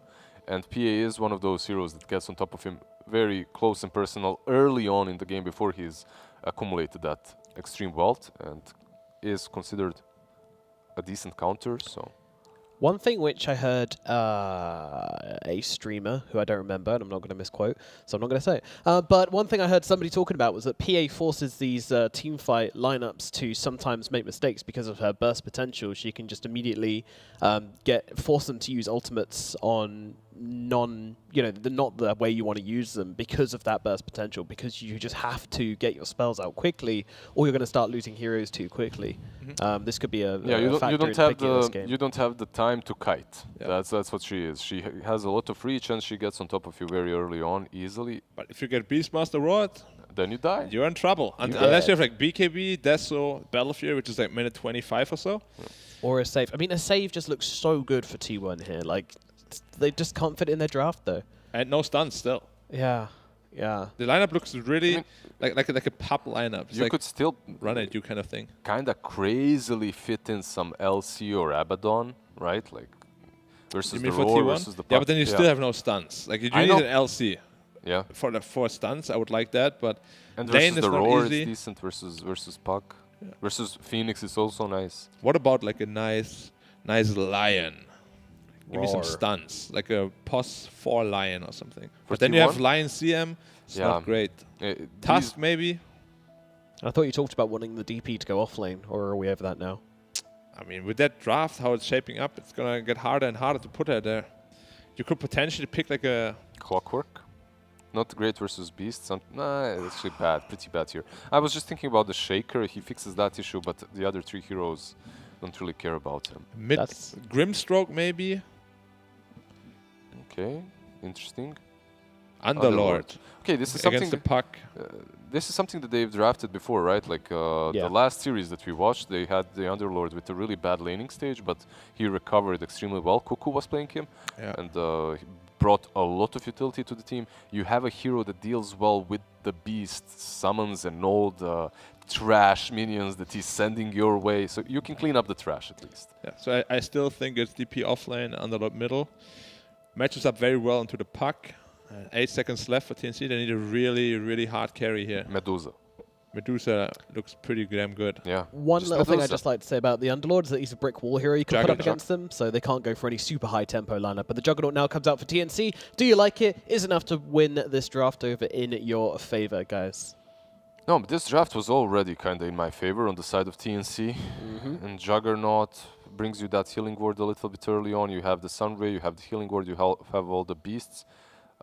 It's actually going to be Carl playing the Underlord. What do you think about that? Versus the puck should be nice, right? Yeah, it's a Yeah. good matchup. Yeah, I like that. All right, Good so matchup. ready to predict, guys? You can go first. You want me to go We will first? need some seconds, I Yeah, think. I'm still going. okay. I'm still going with the TNC. I think this Beastmaster benefits the Jug quite a bit. They have a lot of synergy there. You have Puck, Shaker, Phoenix for the team fight. You're going to need an extremely early BKBs on T1. That Prophet on offlane, how much will he be able to do? I don't believe a whole lot. And PA, most importantly, doesn't have any buffs on her side. Like, you don't have any Venge, Beastmasters, anything like that. Alrighty, Black. What do you think? Maybe you can sway my opinion. I have like a...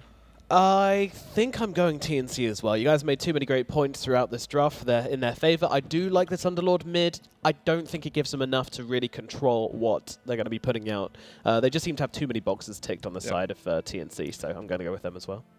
I mean, I agree with you guys, but I'm going to go with T1. I just believe... You know me, I said I think they're going to be at the top of the league. I just hope they can get there at some point, you know? You're very ride or die. and I biased. appreciate that. You know, you stick to your boys. I'm always going T1 when I can. Alrighty then, we're going to bring in our casters. We've got BQup and the cast to take us through this game number 1, guys. We are into the game, so very quickly with those predictions. BCup. Yeah, I got an almanac from a year in the future, used my time machine DeLorean, came back with the almanac, read it, saw this matchup. T1's going to win. Okay. I'll go with TNC. I think they have the tools. We'll explain why, but we can hop into the game, you know. Okay. I'll Thank you just very go much. with the TNC. That was quick. I would wonder why if you had a time machine, you wouldn't just check the results rather than getting an almanac. But anyway, it doesn't Has all really the matter. results. Let's get into the game. Take it away. BQup and the cast for game number 1 of TNC versus T1. Thank you, Nomad. Yeah, coming into game 1, T1 against TNC. Crucial series for both these teams. Granted, that could be said a lot about all these series, but as we're coming down to the wire halfway through the season, they just become more 30 crucial, of seconds course, depending on where you are on the table. So, you know, you're alluding to it with your pick for TNC. I don't know. I feel like I have a lot of faith here in a Phantom Assassin. At least that's just me. They But, have a lot of burst damage against the Phantom Assassin pre-BKB. You have this Beastmaster, very annoying to play against, one of the strongest laners right now.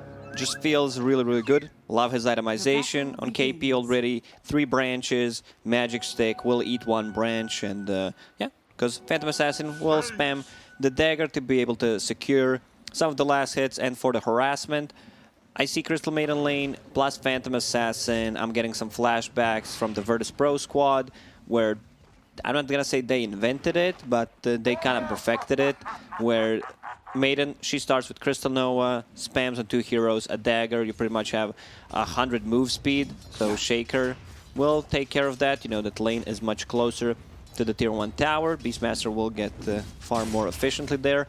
Matchup I'm looking forward to see is the mid matchup. Underlord, how he's going to do against the Puck. Puck already gets the courier.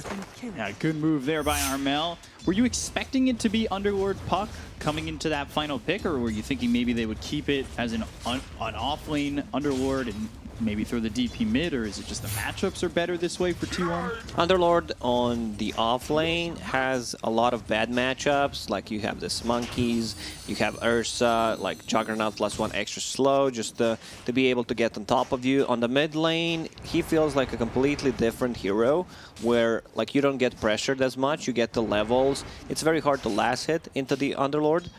Like look at the Firestorm AoE, it pretty much covers the whole area. Yeah. You don't have to really worry about anything else. You're just trying to get that Firestorm in CS as best as you can. You get to see just the feints back and forth between the two. You know, feinting that Firestorm at times and stopping those right clicks. Like, it's a battle of getting the CS, and, you know, you've got 4 denies for the Underlord already, and 2 there for the Puck. They're really going head-to-head on it. If you watch that lane real closely, it's been pretty fun to watch with the 2 of them. You don't get pressured much as an Underlord. Every single time Firestorm is up, you're going to pop it. CS, he has a great attack animation on top of that. And look at his damage. Bottom, Fissure. Ooh, is it going to be enough distance? Stifling Dagger and the right click, 30 health. Just walking away, but that is pressure on the Beastmaster to push him out. And that keeps Jackie just freely farming for the moment. Always nice, and so, you know, you were talking about it, the slows. This type of lane, like you push the lane, you get level 2 faster than them. This is where the kill opportunity arises, and you're kind of free to take it. Phantom Assassin also starting with the Orb of Venom, so even more slow, building into that Orb of Corrosion, which I really like. Just gives you that minus armor, the slow. Good thing about the item is minus armor works on the tower. I think a lot of people are not aware of that. Also, reason why it's picked up so often. We haven't really seen this Phantom Assassin at all between the 2 regions that we're covering in, you know, China and Southeast Asia. Is there a reason that this hero just has lost its pick rate, or just has been ignored, or the matchup's really that bad? Like, is Phantom Assassin still a good hero? Like, obviously it's picked here. They have confidence in it, but overall it's been pretty much ignored.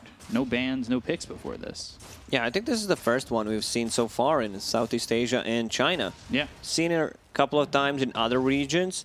Hero's still viable, got nerfed in the previous patch, but, you know, Phantom Assassin's just gonna do Phantom Assassin things. Are you a fan of the Shard? In certain situations, yeah, but it's too much gold investment. Like if you compare Shard to, let's say, like a Basher or BKB, whatever, like good item we're talking about, you still want to get like the standard items. Maybe we'll get to a point where we get to see Fan of Knives. I myself am a fan of Fan of Knives. Big fan of Fan of Knives. It's a break mechanic, like break Beastmaster, break Earthshaker, Juggernaut's passive. Sure, maybe as a 6th, 7th item, possibly. I don't think you want to get it earlier. One of those ultra late game exactly. situations where it's like, oh, well, what do I buy now? You go towards that that shard, you've got yourself some extra gold.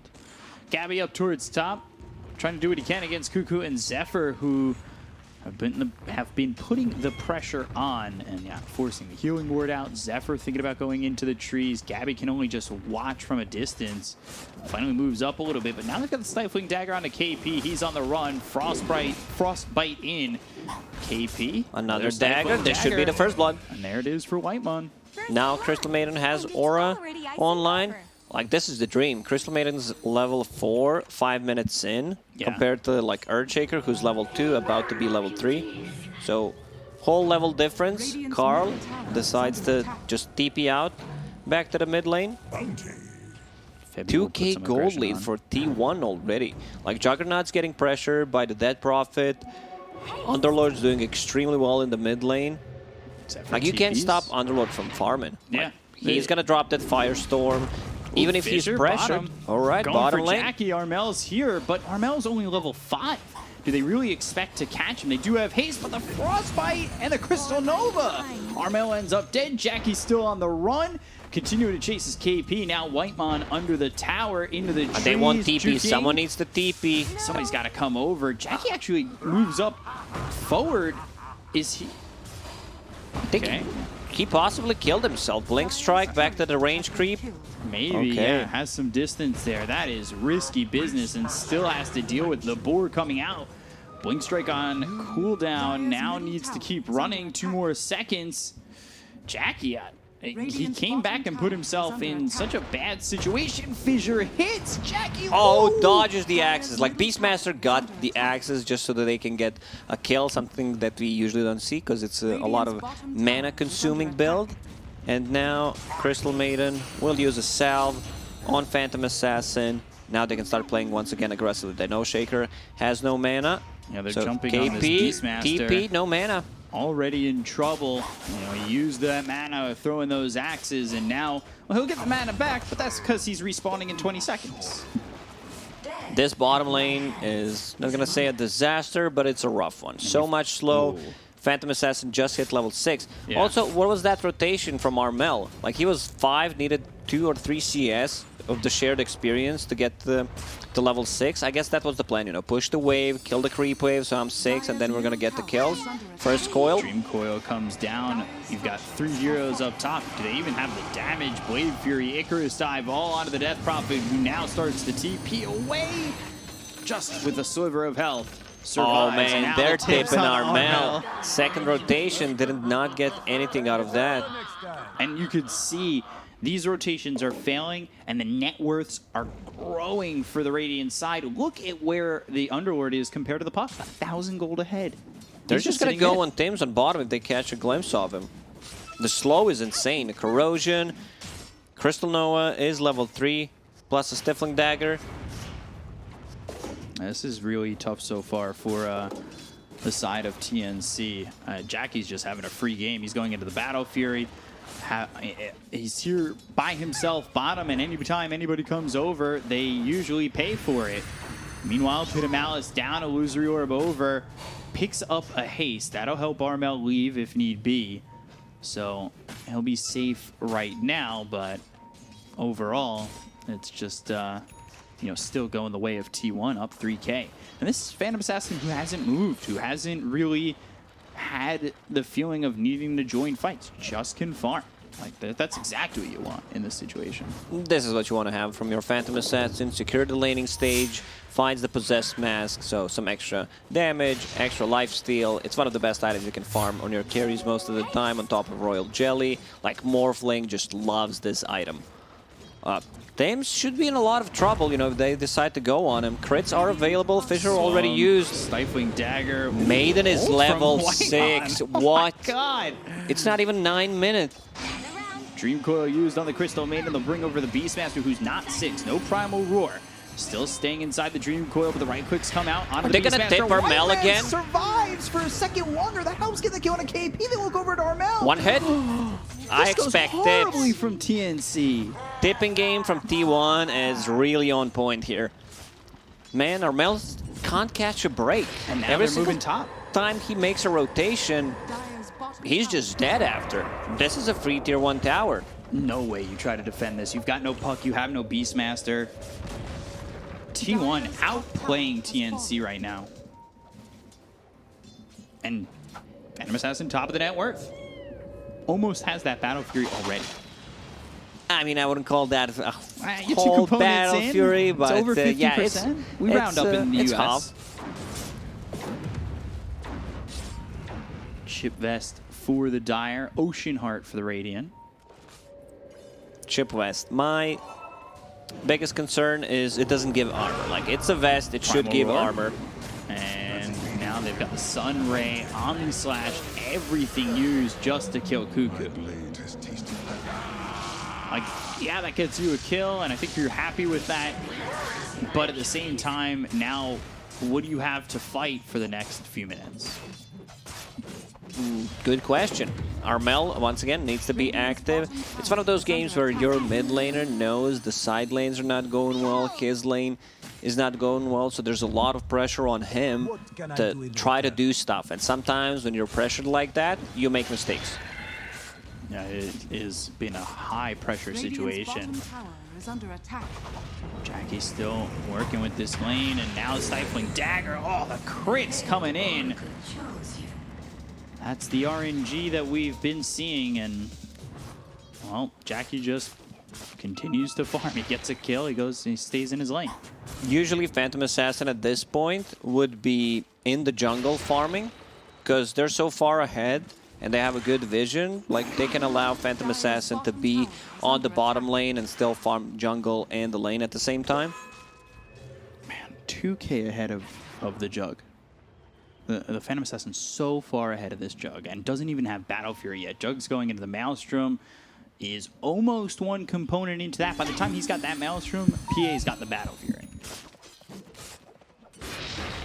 Just Jackie having a perfect game thus far, 4-0-2. But we'll see if TNC can bring this back. If their opportunities come, will they take advantage of it? They've got KP pushing bottom.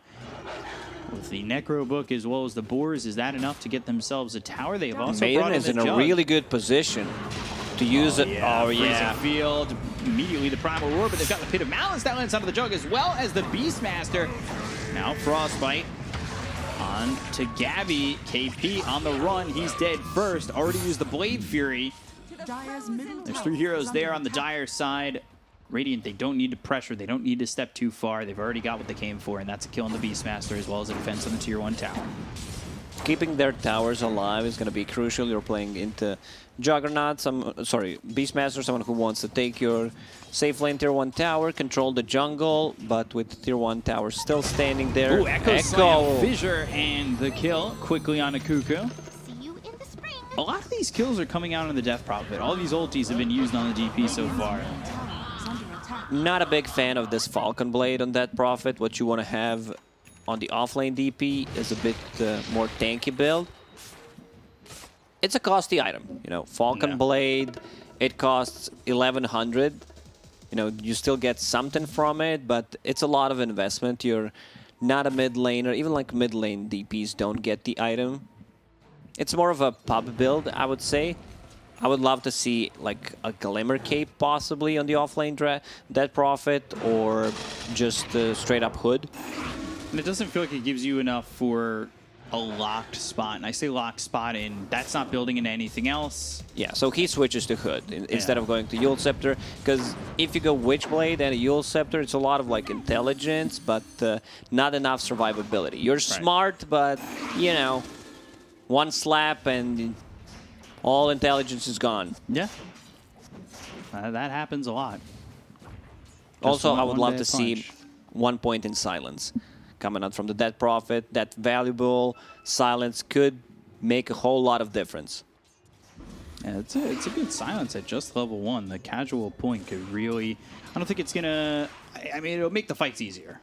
I don't think that's the difference in making or breaking the fight at the moment, with T1 being ahead by so much, but at the same time, it stops TNC, I think, from really having a chance on coming in and fighting it. There's the silence. Silence onto the puck, exorcism used, back away from the tower.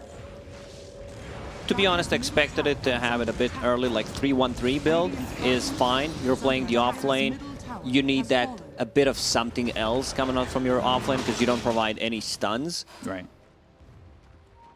So still trying to take this Tier 1 bottom. They cannot get through any of these towers on the Radiant side. TNC are stuck.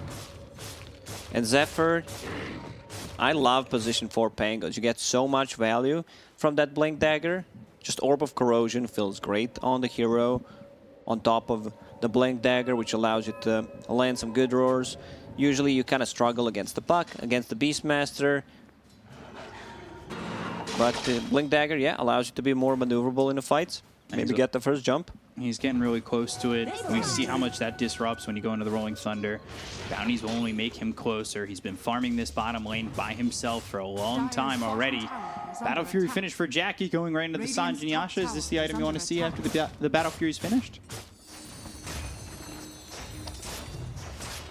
Okay, yeah, I don't mind. Like, against the Shaker, that extra status resistance, because they have a lot of stuns, a lot of silences. Sure, why not? Like, just be a bit more tanky. Also decided to get the HP talent on level 10. So, yeah, be able to survive through initial burst, because they have a lot of, like, spell damage. Ooh, did they spot KP coming into the trees with that ward? I didn't see. Coming bottom. He's on the run. They're navigating through. Swashbuckle, Rolling Thunder, Primal Roar. That stops him, but the Frostbite's in as well as the Freezing Field. Rolling Thunder will continue, and KP is dead with that. Carl's showed up, and they can push with the Firestorm. Whitemond's having such a great game on this CM. Level 9, 16 minutes in, doing so much work. Providing vision, his wards were on point, the D wards as well. Just securing the lane for Phantom Assassin means quite a lot. Blink Dagger picked up for the Earthshaker, so now they have an opportunity at Blink Echoes. We'll see if that ends up changing the complexion of this game. So far, it's all T1, and they're continuing to take out these towers without losing much of their own. That top tier 1 finally goes, but I mean, everything around the map seems like it's that part in The Lion King. Anything that the sun touches is ours. A great quote, great movie. The first movie I actually watched in a cinema, so always gonna be very important to me. Used to have all the Disney VHSs. Used to? What happened?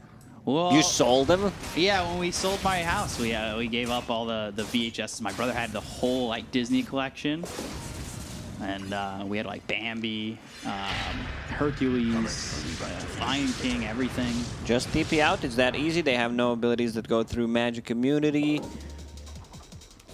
For all you kids at home, a VHS. Do not throw them. Do not throw the old stuff.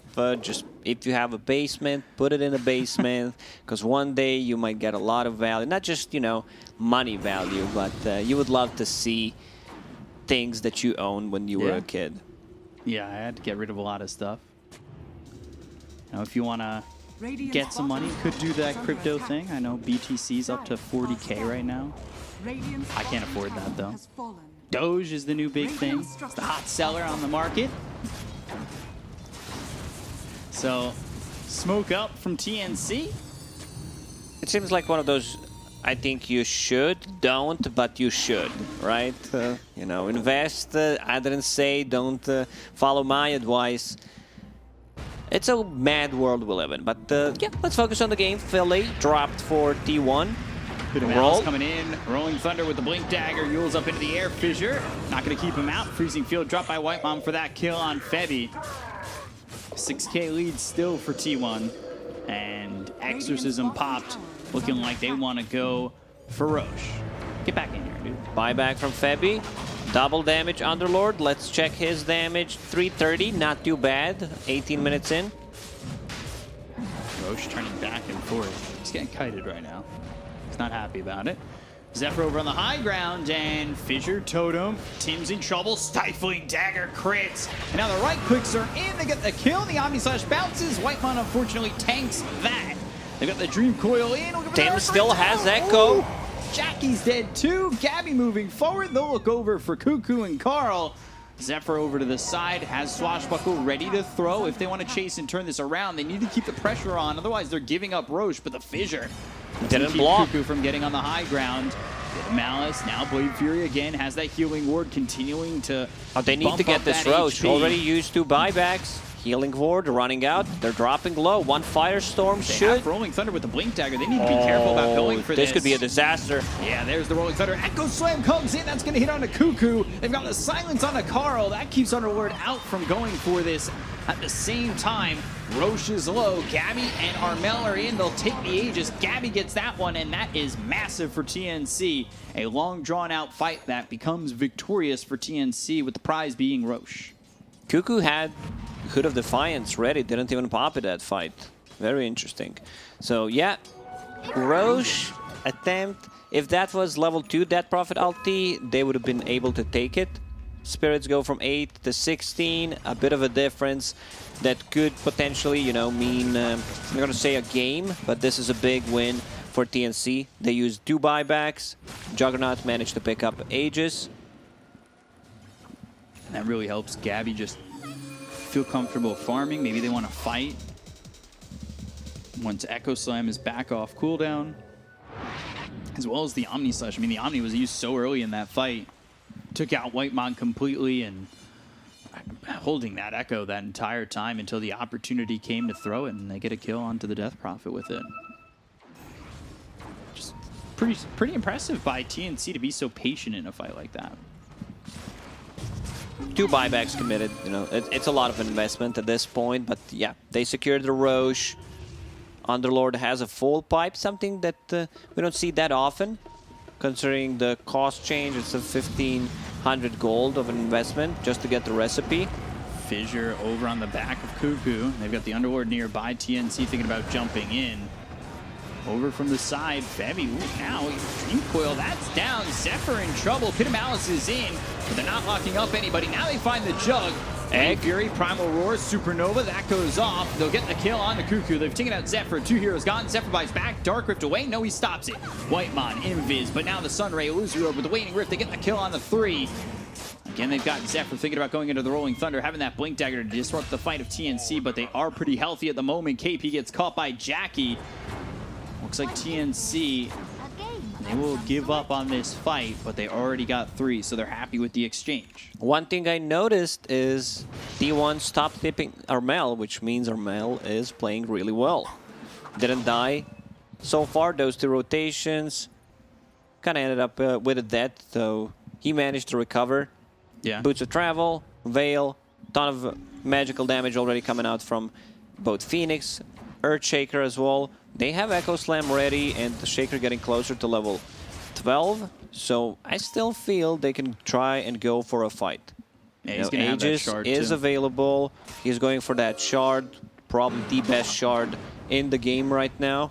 Just feels like you're getting so much from it. -2 seconds on the Fissure. You can walk on the Fissure, and you can stun people. Sometimes I've seen players using Echo Slam just to stun on the Fissure without getting the echo damage. We saw that a lot yesterday when we were covering the Chinese region. In the one series we did, we saw a lot of echoes off of players and just on the Fissure.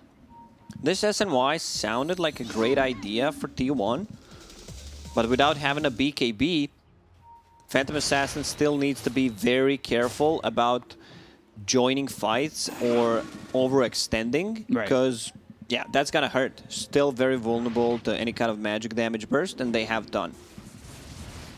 Carl just waiting in the trees. Gabby pushing forward. He's got Firestorm and Pit of Malice to try and deter this push coming in from TNC. Cuckoo's here as well. The healing ward, though, that is, well, keeping Gabby healthy enough and keeping TNC's hopes of taking this tier 2 alive. Radiant So are I'm scanning. looking to see, because TNC, they've got this Aegis, and you can see or sense by the way that they're posturing, they want to fight with it. They do. They're asking Aegis T1 to come out. will be gone in 50. This Juggernaut, he's massive. I love the build on him. Manta style to be able to get rid of the silences, possibly disarm, a lot of slows, and then Maelstrom just feels very good. You know, it's either Battle Fury or Maelstrom. Maelstrom is like a cheaper Battle Fury. It also pierces through evasion against the Phantom Assassin, which I like. Right. So I got that Quicksilver amulet. Invisibility. You like that tier, that neutral? When it first came out, I felt like I don't want to buy that. Not buy that. I don't want to carry that. Yeah. Because usually I'm a 3, 4, 5 player and didn't get much value out of the item, but it's a real good carry item. Let's say on a Raid King, his Kellys are always on cooldown, so he gets the move speed and the attack speed. So a lot of value for certain heroes. Bottom tower is under attack. So Jug just about completing this MKB, going Maelstrom Manta MKB. I like this build. This'll come in handy. Phantom Assassin's going to have to be careful, despite the fact that Jackie sits top of the net worth, was at 1.2k ahead of this Jug. Now only a couple hundred gold. And they, like you said, they stopped tipping Armel. It's the sign that the game has changed. Because they definitely haven't used all their tips, that's for sure. And he also built a Force Staff. Possibility to break the coil, get himself out of the trouble, save the teammates. Okay-ish. Not a big fan on the Force Staff on the mid laners, because what you want to have from your mid lane is pretty much scaling. But in this particular scenario, I think it could work. You know, like Yule Scepter could have been a better idea. Get rid of the roots, get rid of the silences. Force Staff doesn't give you that.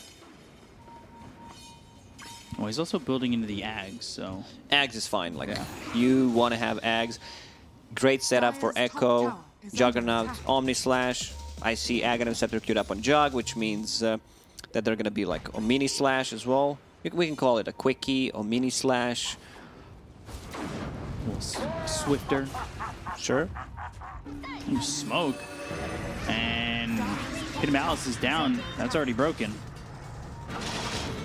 Not exactly what they want in that situation. They're trying to get a BKB on the Death Prophet. They already have one on the Phantom Assassin.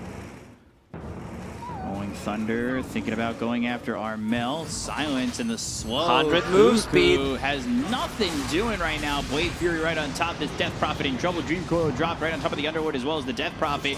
Supernova's in a great spot, but the fight is leading away from that egg. Going with the Echo Slam, looking for the Dark Rift. Do they have the time? Yes, they do, but Cuckoo and Zephyr are already dead. But they got the Phantom Assassin out, and that's the big point there. We've seen that today already, where one team has like 6k gold lead, and the enemy team is in full control of the game. They are the ones who are dictating the tempo, deciding where the team fights are gonna be. So this is the same thing that's happening here. Like TNC, they were 5k gold down, and now they are the ones putting the pressure on the map and making aggressive moves. Next Roche may respawn in 50 seconds. I see a courier inside. It's Cuckoo's courier. So they want to be able to see when it respawns. TNC has a very, very good Roche taking lineup. This is really tough, and it's all turned around off that first Roche. I think that was really the turning point where TNC felt like, you know, now they've got this Aegis and they've turned the game. Most of the teams, I think, would not contest there, but TNC, a lot of experience on that team. They're like, yeah, we're going in. You know, we'll fight around it, reset after a couple of spells were used, and then take a fight, 2 buybacks committed. A lot of investment, but it paid off. Yeah, they got out in the positives, that's for sure. The investment, accrued interest, and, well, now they lead the game by just a little bit of net worth. And it looks like Jug is about to surpass Jackie on the net worth. And, I mean, this is pretty unbelievable how well they've done to just pull this game back. Primal Roar. That comes in, and they found Whitemon, freezing field, trying to survive. Plus 20 armor. Oh, the armor, and now the Pit of Malice, Whitemon! He actually gets him. Like, this is so insane. 1v1. Odwin. One versus one exactly. was the start, but then the other players came in and kicked him while he was down. Radiant's middle tower Basically, is under attack. call an ambulance, but not for me. Fissure, silence, totem, lockdown on a Cuckoo, but Dire's top not tower committed. is under attack. Thinking about it, though. Are scanning.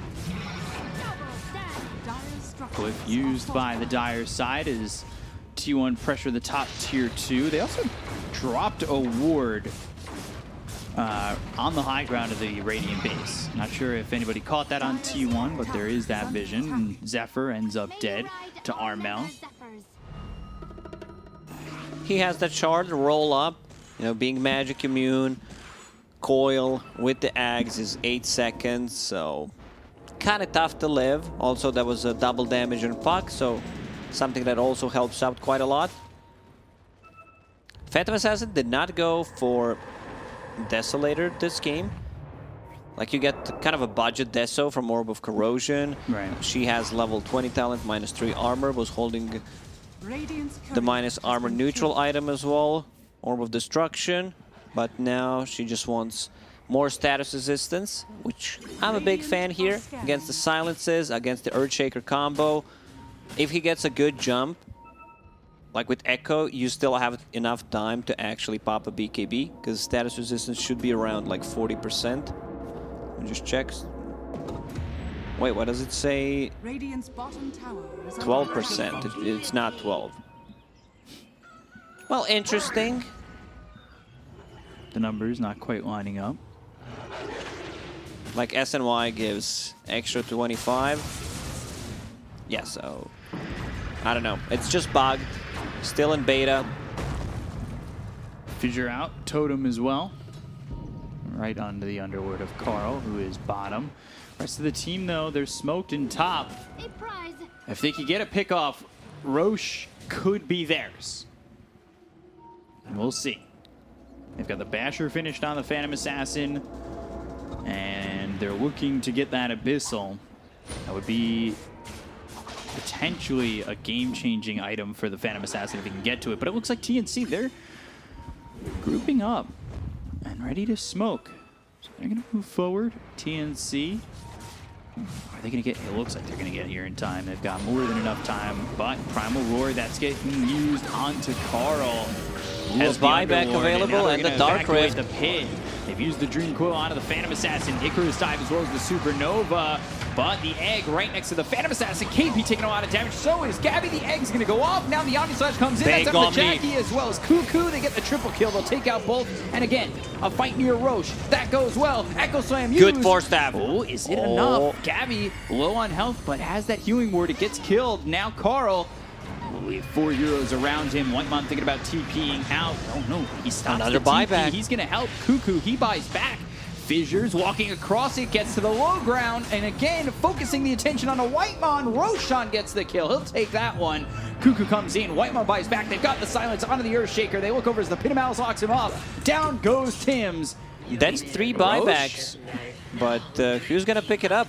There's no DP ulti. Dyer's courier. No I'm Phantom not Assassin sure for if- 45 seconds. Yeah, if these buybacks are valuable for T1, yeah, they stop the Roche. If they can somehow manage to survive, get the Phantom Assassin online so she can pick up the Aegis, then it's worth it. If she doesn't get it, it's really not. But Gabby has another healing ward ready, so I expect them to go inside the pit again. Hawk, Courier, all spot this. 20 seconds till the Phantom Assassin is there. They've got the silence as well as the Crypt Swarm. Still working with that healing ward, getting up just about to full health. Spirit Siphon, Blade Fury forcing him away. Dream Coil's out onto 2. Rolling Thunder coming in. Roll up. Now looking over. Back at Gabby, keeping him out of the fight. The Dream Coil's not going to get them the kills on a Whitemon as well as Cuckoo. Spirit Siphon, Armel in some trouble here with the Solar Crest. And now the Swift Slash bounces around. Because they don't have Omni Slash available, they'll get the kill on a Whitemon, they'll take out Cuckoo. Now 2 heroes without buyback. This is really falling apart for the side of T1. They do have the Phantom Assassin back into it. They look over at KP, the right click's coming in, but he's surviving. Firestorm down right on top of him. Stifling Dagger that's thrown over Gabby. Blink Strike in, gets the kill on a KP. Dark Rift out. Jackie, can you survive? They're trying to leave, they're thinking about going, and they do ditch. They bail, so let's see the healing ward. Available in 3 seconds. Once again, he didn't get the talent. Instead went for the attack speed, but just keeping the healing ward outside the pit. Pangolier.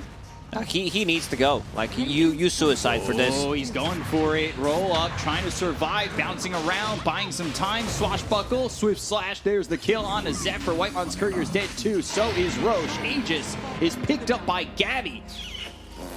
Decision making by TNC around the Roche pit is just much better than T1. Yeah.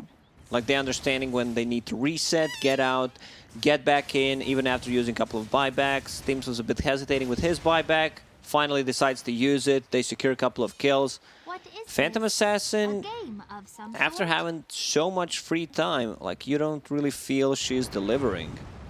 No, and you're getting kills around the fight on like KP and sometimes onto Tim's, but it's not those heroes that are crucial to getting you what you're there for, and that's Roche. Now, Gabby, holding on to Aegis, also has Blade Fury Shard upgrade, which is insanely good. Movement speed, and you attack once per second. Dealing less damage, but still okay. Your procs work. Double damage bottled up. you need to be careful about the Swift Slash with the DD. I see Phantom Assassin trying to get Aghanim Scepter, lower the cooldown on the Blur, which is going to help out against the Swift Slash, against the Omni Slash. It's a 10-second ability, and Juggernaut might struggle against that, but Whitemon seems pretty dead on the bottom. Yeah, Waning Rift, Illusory Orb, eventually dead, now gone for 47 seconds. Oh, turn their attention towards bottom. All of a sudden they have an 11k lead. No buybacks for anybody on T1. So if they were to lose a fight at this point, it looks like they'll just end up calling the game. Question is, though, these fights have been close. The Wow, into the damage, but the Force Staff again. Great fissure from Tim's. Totem to keep them locked up. Now they're going through. Omni Slash bouncing around, going over to this Death Prophet. Zephyr, he's trying to survive, but he's gone for 65. The Supernova goes off. 3 heroes alive for the side of T1. A lot dropped there by TNC, but they're still willing to go. They've got the Aegis on Jug.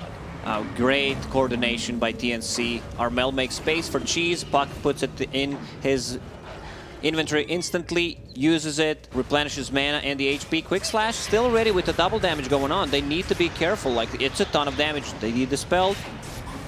Silence. Manta. Alright, now starting to leave. Tier 3 still standing. Not awful, if you think about it, but still on the cusp of just blowing up in their face. Keeping that PMA mentality.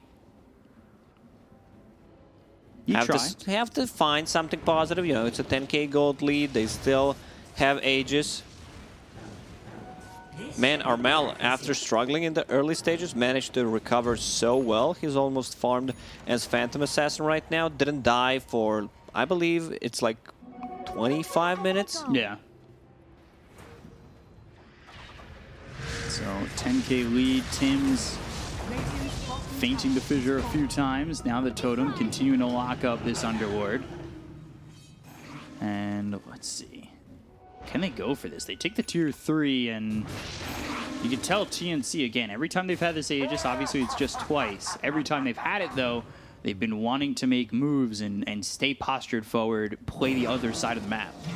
I want to see them making an aggressive move. There's still a minute and 30 seconds left on that Aegis. Healing Ward up again. Webbler for TNC. That's gonna give that to Jug passed over straight to away. With the passive a very too? good item.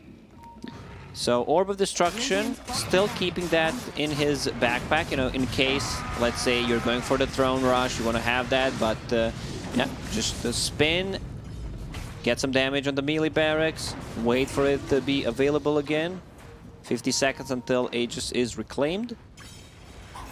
Jug looking for a basher into the Pit of Malice. Gotta be careful. Rolling Thunder, that comes in. Exorcism used. Blade Fury, though. Gabby taking a lot of damage. Aegis is popped. He's away from his team. Tim's, though, has the Echo ready to go. So T1 need to be very careful, and he'll use the Echo, but I'm not sure that lined up with the Fissure.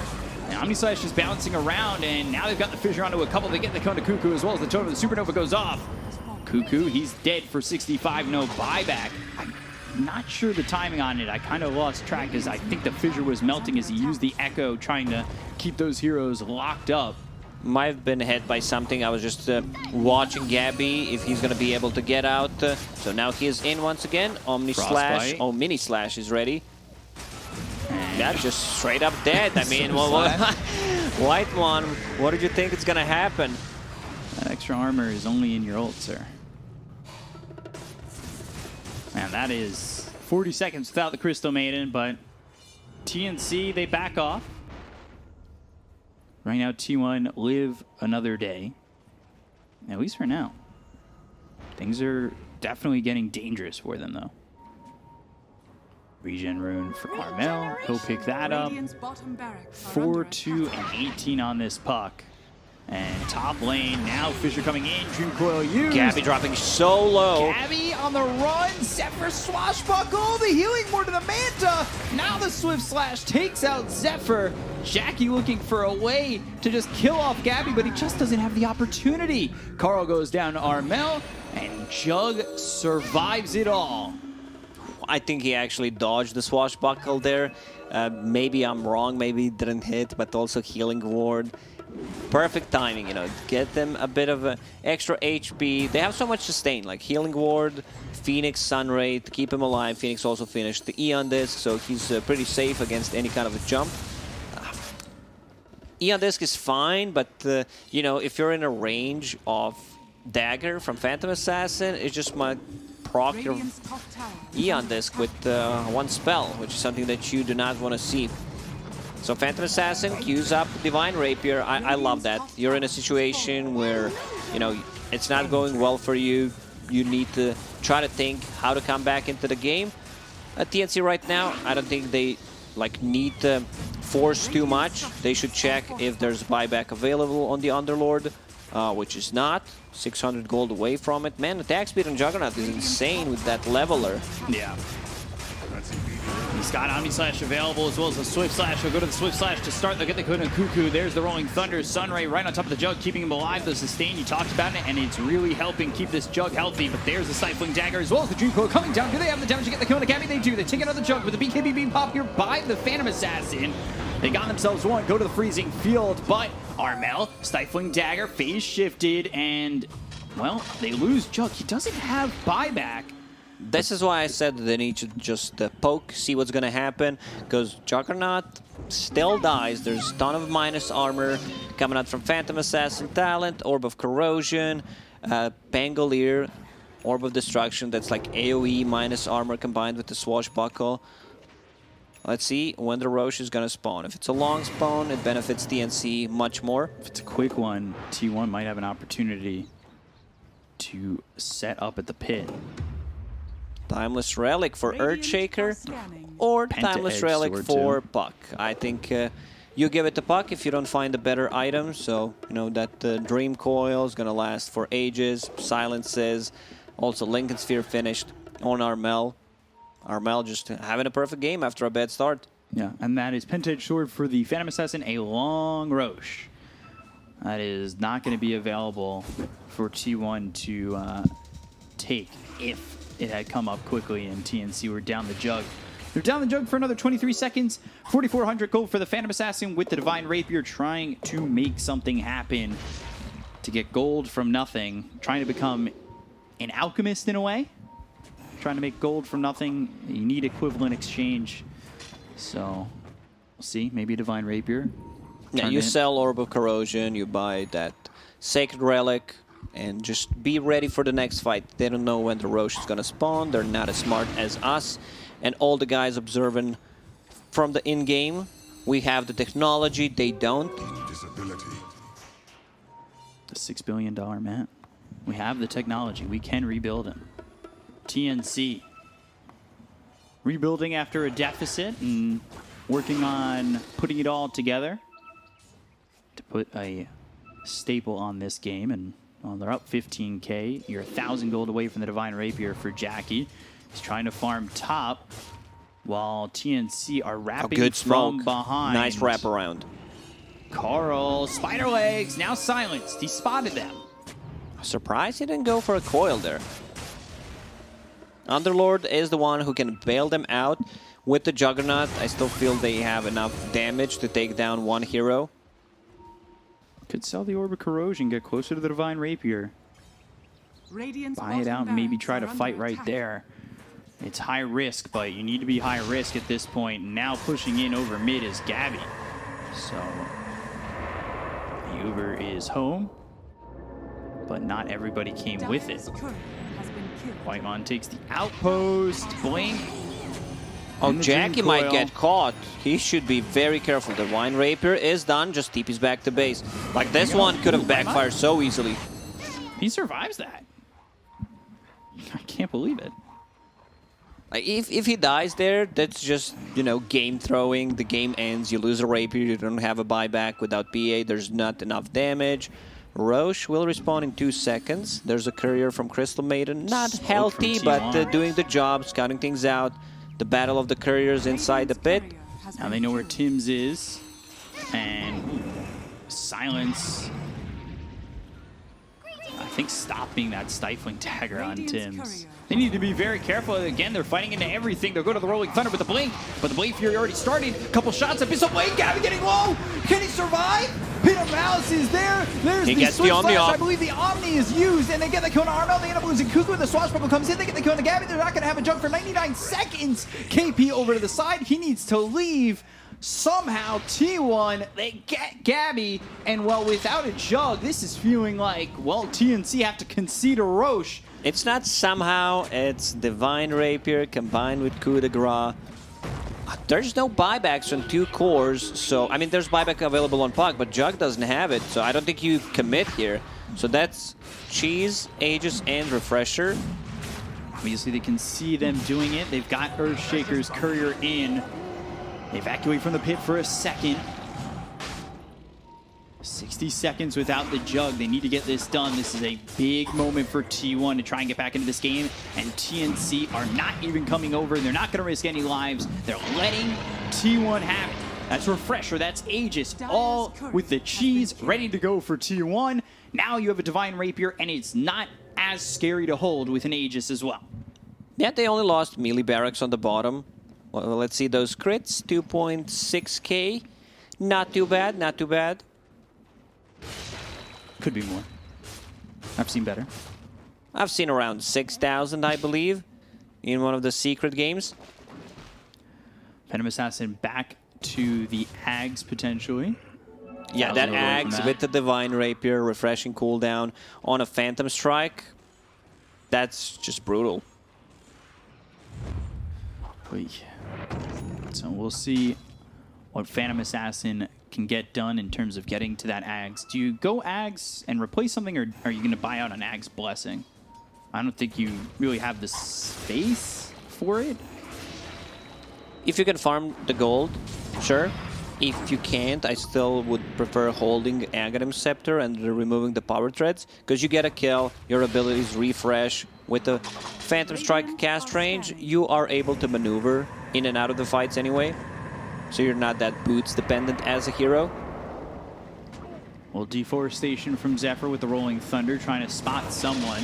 Buys 3 components of the Ags, and will have that sent I would out. love to see Vlad's being built, just to have that lifesteal for Phantom Assassin.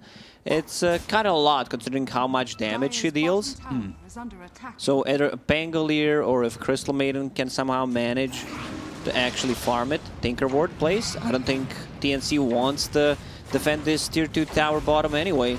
Ooh, so, yeah, bought the recipe on the Ags, Blessing, and now needs 1,000 more gold. They're going to TP back. TNC playing top. Phoenix also going for an Ags, but that is a long ways out. 3 components still needed on that. Okay, clean up an entire creep wave in one shot, sure. You do you. And 6k lead for TNC. That doesn't matter. At this point, net worth is just a number. Very irrelevant at this point, because Phantom Assassin, one crit, 1 hit. See you later. 1 hero dead, pretty much. 1 Eon Disc done. On the Phoenix, is there anyone else going for the Eon Disc? No, not at this point. It's like, whose line is it anyway, where the points don't matter, except here it's where the net worth don't matter. Scenes from a hat, things you can do with the Divine Rapier. And that's one shot a lot of these heroes on TNC. So Aghanim's upgraded on Phantom Assassin, instant cast time on a Blur, plus ability to refresh your abilities Top tower is under attack. after you get a kill. And Disc for Cuckoo, who's been struggling in a lot of these fights. He's been the first casualty in a lot of them. You can see Phoenix really wants to get that Ags. They have not really been able to pop yet. Yeah, Ags have been really nicely placed. Oh, Jump. Abyssal, but with the Lotus, that bounces back to Gabby, scaring TNC enough where they need to leave. T1 needs to make stuff happen. They still have 1 minute and 30 seconds. This is where they feel comfortable fighting into enemy team with the Divine Rapier and that Aegis still in their hands.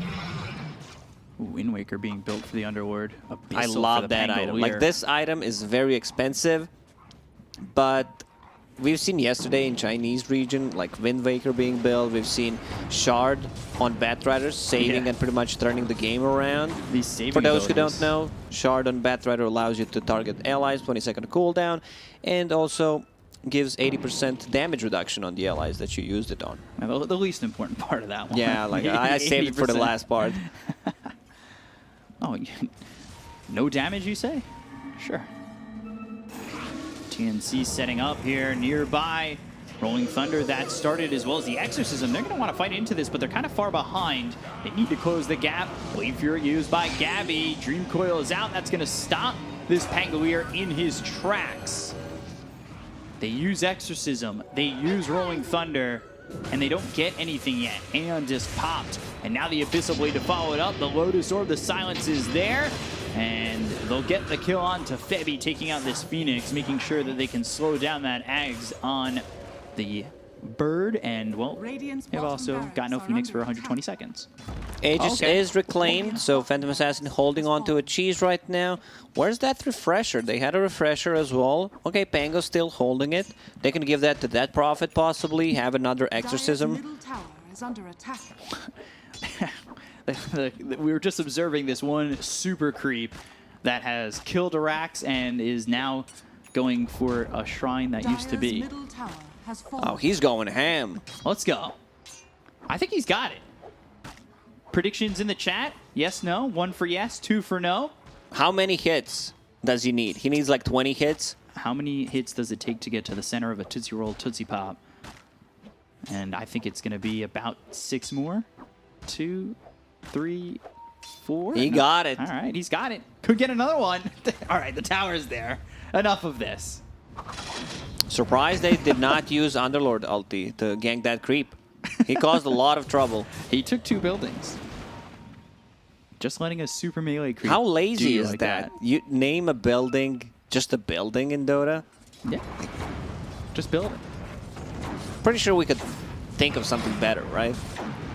Like in Warcraft 3, it was called what? Ziggurat Okay. from the Undying, Moonwell for the Sentinel. You could also Also go known the as StarCraft Radiant. route. Pylons. Sure, whatever. That's copyrighted, but you know, we can think of something else. Bleep that out. We're on delay. Hopefully. I didn't say that. So, we're getting to the point where it always feels like, yeah, it's 10 minutes in between 50 and 60, but you start thinking tier 5s. Games kind of slow down in between these points. You love especially when those I love tier them. 5 items. Well, like we've seen every them a single lot. time the game is around 15 Yeah, minutes, you're I'll like, always mention oh them. yeah, tier 5 items coming out soon. That's 10 minutes of Dota still to be played. We always get there, though. Another Divine Rapier queued up on P8. Love that. Crystal Maiden, Blink Dagger. Someone, please buy Vlad's. Old man Vladimir would really appreciate that. Isn't his castle nearby? Vlad's That's castle? Vlad Tepes. I'm not sure if whose full name is Vladimir. Bran Castle, Vlad Tepes, yeah. Oh, Armel in silence onto the Pangolier. Now up into the air. They've got the Fissure that hits onto the Crystal Maiden as well as the Death Prophet. They get the kill on Armel very quickly. The damage coming out from Jackie really fell. Silence onto Gabby. Pops the Manta now. Going with the Blade Fear, trying to get away with the Exorcism. Pop by the Death Prophet. They'll go after both Febby as well as Gabby. Febby trying to TP away in the trees. Good Fissure. And, oh, they got him. They'll stop the TP. The Fissure not enough. Pin Alice is there. And down goes down goes Febby to Jackie, who's on a killing spree. He was in those trees. I thought he was away. Thought he was gonna get out. Well played. Man, these Divine Rapier games, Phantom Assassin has enough money to buy another one. Do you get it? Do you Sure, get it? why do you not? Get it and hold it, or do you get it? You can Farm put it in the buyback backpack, Yeah. you know, just lock it. Possibly swap the power threads with just a Sacred Relic and unlock it in a fight after you get like 1 kill possibly. Yeah. But if you get the Aegis, unleash the Kraken. Full power, all in. Unleash the Kraken. Could be what we see from Jackie next. And this is now a net worth lead for T1. TNC, they certainly had their opportunities, and we saw Armel, who dies in that fight. He died in like 2 shots. Yeah, Gabby also. Like, he's sitting at 24 armor. Like, his armor's not that high, to be honest. No Deso, though. Because he does not have any, like, edgy items. Right. There's no butterfly. Going into Swift Blink, which is okay. Has Nullifier to proc those Eon discs, possibly Ghost Scepters, Glimmer Caves. Like, Nullifier is just a great item. Also, it's going to be very good against the Wind Waker if he can get that on the target. But man, Wind Waker, a big Come fan. in handy. This item has a lot of value. You can use it on your allies. You can't move your allies as you can move yourself, but still just casting a Cyclone, sometimes those 2.5 seconds, could make a lot of difference. We've seen it make a lot of difference in situations like this. The Aster LGD game specifically. I mean, that was Wind Waker Party. So now again, T1 coming through mid. Fissure hits on the Cuckoo. Illusory Orb jaunts to it. Waning Rip from the phase shift into a blink out. Armel thinking about it. He had the team nearby. Scouts a little bit. Roche in a couple seconds. That's going to be Aegis, Cheese, Refresher Shard, Ags Blessing, the whole kit and caboodle. Ready to go for whoever can claim it. Bit of Malice lasts for so long after Underlord hits level 25, the talent. It's just extra 0.65 seconds.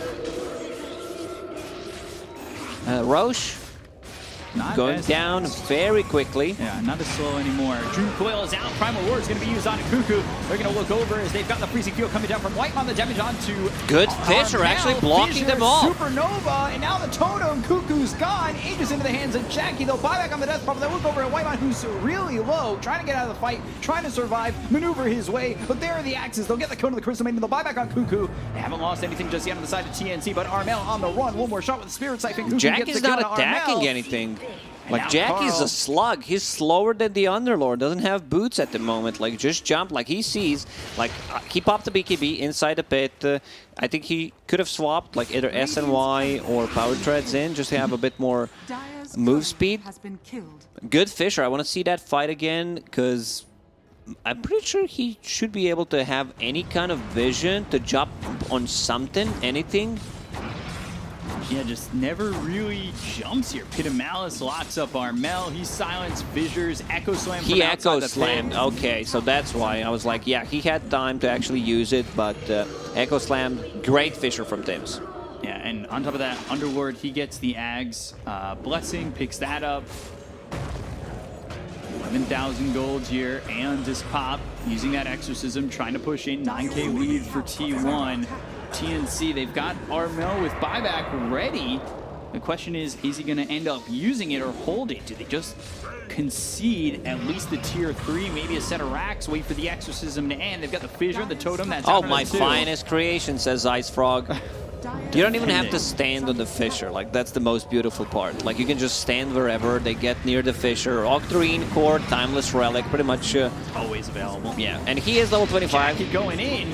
Lotus Orb and 2 right clicks from Jackie to blow up Febby. He's got buyback too. Fissure comes in, that hits onto the Phantom Assassin as well as the Underlord. They're thinking about it now, but still holding on to the Puck's buyback. So they don't have Dream Coil to work with. They don't have this Puck. They only have 3 heroes here.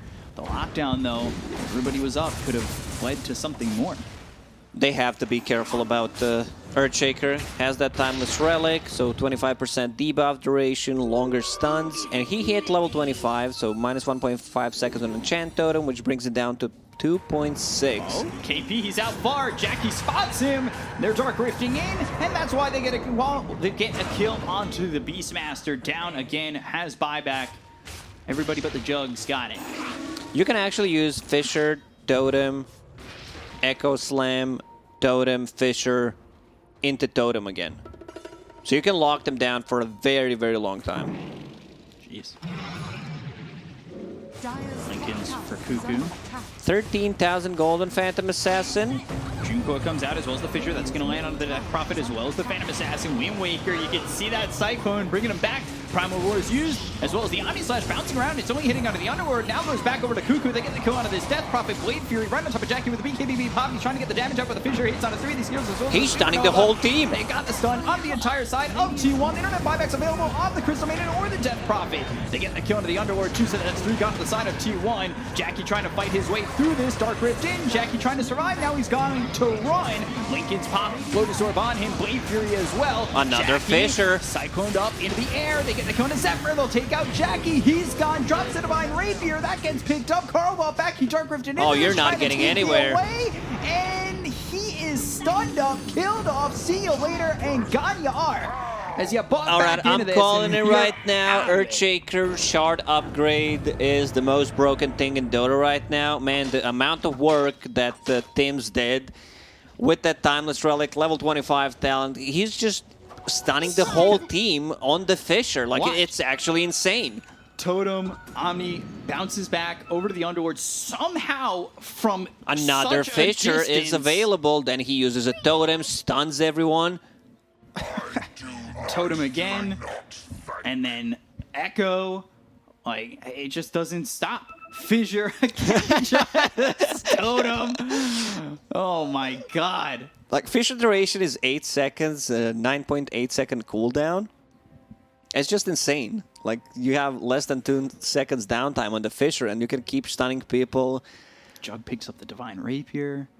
I will say, though, he's got the Divine Rapier, but we are at 60 minutes. Like we said, net worth doesn't matter.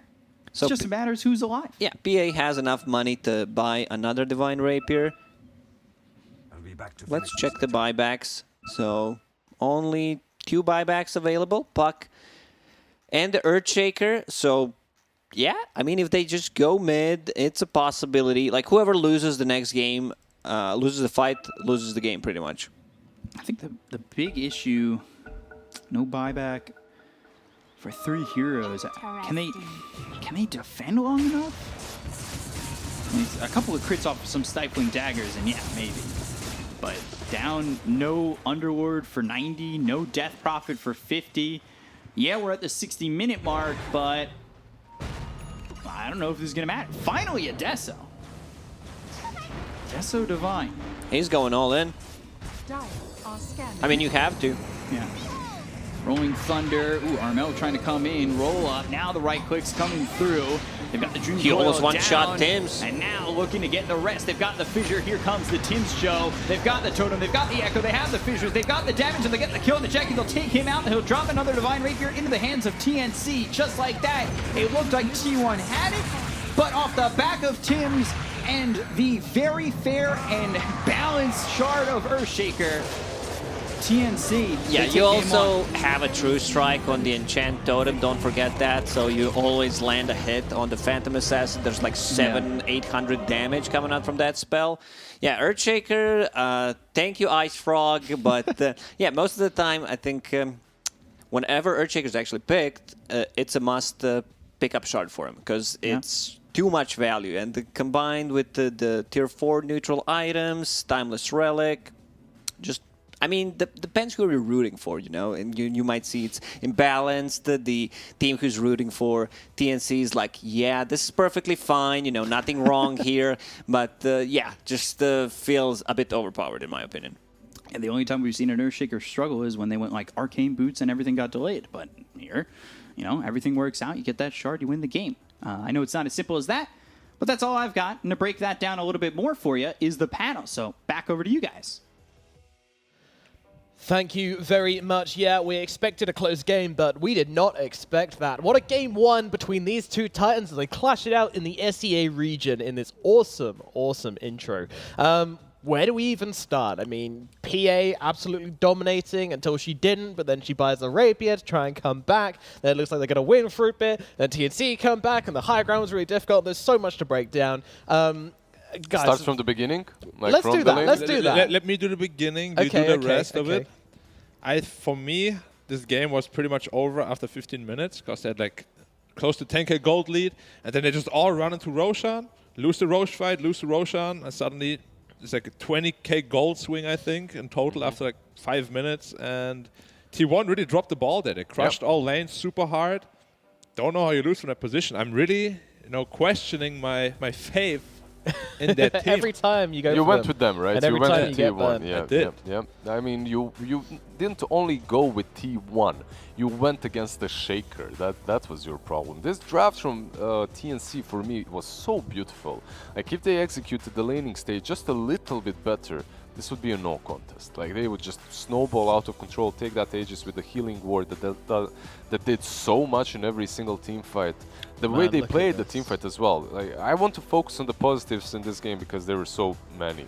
Like the 4 staffs on the jug, the fissures that would block the Pango to save him. Yeah. T1 as well. Like the way they there are negatives obviously. Like Black mentioned the Roche fights, losing 10k advantage or whatnot, but the way they read Puck's movements early on and the fact that he can't really do anything in that play into an Underlord, and the way they dodged all his rotations was really good. But yeah, later on things became a little bit more difficult.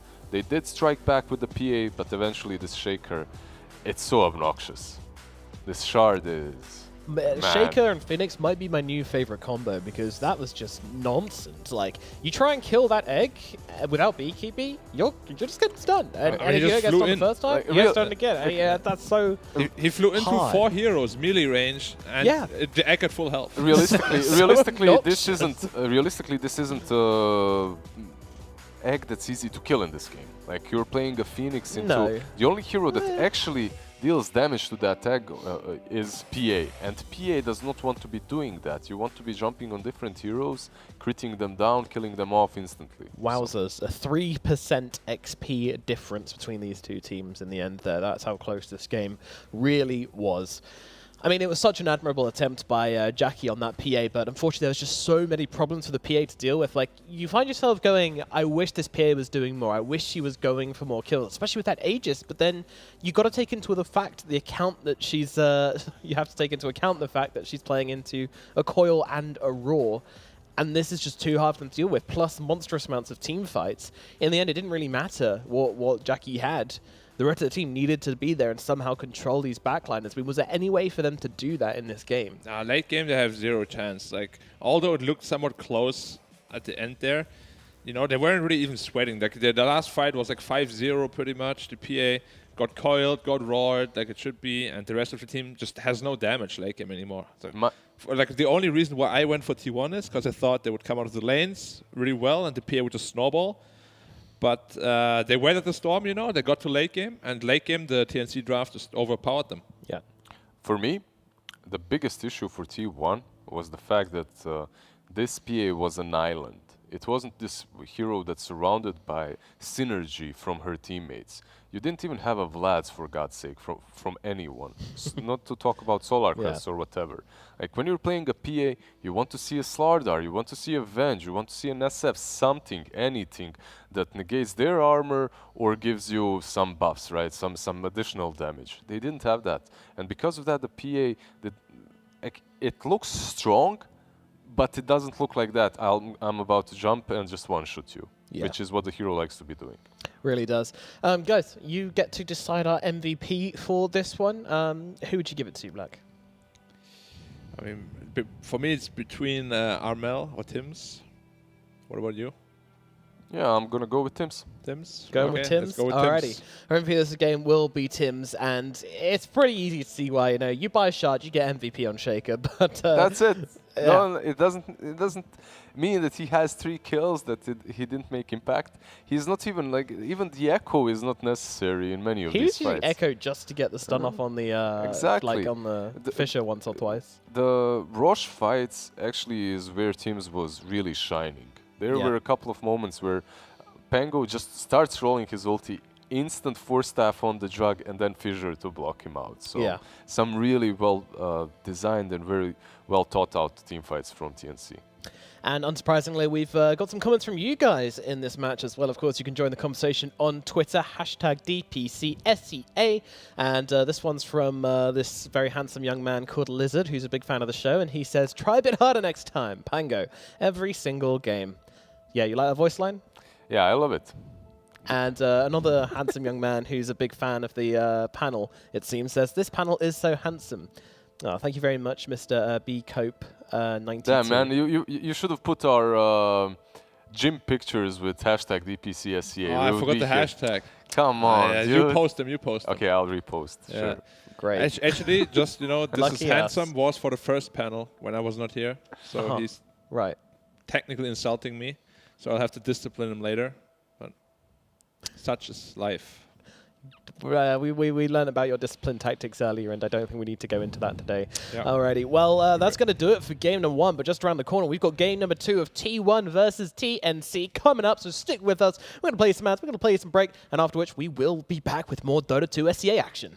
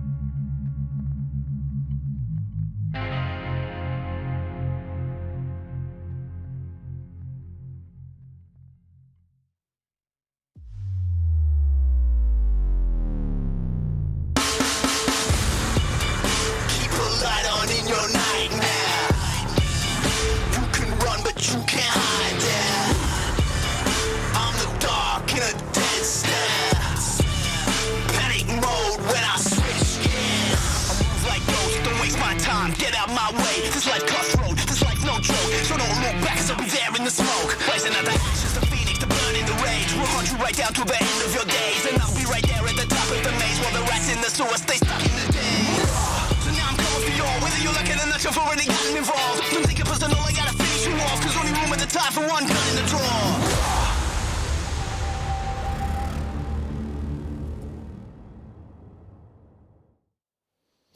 A fitting image to come back in there as we see a PA being smacked in the face and dropped to the ground in that little montage clip, as that's exactly what happened in game number 1 in TNC versus T1.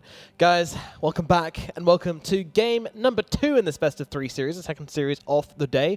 One which TNC desperately need to win and one which they are doing so far. I think their looking very hot coming into the second game. We know now that they have probably the mechanical advantage over, well, the strategical advantage over T1. Is that fair to say? Not sure I completely agree. Like, considering how strong their draft looked, for me at least, I really loved it. I thought that they had a clear advantage across the map, besides maybe that mid lane.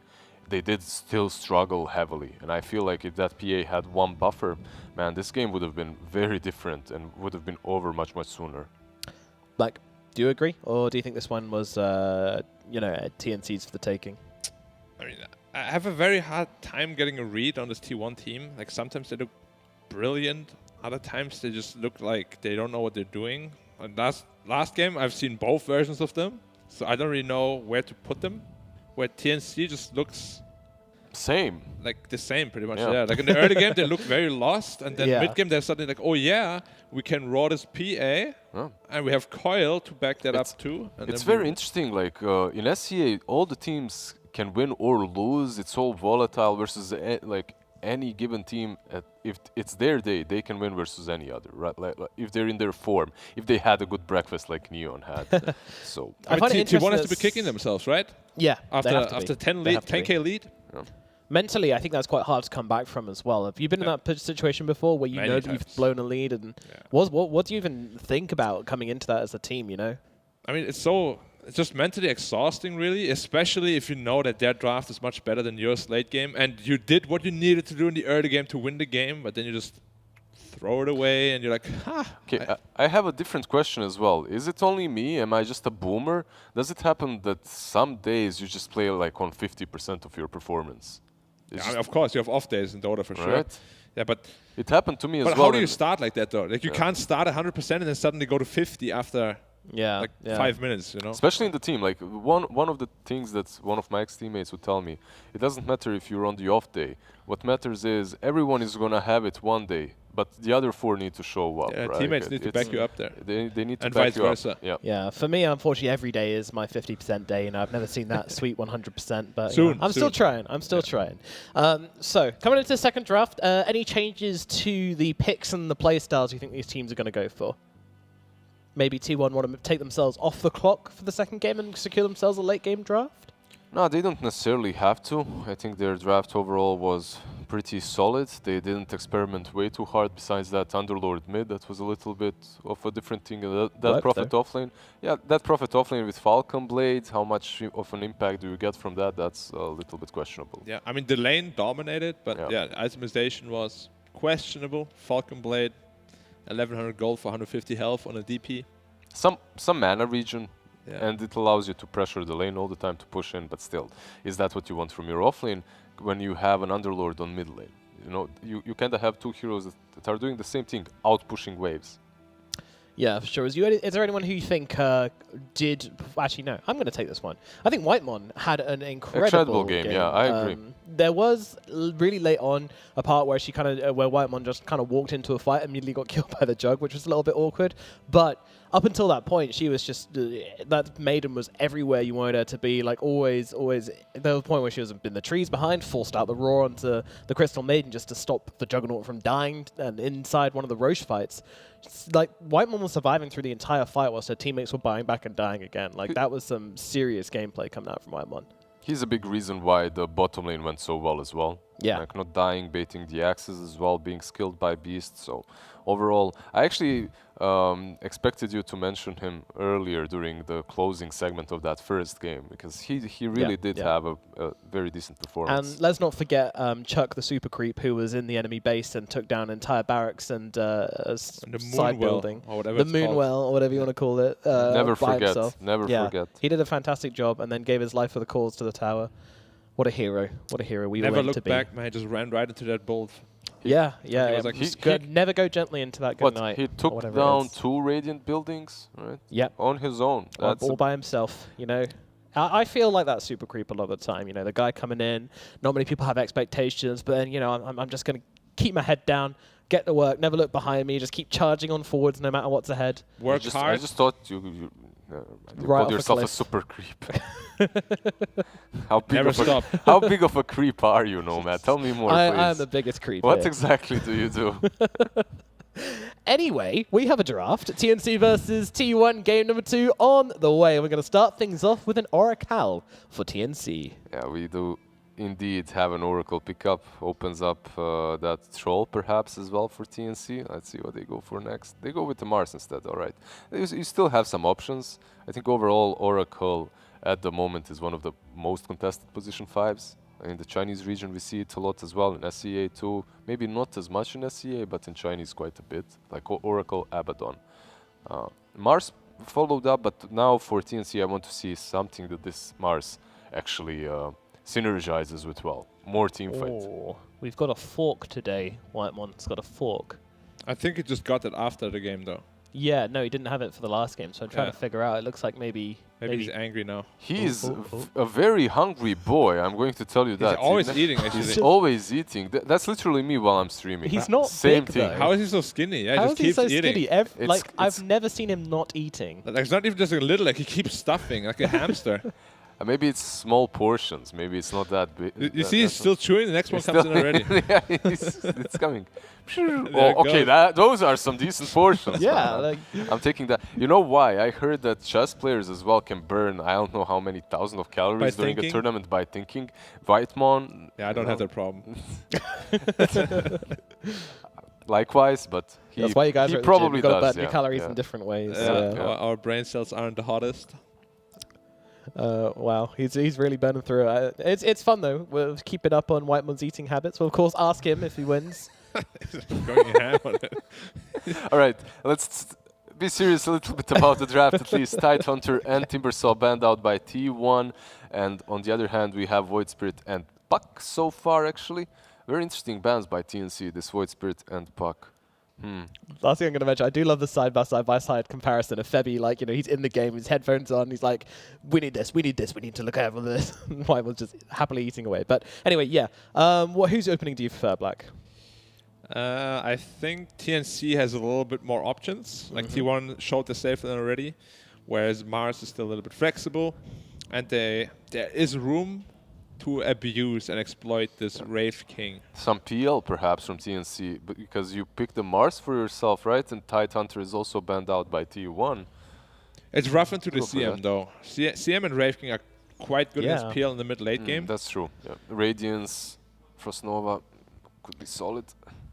What else there? What else is there? The Troll that we mentioned earlier that pairs up really good with the Oracle has been banned out.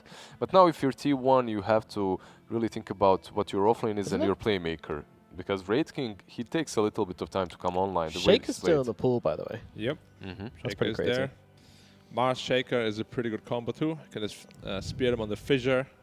Not the strongest laning combo overall. Like you mess with the equilibrium. Mars has a decent lane, right? But you don't pressure as much as with something else. Beast Master. No hesitation from TNC to pick up the Shadow Demon. Wow, they were really ready for this Beastmaster. I don't like and they this immediately combo, answer. Yeah, I don't like it as well. This is something that I mentioned at the opening panel. TNC now have 2 supports that kind of do the same thing. Yeah, you counter the Beastmaster, but the Oracle itself was already good enough for that. One good thing from the SD is your lane with Mars is pretty strong. Yeah. Your team fight, however, is lackluster. It's not that great so far. I feel like a nice old Spirit Breaker would be nice for T1 here. Just charge those 2 backline supports. They don't really have a good answer for it. Something that they play as well. Like they played it before with... Could be interesting. The thing I do like about TNC, though, is that because you do have now 2 saves, you can potentially go for, I don't know if DP is banned, but you can go DP. You've got Oracle and Shadow Demon to help her out, make sure those exosystems goes off, kind of makes up for your lack of team fight. Works well for Mars as well as you catch him in that arena. Yeah, and you can try could, to you take him down. could. DP's a pretty good hero, also frontliner to the need, because Mars doesn't really want to go in first. He's very good at counter initiating.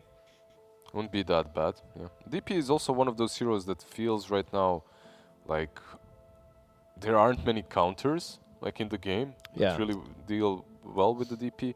Also, something that we're forgetting is a Batrider. Obviously not the greatest pick for T1 right now. You'd be putting way too much in this catch basket, but not a lot in this finish them off after we catch them baskets, right? Like you have the beast, but it's not enough. They go with the lion. There you go. This is the finish them off after catching them. The mid lion. I hope not. Yeah, but Lion is... One day it'll happen, Black. Don't worry. You keep on believing. It's going to happen eventually. Or at least a core Lion, maybe not mid. But this Lion is a bit Oh yeah, weird safe for me. lane line, much better. 70 damage talent. That's exactly what I want. A 70 damage, level 10 is Witchblade now, not you know, something. makes int cores feel a bit more viable. Yeah. Who knows? Lion is pretty bad, though. Against Shadow Demon Oracle, I feel. Oh, I see. Doesn't make a lot of sense, right? Like, you pick it and for what? Yeah. Like, they don't have Yeah, mobility cost yeah. to catch. The finger doesn't really do much against Oracle. Shadow No. Demon can save from it. You can. And maybe they have practiced something that we haven't seen before, and the lane, I believe this will be... Mana Drain plus Boar. Will this be Lion plus Beastmaster or Yeah. CM plus Beastmaster? That's my question. I think Lion Beast. Both of these lanes are strong. I might even prefer the Crystal Maiden one with the slows. Yeah, but then the Wraith King lane is weaker. Okay, so Whoops. this is something that we There we mentioned. go. Yeah, I'm you in have, trouble. you have the Oracle, you have the Shadow Demon. Now that bat is good for you. But for T1, this opens up so many ideas for them right now. You can go for a Storm. It's a really good Storm game right now. You can also go with the Quap. It's also fine for Quap. You can't go for it's banned.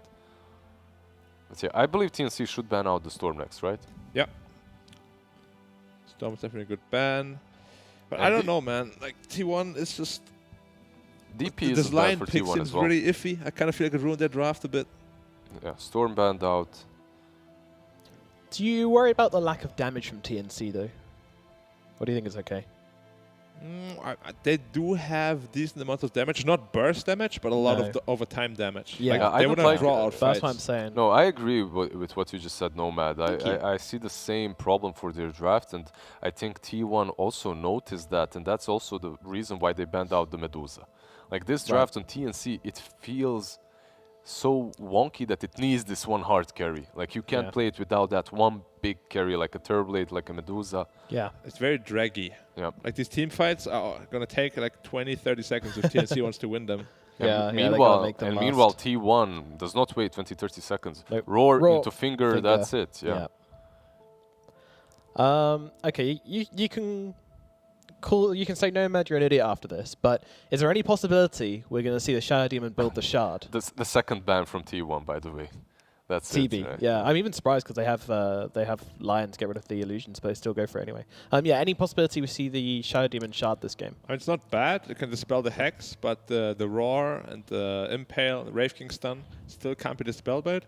We'll probably see it like if it gets to late game, no matter what. But Okay. so they And go PA. for the There we go. PA. Yeah, I think that was.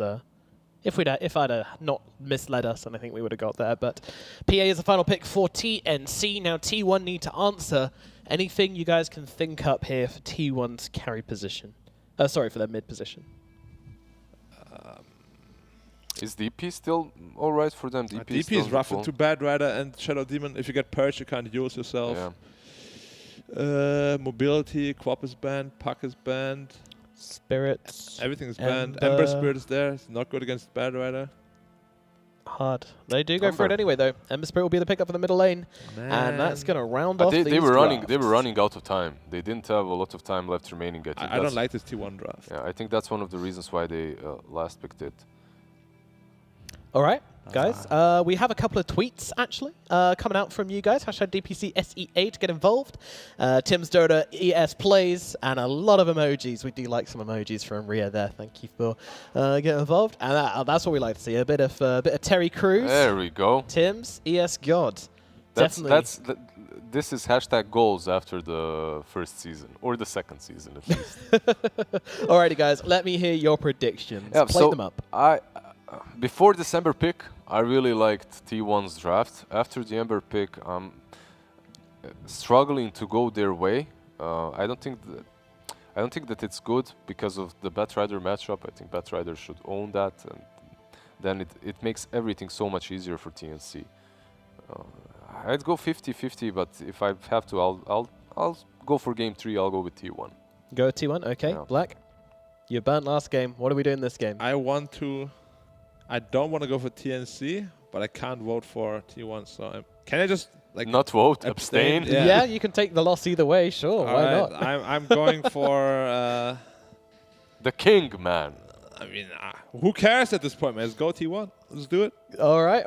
Well, I'm done with T1 though. I'm going TNC. I'm going TNC. I said I would like some burst. I like the PA pick. I like the save they've got. I like the heroes they've got. Yeah, I'm going TNC from this one. Very quickly, let's hear what our casters B-Cup and Lacoste have to say about this second draft before we get into the game. Big you can start, as always. Yeah, you know. So yesterday... So yesterday, I was chopping some trees down. It's divination through reading the rings in the trees. The teams are heading towards each other, so I'm going to let you guys All get right, into sure. the game. Sorry. You can give your predictions once you're in there. B-Cup and Lacoste, take it away for game number 2. All right, let's get started. Game number 2 here. I'll get into the story later. Teams are running at each other. I don't have time for this. Now, he was lying. They're very close, but, you know, they're not that close. We still had like 20 seconds. The stories are just getting tired, I think. Maybe. Yeah, our predictions are going to be, I'm a bit favoring I'm going T1. TNC. TNC for me, you know, just to be the prediction king at the end of the day. I like this PA. I don't think Batrider has any hard matchups here. Once he goes in with a lasso, there's like only possibly a Beastmaster Roar. Also Cuckoo, interesting build on him, starting with the Belt of Giant Strength, a branch, and a set of tangos. So now they're clashing. The battle begins. Whitemon with the slow stun comes in onto the Oracle. You got Febby trying to run, Wraithfire Blast, Jackie looking for the first blood, but instead will be picked up by Zephyr. So Zephyr gets first blood on Febby. You saw this Lion. We walked into the room and you were like, Lion? Well, I like Lion. I think he's a good hero. I know We that's might not the see shared more opinion. of a Lion, considering how all the spirits are popular. So you want to see a Hex, especially like the Storm Spirit, a lot of these maneuverable heroes, Puck especially. Like you want to have that instant initiation, so much value from the Hex. Febby TP'd back to the bottom lane, needs to be careful. If he dies again, his game is just completely ruined. Yeah, so we'll see if they play aggressive on this Oracle. Talking about matchups, though, I want to talk Carl because we see this Ember a lot, and we usually say that Ember's pretty stable no matter what in the mid lane. Is that still the case up against the Batrider? Batrider just pretty much kills everything. I've seen Batrider completely dominating the matchups. You need to be careful. He already has 5 Napalm charges, saving a point. You know, if Batrider decides to dive the tower, Searing Chains, something he needs to be careful about. Also, loving the build on a Batrider, Null Talisman instead of the Sage's Mask. That's more like Sedge Mask. I'm not sure. I think it was V who started doing it, and other players are copying it. Right. You don't get any stats from that. Like, it's just straight up mana regen. Like, you get more value from the Null Talisman because you get some intelligence, you get some strength, so, you know, extra, easier to last hit, get some damage. Well, back and forth between the Crystal Maiden there and the Shadow Demon. You took off your glasses and then you're trying to figure out what hero that is. Good job, B-Cup. Like, I'm really amazed. They were really... I had to clean them off. And then I can't just stop doing, you know... All right, for the next time, you know, you just check the lane before you take them off, see what heroes they are, then you take them off, clean them, keep talking. But that's just me, you know, I'm trying to keep things simple. Bottom lane, Beastmaster, a lot of slow, but yeah, not enough. This is not the CM plus Phantom Assassin that we've seen in the previous game from T1. There's slow, there's a bit more burst damage from the Oracle once he hits level 3. I think there's also a lot more opportunity to have your aggression go poor because of the Beastmaster as well as the Lion. You know, you've got a stun that's going to come from the Lion, the slow's coming from the Boar. Beastmaster could take advantage of that. Like, it's not as easy to go in as it was in the last game for Jackie and Whitemon with the Crystal Maiden PA combo, right? They're going on Lion. Needs to be careful. Hex available, but there's a ton of Magic Wand charges. Just love that build on Lion. I mean, just in general on heroes. Whitemon, ooh, gets blocked by Jackie, and he'll be first blood. Tim's getting the first kill here. Now they're looking for the Wraith King, but don't have the damage on Jackie. Interesting build on Wraith King. Right clicks on his Zephyr, needs one more, and he's got the distance closer. And he's So good. Jackie gets a second point in Wraithfire Blast. I think 1 point is enough. Not sure how many. I guess he wants to use Crystal Maiden aura that they don't have. Yeah, only level 2. So just the Frostbite and the Crystal Nova so far. Yeah, it's standard on Crystal Maiden, but 2 points in Wraith Fire Blast doesn't seem that good. Like, you have 4-second critical strike, so you should use that. Like 1-1-1 is much better. 1-0-2 also feels better to me. So yeah, still no point in Mortal Strike. Black and me were having a discussion coming to the office today, like, why do Wraith Kings do that? Now, having that extra point with the Mortal Strike, you lifesteal off that. That's sustain, that's damage. Even a master. So no Aegis yet, just going the 2-2-0 build so far. Very different build from the Wraith King. Gabby so far 17 and 8, not popping off in this lane as much as we saw Jackie in the first one. 5 sticks. Oh, Searing Chain still chasing, only level 5, but Sticky Napalm starting to stack up, and eventually he'll give up on that chase on Carl. I say that, but Carl kind of hints at going back for a second. Great move from Armel, completely zoning him out and securing Bounty Rune, which will refill his bottle. And TNC, they want to get the top, also runes. God's Rebuke with the Wraith Fire Blast going in onto KP. Ooh, just surviving, and that's that off-lane bottle that's keeping him alive so far. And he'll fill up that bottle with the Bounty Rune. So yeah, is that 1, 2, 3 bounties there for TNC? Zephyr needs to be careful. You know, he misuses one of his spells.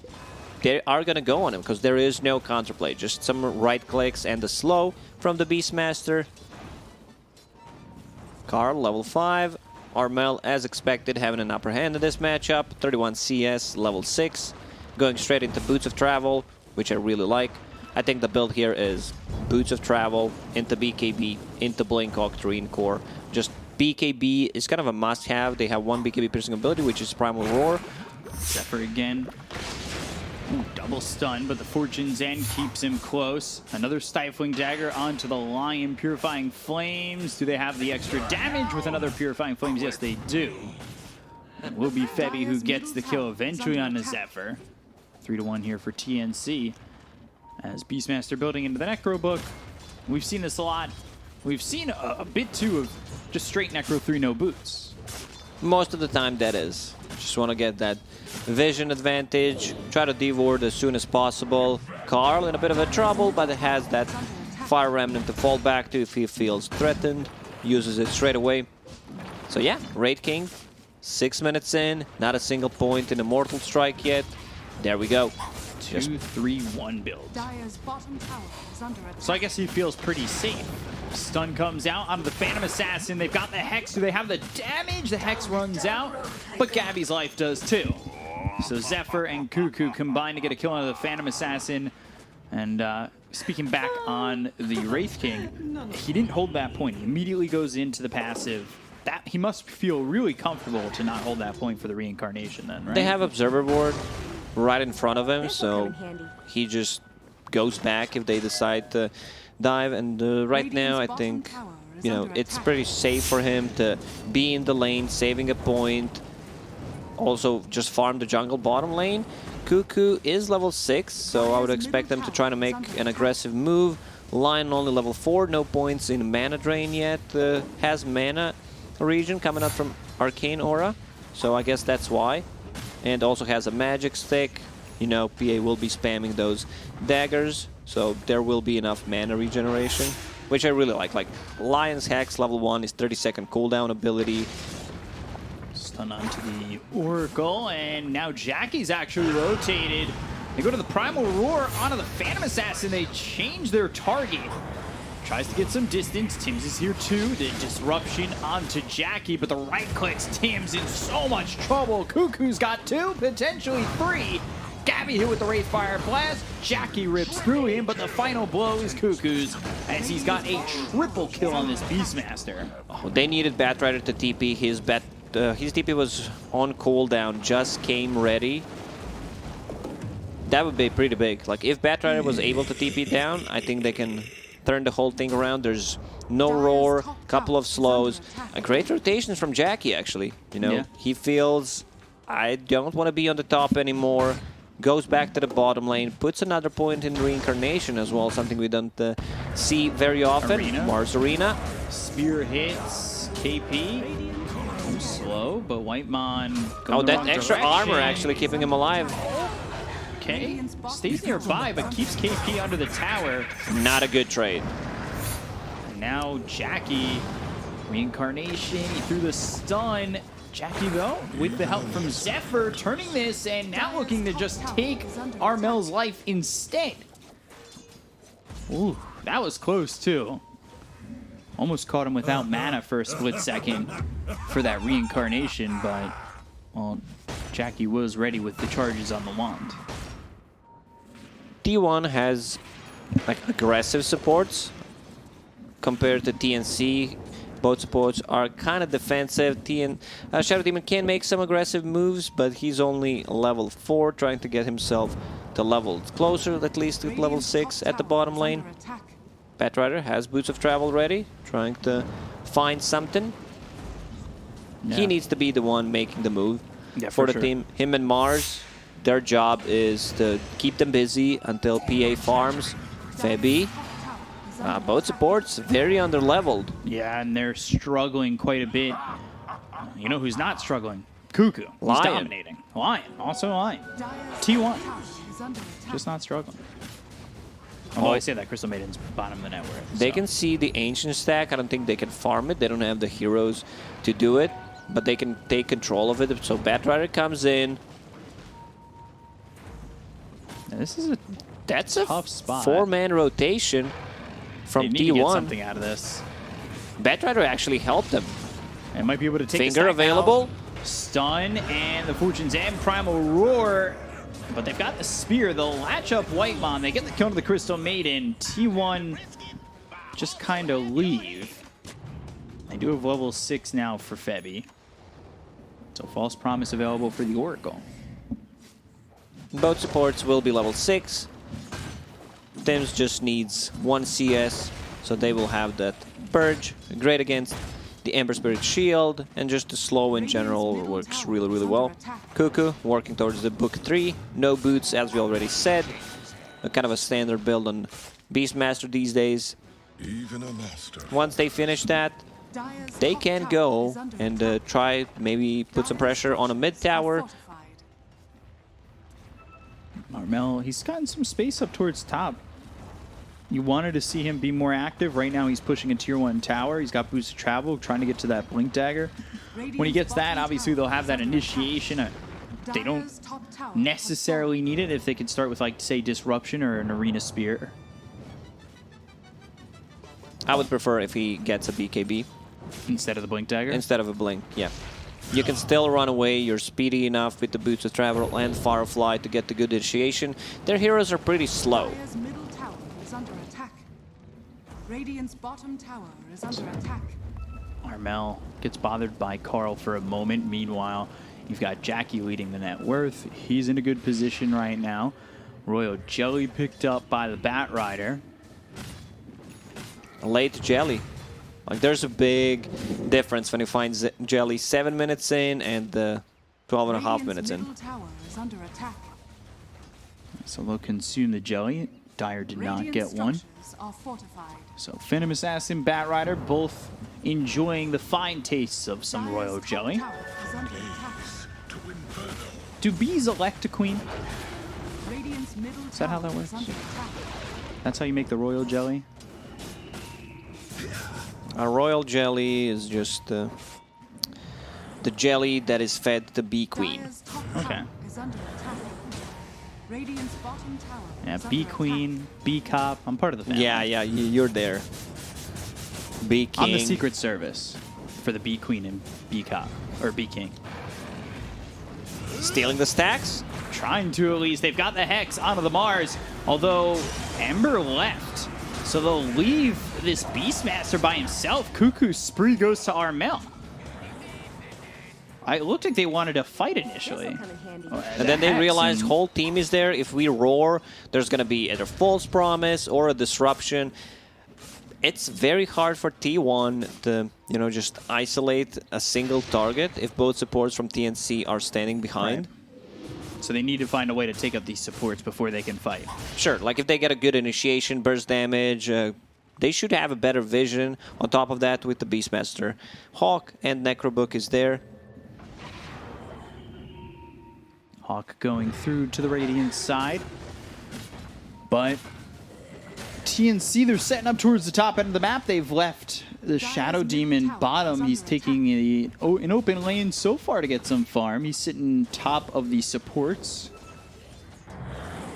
King of the peasants, I guess, when you're top of the supports.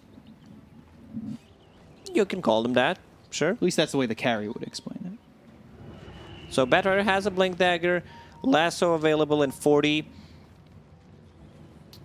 Wraith King, man. Wraith King as a hero just feels so strong right now. He's always going to get his farm. Right. If he's forced out of the lane, just go to the jungle. If you're doing good, go to the jungle. Seems like jungle is the place to be. Dire are scanning. Not a truly dedicated jungler these days, but, you know, it's as close as it gets at times. Dire's top tower is under attack. This bottom tower is just going to fall, and they can take Outpost Outpost. 15 minutes in. Yeah. Skeletons leading the way. They go for the tier 2 tower. 400 health remaining. Not long for this world. Jackie soaking up a bunch of that damage, and with that tower, they'll get the outpost, but also the Wraith King will get a Radiance.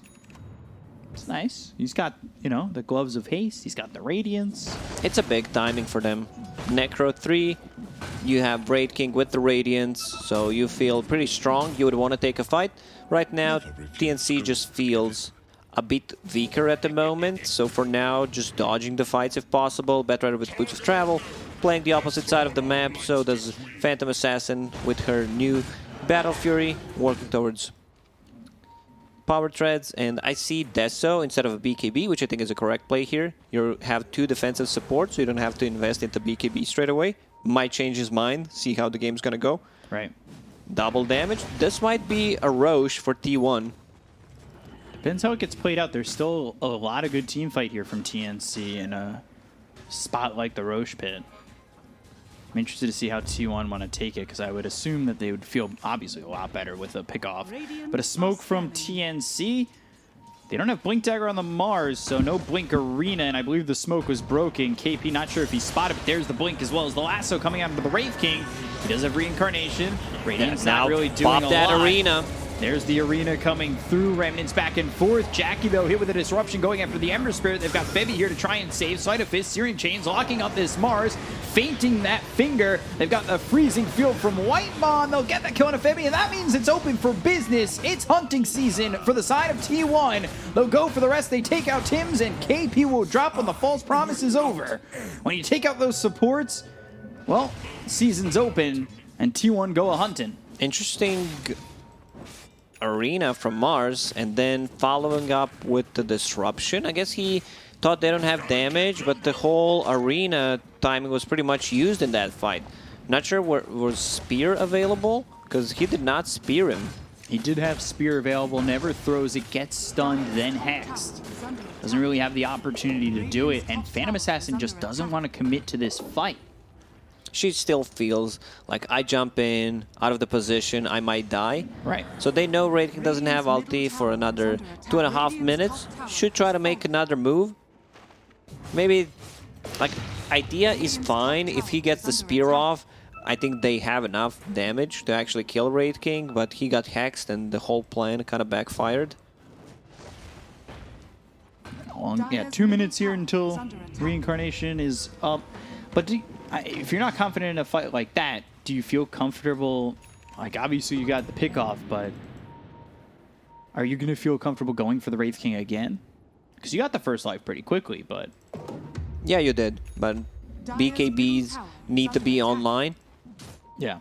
So Batrider building 1, Phantom Assassin. She's like, okay, if the previous fight went their way, Pretty sure go Phantom Deso. Assassin will just go Deso, exactly. Another lasso. Lasso onto the Ember. They've got the arena as well as the spear. Quick kill onto Carl. Whitemon Back in into the wrong arena. area. Nice bounce. That was such a nice done by Armel. Flame break. Back into the arena. This should be a tower. Structures are fortified. 3k gold lead. Man, Southeast Asian Dota is wild. Now fun one to watch. team is just ahead, then the other team takes over, bouncing back. What's Lion building? He's going straight into Etherlands, no points in mana drain, which I really like.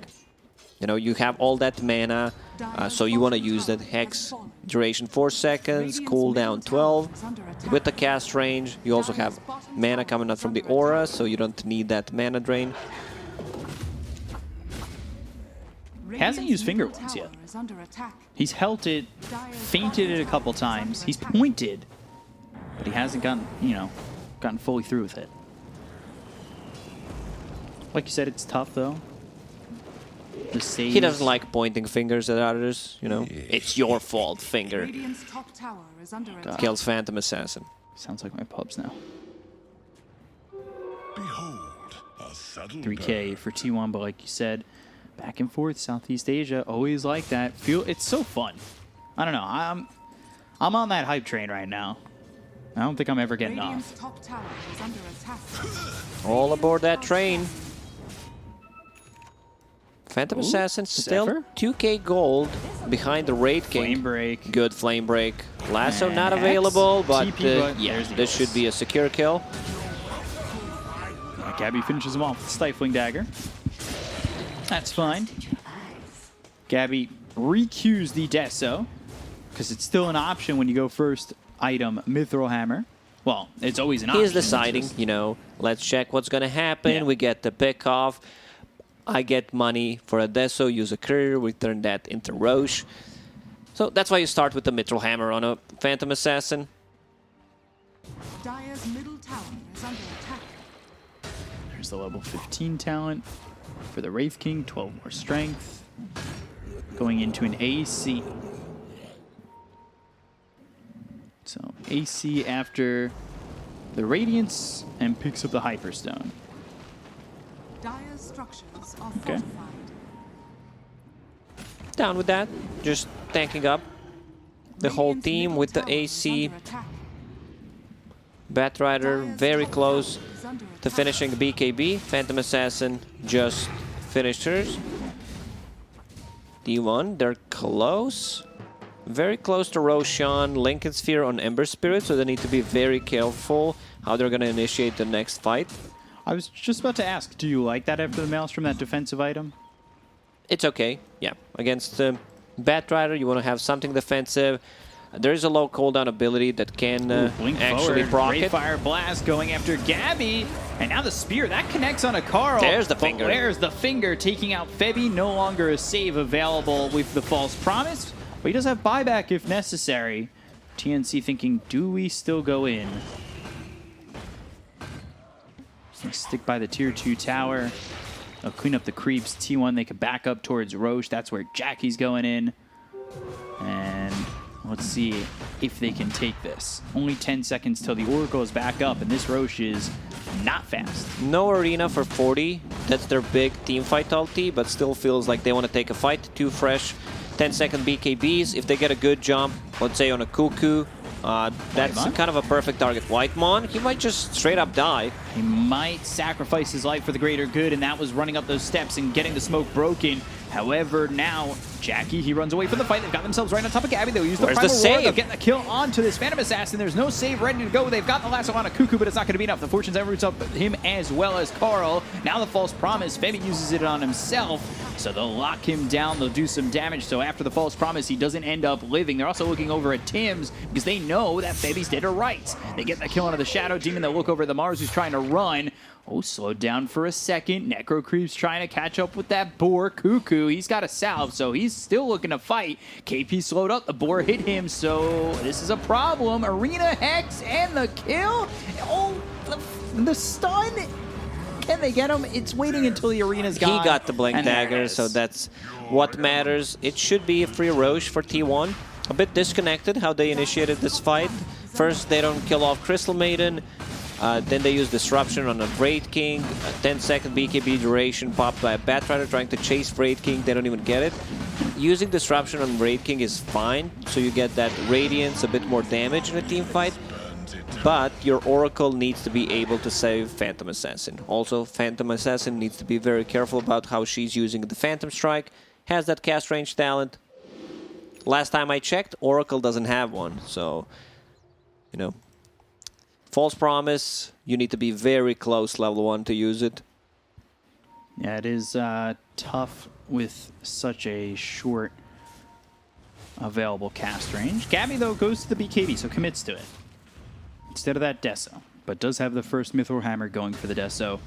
Still trying to keep up with both the Ember as well as the Wraith King. As Wraith King just the plate mail away from the AC. Wraith King is just an insanely good farmer. So far, 0 deaths on Jackie, having pretty much a perfect game. Staying on top of the net worth, involved in half of the kills, doing his job, getting the levels. Once you get to that level 18, reincarnation is 40 seconds, so you can pretty much fight all the time with the team. Febby up top with Gabby. They're away from this quite a bit. Cleaning up these creeps and then moving over towards bottom is Carl. He's trying to get himself an axe, 1,500 gold away from that. And a 6k lead for T1 at the moment. They'll lock down these bounty runes. One for each team so far. And then a second for Febby. As Jackie will make it two apiece. Okay. Whitemon's here in the trees waiting for somebody to maybe go after this Wraith King. Jackie just continuing to farm up and will have the plate mail and just a little bit of gold. After that bad fight when they initiated on Wraith King, didn't kill him the second time, TNC kind of just playing a slow game. Yeah. Batrider split pushing, Phantom Assassin trying to get the farm on the map to get herself closer to level 20 and the Desolator, so that's going to be where the damage is going to come from. They need to be able to get in and out of the fight with the lineup like this. Multiple saves, Oracle's False Promise, Edict, Disruptions, blinking in and out. They can't really fully commit into 5-on-5 right now. There's Reincarnation, level 3, Aegis on Ember Spirit, so you're basically playing 5 versus 7. Yeah. Puts you in a really tough spot. Next for the Wraith King is the Abyssal Blade. It just seems like the death from 1,000 cuts for TNC at the moment with how the pace is. And there's a smoke from T1, so they'll cross through mid. And Mars actually just blinked forward, so he's in a lot of trouble. They've got the damage, they'll have the Hex. There's the Remnant forward from Karo, now dominating. Quick little kill on KP. Carl does have that Ags to work with. T1 is just getting so much out of the map right now, getting a pickoff here and there, controlling most of the map with the Boars, with the Hawk. So TNC very limited where they can fight. The Roar available, but does not want to pop it straight away. He saw Oracle. He's like, nah, I'm bailing. Yeah, but there's the Ray Fire Blast on a Febby, and he will False Promise himself. That opens up Gabby as a target, or even Armel. Gabby's going to try and get away. The BKB's been popped by the Batrider. Roar still available. Yeah, Batrider's also going to die if he gets caught. Yeah, Primal Roar comes in. BKB is done, and so is the life of Armel. That was really well done there by T1. Again, methodical about how they're approaching this. They see the Oracle. They don't force anything. And while all this was happening, you have Ember Spirit in your base with the double damage. Took down tier 3 tower. From Zephyr, Sleight of Fist coming through. Gabby popping the BKB. Whoa. So he'll pop it, and that's his 10-second BKB now down for another minute while they're sieging your high ground. This is just a set of barracks. AC against the buildings, minus armor, Beastmaster Aura. They're actually going to go bottom. Yeah, I'm not surprised. If they lose this fight, they might call the game. There's no tier 2s available. Wraith King needs to be careful a bit. Yeah, he does. Getting really low. He'll lose that first life. Now down for 35 seconds. That backs him off enough, but it's a 40-second cooldown ulti. lose melee racks mid, though. TNC, what are their outs right now? I see Divine Rapier on PA. That's your way out, or way in, whatever you want to call it. You need a farm for another like 3-4 minutes to be able to get it. Your farm is very limited at the moment. Cloak of Flames. Yeah. Ember Spirit with the Cloak of Flames feels really good. Yeah. On top of the Radiance, just overtime damage coming out from these items and abilities is insane. Phantom Assassin finds Orb of Destruction. So decides to keep that one. Instead of some status resistance, damage, and magic resist coming out from Titan Sliver.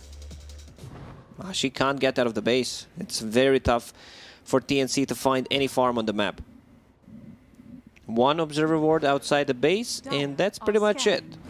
Yeah, you know, you're trying to farm that Divine Rapier, but when you can't really leave your base to get that gold, it becomes a struggle.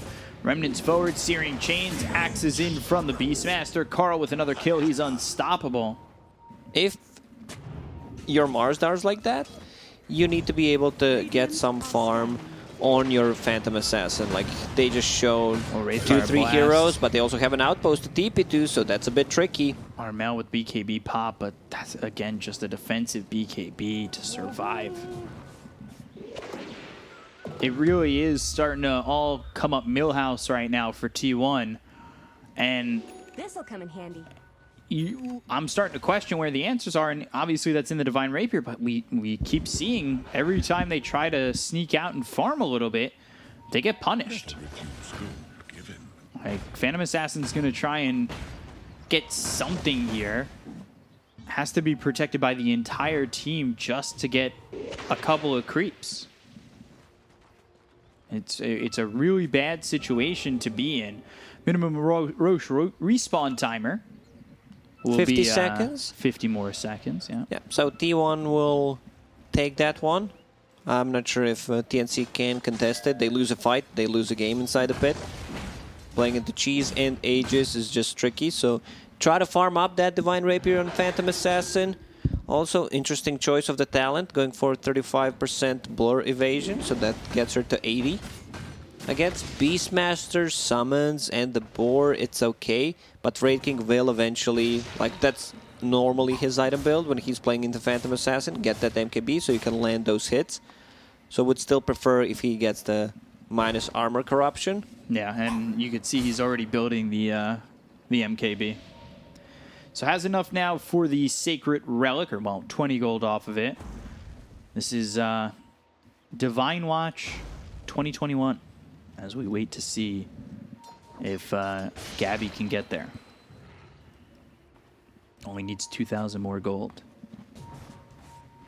We're reporting it.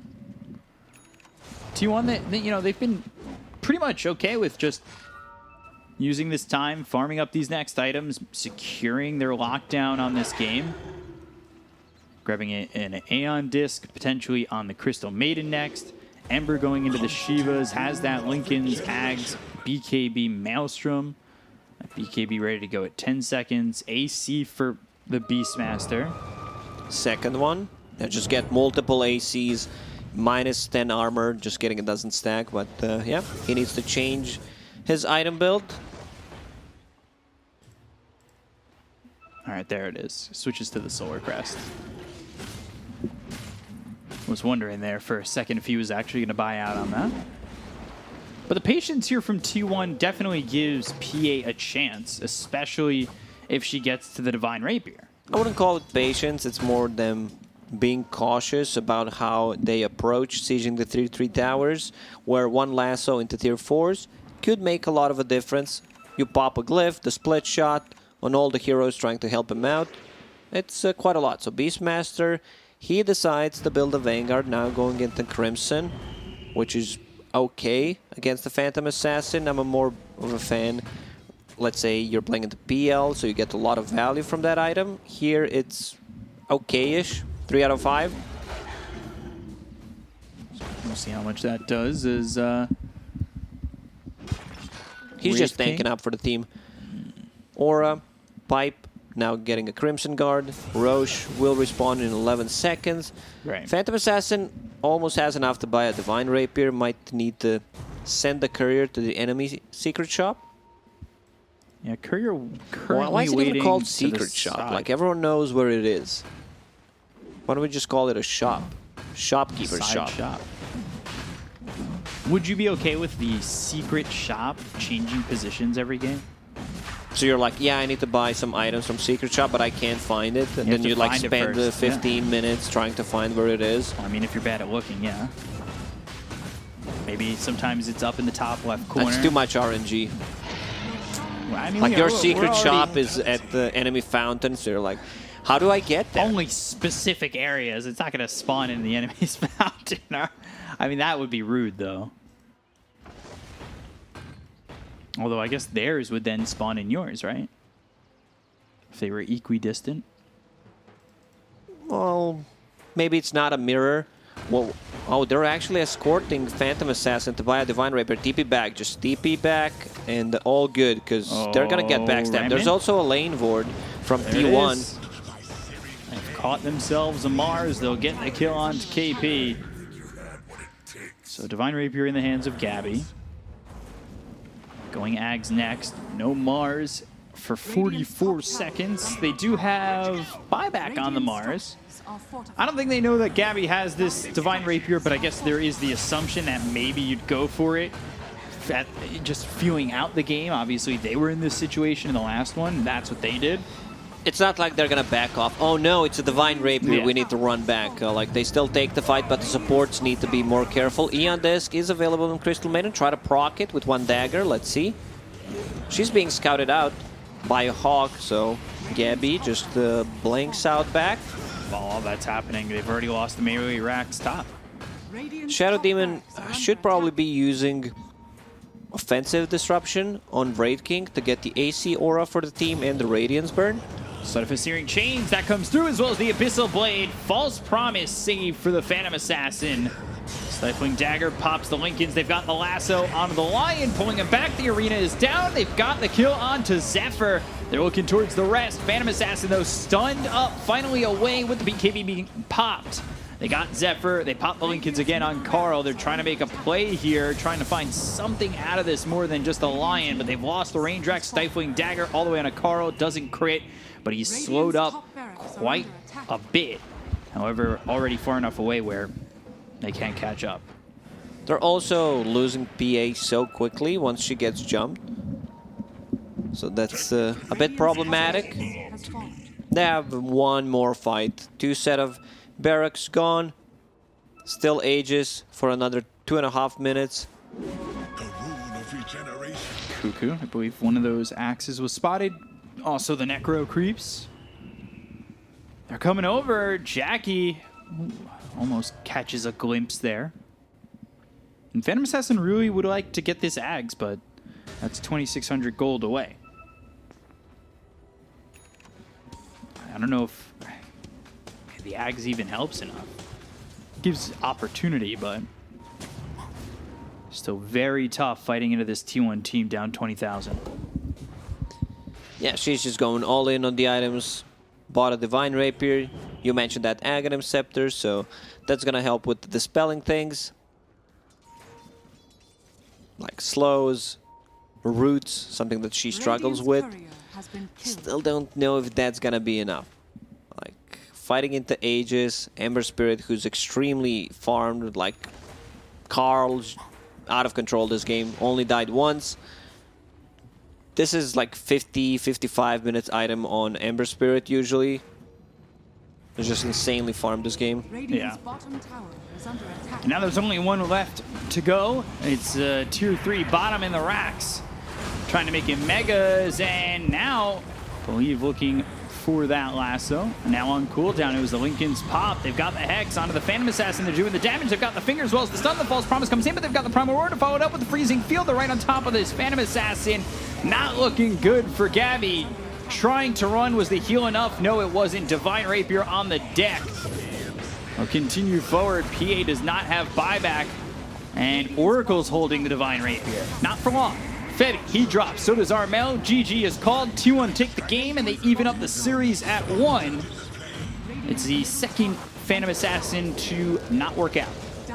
Yeah, got nerfed. Seems like teams figured out how to play against her. Had a lot of time to figure it out in the previous patch where she was picked most of the time with the Sven.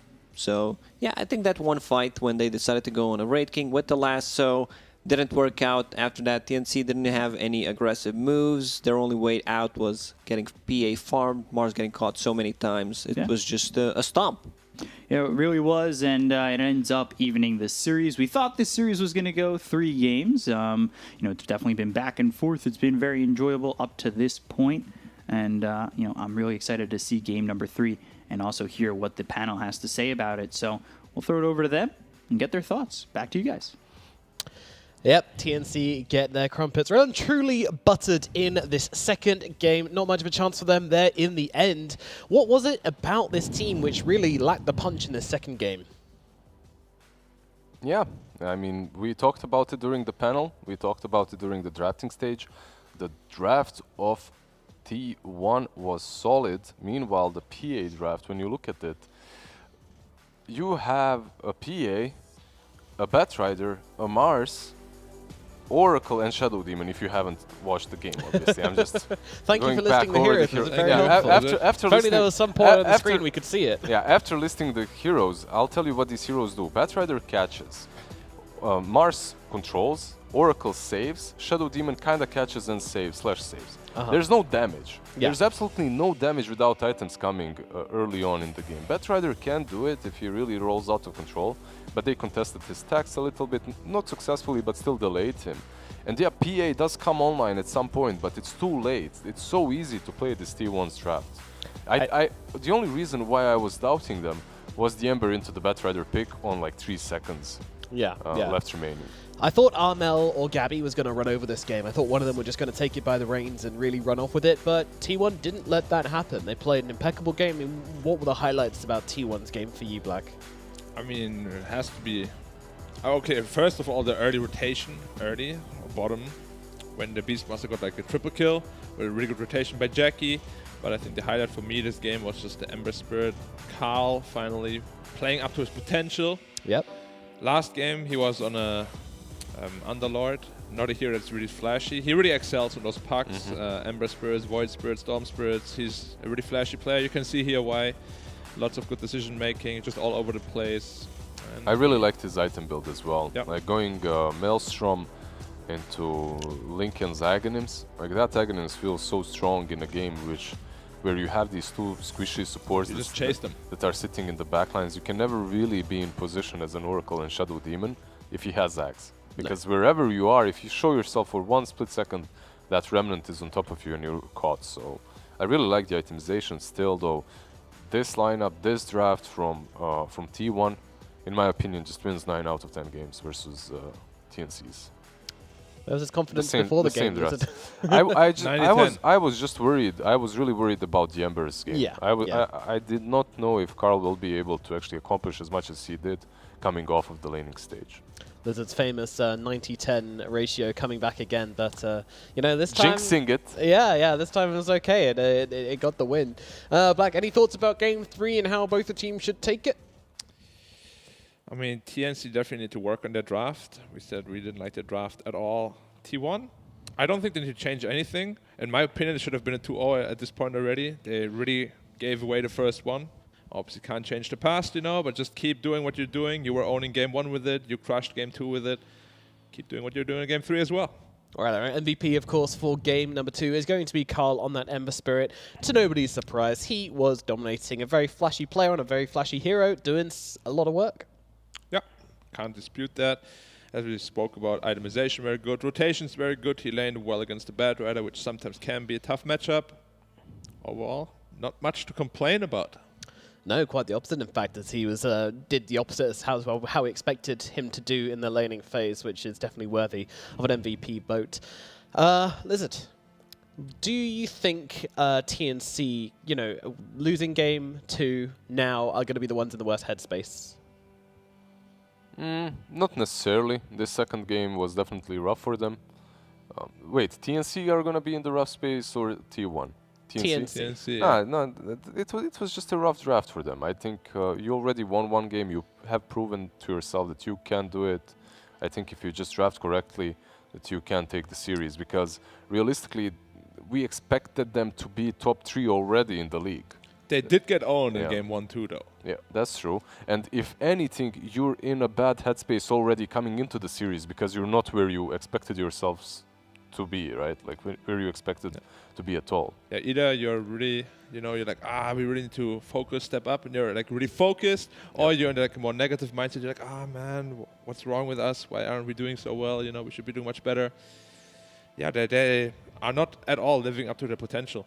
Yeah, that's true. Hopefully TNC can find their footing in game number 3, which is going to come up after this break. Don't forget, of course, guys, you can tune in on the 4K stream to view us in lovely ultra-high definition, all our lovely pixels, and of course, Dota does look beautiful in 4K, so go and check that out if you guys want. That's over on YouTube, but we are going to throw it over to a break, after which we shall be back with the 3rd and final game of the day here in TNC versus T1. We'll see you very soon.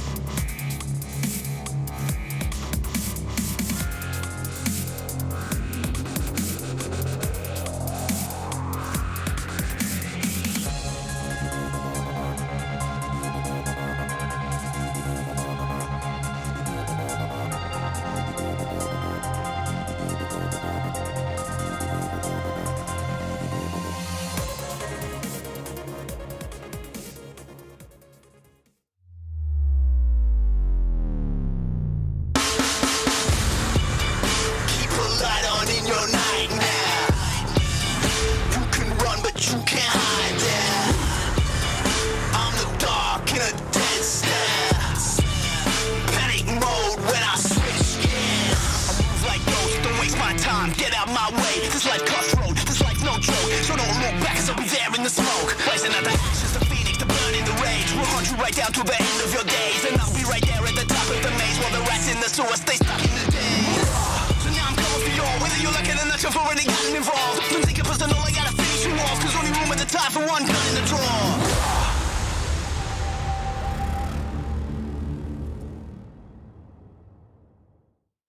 Hello and welcome back to T1 versus TNC here at the DPC SEA region in the lead up to the Singapore Major. My name is Nomad. Joining me is, of course, Black and Lizard. Hi, Black. How's it going? Good. Good. You look happy with yourself. Always. Always. Lizard. Good. You happy with Black as well? Happy.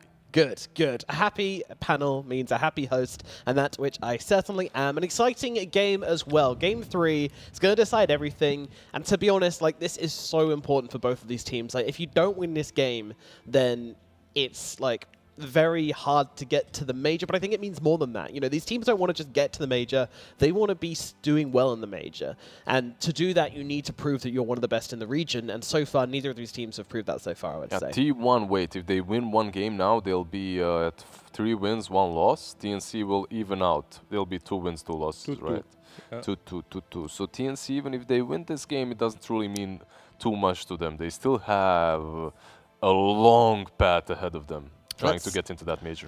But the beginning has to start somewhere.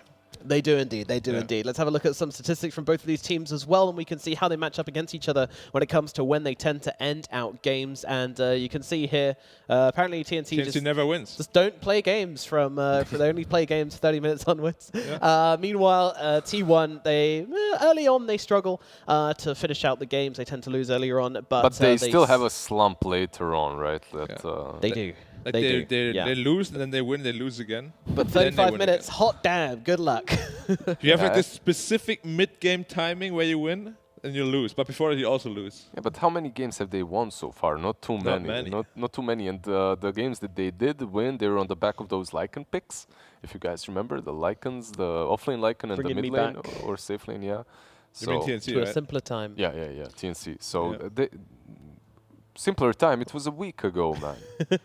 A simpler time. Simpler but times. that like Vice was the underdog and didn't beat anybody.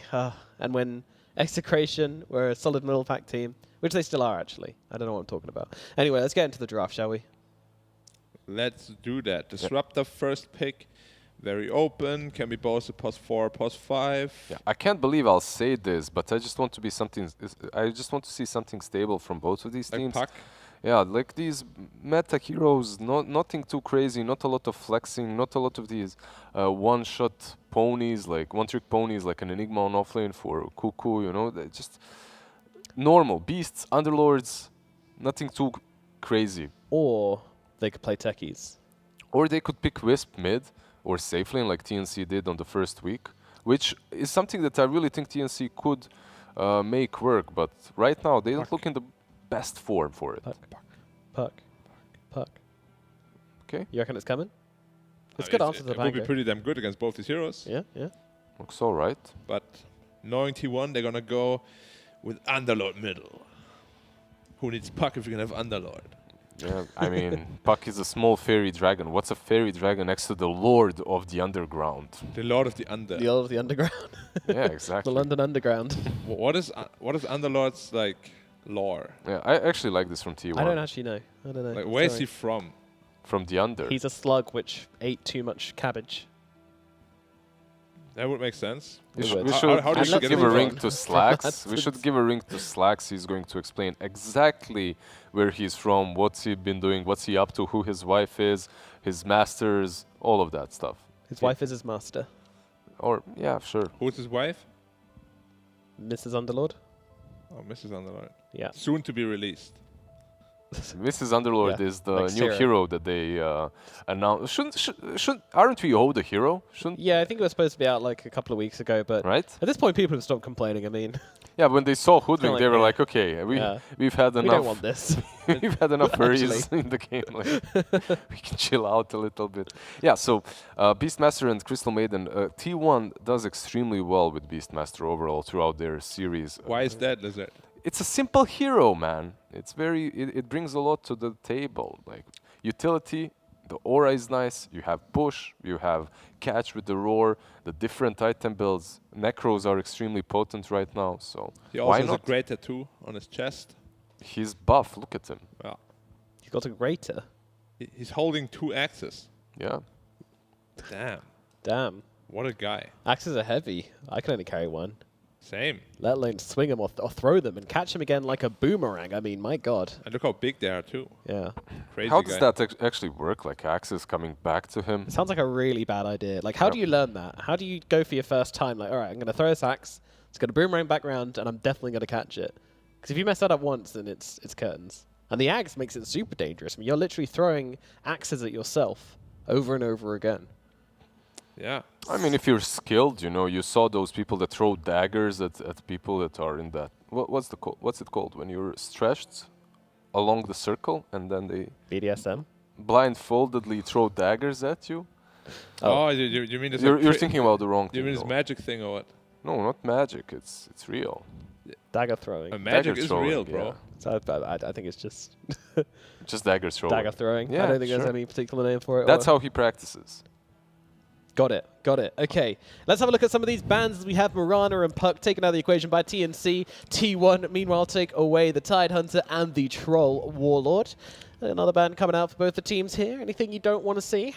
You know what you could have done? You could have picked the puck so I wouldn't have gotten banned. Great idea, in my opinion. But Better than the Beastmaster? yeah, I mean, I think puck is just... It just opens so many avenues. You know, Beastmaster is good, but there's counterplays to it. Pangolier himself is already pretty good against Beastmaster. Yeah. Yeah, right now we don't see any oracles. Just make it simple. None of these saving position 5s. Obviously, TNC have already opened up with theirs. You see this disruptor, so it makes your life a little bit harder down the road when it comes to what you can pick. On the side of T1, it's a similar situation with the Crystal Maiden. Now, the only thing that I'm thinking about TNC, will this be strictly an offlane Pang, or will they flex it perhaps on that position 4? I'm glad you're not saying carry again, because... No, not carry.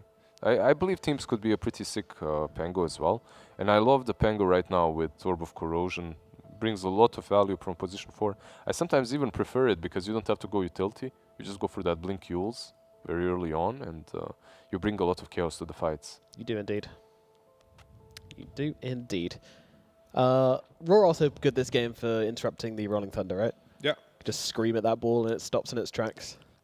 To be fair, if a man who threw axes at himself came at me and roared at me, I'd probably stop moving. I would probably run, but maybe it's just me. Why would you stop? I mean, I'd be too stunned to run. You just get stunned. Some Yeah, just people like, just "Whoa." get Because scared. it's too loud or what? Or too absolute scary? units of yeah, scary. There's absolute units come up to you, just roared in my face. Like Jesus, I And then need there's a like minute 2 to boars process running that. at you and 2 like undead things. Here's a content idea. Dota spells in real life. Primal Roar, run up to a stranger on the street, roar in their face, see what they do. Do they stand still? Do they run away? I Do think they they're gonna hit you. How real? Probably. How real are Dota spells? Is that your point? Yeah, yeah. We should Which try of them that. work in real life? Which of them don't? At the gym, the guy that's always very loud, we just run to him. He'd probably just look at you. And then Probably roar back for some kind of bond. Anyway, This is some it's just black being black. Chat requires a story. It's fine. It's black but being it's black. fine. We'll It's leave black it being there. black. Yeah. Next pickup Other time. from On our T1. podcast. Yeah. We have Batrider banned out and we have Morphling banned out, and now T1 have got to pick themselves a hero. Yeah, T1 as well with the Troll, with the Morphling, just because of these heroes that are strong versus the Beast in the lane. And Grimstroke opens things up because this does not have to be an offlane Grimstroke. or My a +4 Grimstroke. Dear Twitch chat, this could be position 4. That's what I was thinking about. That's it. Okay. Yeah, I said like going on the offlane with the. You don't have to defend yourself. we This all know could what you be a meant. mid lane Grimstroke, dear chat. It's really good against Pangolier. Because for some reason, Yeah, you when can you chain leash him up him. when he rolls, he doesn't roll anymore. Yep. Brew Spirit. Not the best hero against Grimstroke. Yeah, that's interesting. Yeah, but all right. Not the best hero against Beast either. Even CM has some place against Ember. Yeah, and not you, sure about that. and you have the Necros, like overall just strong. Crazy pick, man. Yeah, Armel's, I don't know, he finds it extremely funny. Yeah, just like me. He's like, I'm playing Ember as a 3 counters. He's like, So I'm going to good. pick Ember, Is prank this guy you, bro. crazy? Yeah. Just kidding, Tim, since you playing Ember. He can't control himself. He's done. Yeah. PA again. All right, we know who won. Right. prank. 2 games in a row. Oh, didn't yeah, work. she did lose twice, didn't she? Yeah, so Yeah. the cursed hero Okay, this returns. time around, she at least has the inner beast aura. Like that's at least something. Like you have that, perhaps some Vlad, some medallion coming from the Double Beastmaster. dagger. Double dagger. If it crits Scary. twice, then you won't do this face. You'll be like, One of the strongest combos right now with Grimstroke that you won't see in pro scene because the hero isn't enabled is Acorn Shot Hoodwink with the double dagger and the Soulbind. Acorns everywhere with Maelstrom and crit. Wow. And It's lightnings. insane. And lightnings. I like Bounty Ags with Grimstroke. No, that's pretty strong That's a as really well. strong yeah, one. yeah, that's for real strong. Just shurikens everywhere, making loads of money. You get like 1k from one spell. It's pretty tasty. What's your favorite Soulbind spell? Doom. Doom? Yeah. That's it? I As mean, simple as it's that? just the most broken one, right? Yeah. You just doom 2 heroes, you won the game. Or fight. And you do it again. I wanted something more spicy, like Yeah. I double mean, charge. Fiend's Grip. Dude, I have had this moment where there were 2. There was a Leshrac and the Storm leashed together, and a man avoided both of them. Mm-hmm. That was pretty pog, champ. What happened? They both died, Wow. obviously. Wow. Damn. It's a lot of That's damage. sick. That's sick. a lot of We have a damage. hero we haven't really seen so much of in the SEA region, in Terribly. fact. Maybe one of the first times we've seen it in this region, but we have the Terrorblade coming out for TNC. Yeah. Matches up well into the PA. Into the Beastmaster, not too bad. Crystal Maiden, yeah, Yeah, there's some nukes there. Also Grimstroke, it could be a problem. Like If it's mid, definitely. yeah, they can deal with his illusions. If it's mid Grimstroke, I actually would love to I see like that. it. Yeah, it's just getting better and better with these big Or just strong pick Zeus. TNC. Or just pick Zeus and have an easy game. Yeah. I think that's probably that's probably much The better. easier way to do it. Yeah. They've had DP, interesting. I guess DP is not a direct counter to TP, but puts on a lot of pressure, which they don't want. It would be just a decent rounded up draft for T1 with Yeah, the DP good because versus Ember. you would have the Beastmaster pushing together with the DP. They synergize very well at that early, like, let's say 12 to 20 minute mark because you already have Necros 3, then you use Exorcism, you just cannot fight into that. Plus, you do not have any ways of dealing with the summons from Beastmaster right now. Usually we see a team pick something like a Tidehunter, the Mars, Tidehunter banned out, but yeah. Mars is still in the pool, maybe they'll get it if T1 does not ban it. Problem is, T1's already lost, because I've noticed that Whitemon's not eating anything in this draft. So he's going to be too hungry to play. For the entirety of the duration also. He didn't Yeah, but even he- have a snack. But he ate before the second game, right? He ate before the first and the second game. Yeah, so you can't really know. Yeah, but I thought he was going to have starters in the draft for the first game, main course for the second game, and then Dessert. desserts on Some the third game. cheesecake. Always good. Maybe. What do they need? How do they play against TB now? TB looks really strong here. Yeah, Zeus has been banned out by TNC. It's Very probably the smart best, right? Like the best counter overall in the game. Yeah. Is there anything that's better? No. Not really, right? No. I mean, Tinker used to be one of the better ones, but yep. eh. Tinker And with the Arcane Blink. Underlord. That's the Underlord. final pickup. But Tinker is also a Tinker, so Yeah. Okay, decent Underlord. Underlord game once again. it's something really good against PA. It owns PA Mm-hmm. in lane. Yeah, it's pretty damn good. Not What- only versus PA, versus everyone else, versus Beastmaster as well. You have the Pit of Malice, Firestorm to prevent these early pushes. Yeah, they need damage now. They a lot certainly of do. damage. And they need magic damage, and they need it fast. What about mid Doom? Let's go. What about Pugna, Leshrac, Skywrath? mid Doom? Let's go. I'm covering my bases. Pagna was a good call. Good job. Yeah. Thank you, thank you, thank you. No. Yep, I'm the host with the most. You have multiple things here as well. You have a good combo with the Grimstroke. Overall, it's just strong versus both the Underlord and the TB. The lane itself is not difficult for Carl, so yeah, I like it. pretty solid. Do you Plus like it enough? I like it enough because it gives you that early pressure as well. All right, time to ask that blessed question. Which of these drafts tickles your pickle? Starting with Lizard. Why does it have to tickle my pickle? What's a pickle? A pickle is like I a know the pickled food. cucumber. Yeah, but how can you But- tickle a pickle? Yeah. How can you pick? How can you tickle my pickle? I'm not a cucumber. Yeah. It's a turn of phrase. It's a British thing. Continue. Okay, so Doesn't nothing butter here. your crumpets. Nothing whatever. here butters my crumpets or tickles my pickle, but Okay. I like your call on the Pugna. I think Thank you. it's good. I'm still not sure that it's enough to deal with the TB, Yes, and I'm you still yes, you gonna are. go with yes, TB. You are, you are, sure. No, I went to TNC production. Yo, okay, just keep it like Yo, this. yo, It doesn't matter. yo, TNC, what, man. what is this? I said TNC, bro. He's gonna go start a fight. Good luck. Well, Black. I am going for T1, obviously, for obvious T1. reasons. Yep, for consistency's sake. Yep. Only because I went with my pick, I'm gonna go with TNC as well. Wait, it was TNC picking Pugna, right? Yeah. No. No. Yeah?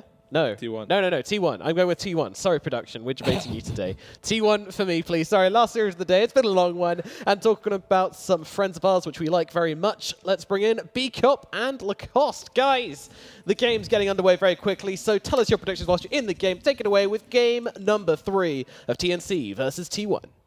I like Terrorblade. I'm not sure if Pugna is good enough to counter this beast underused hero, in my opinion. Very hard to fight into, even though they have a couple of silences. Do they have a Beastmaster and Grimstroke? Let me just check. Yes, they do. Yeah, okay. So that's a lot of stun. That's a lot of control. I still don't think it's going to be enough. I got to give my prediction for the Prediction King. Going TNC. I closed my eyes, and you know when you get those like colors in your eyes when you close them? Yeah, it came up orange. The colors were orange. I read into that, and that will apparently mean that TNC will win. And yeah,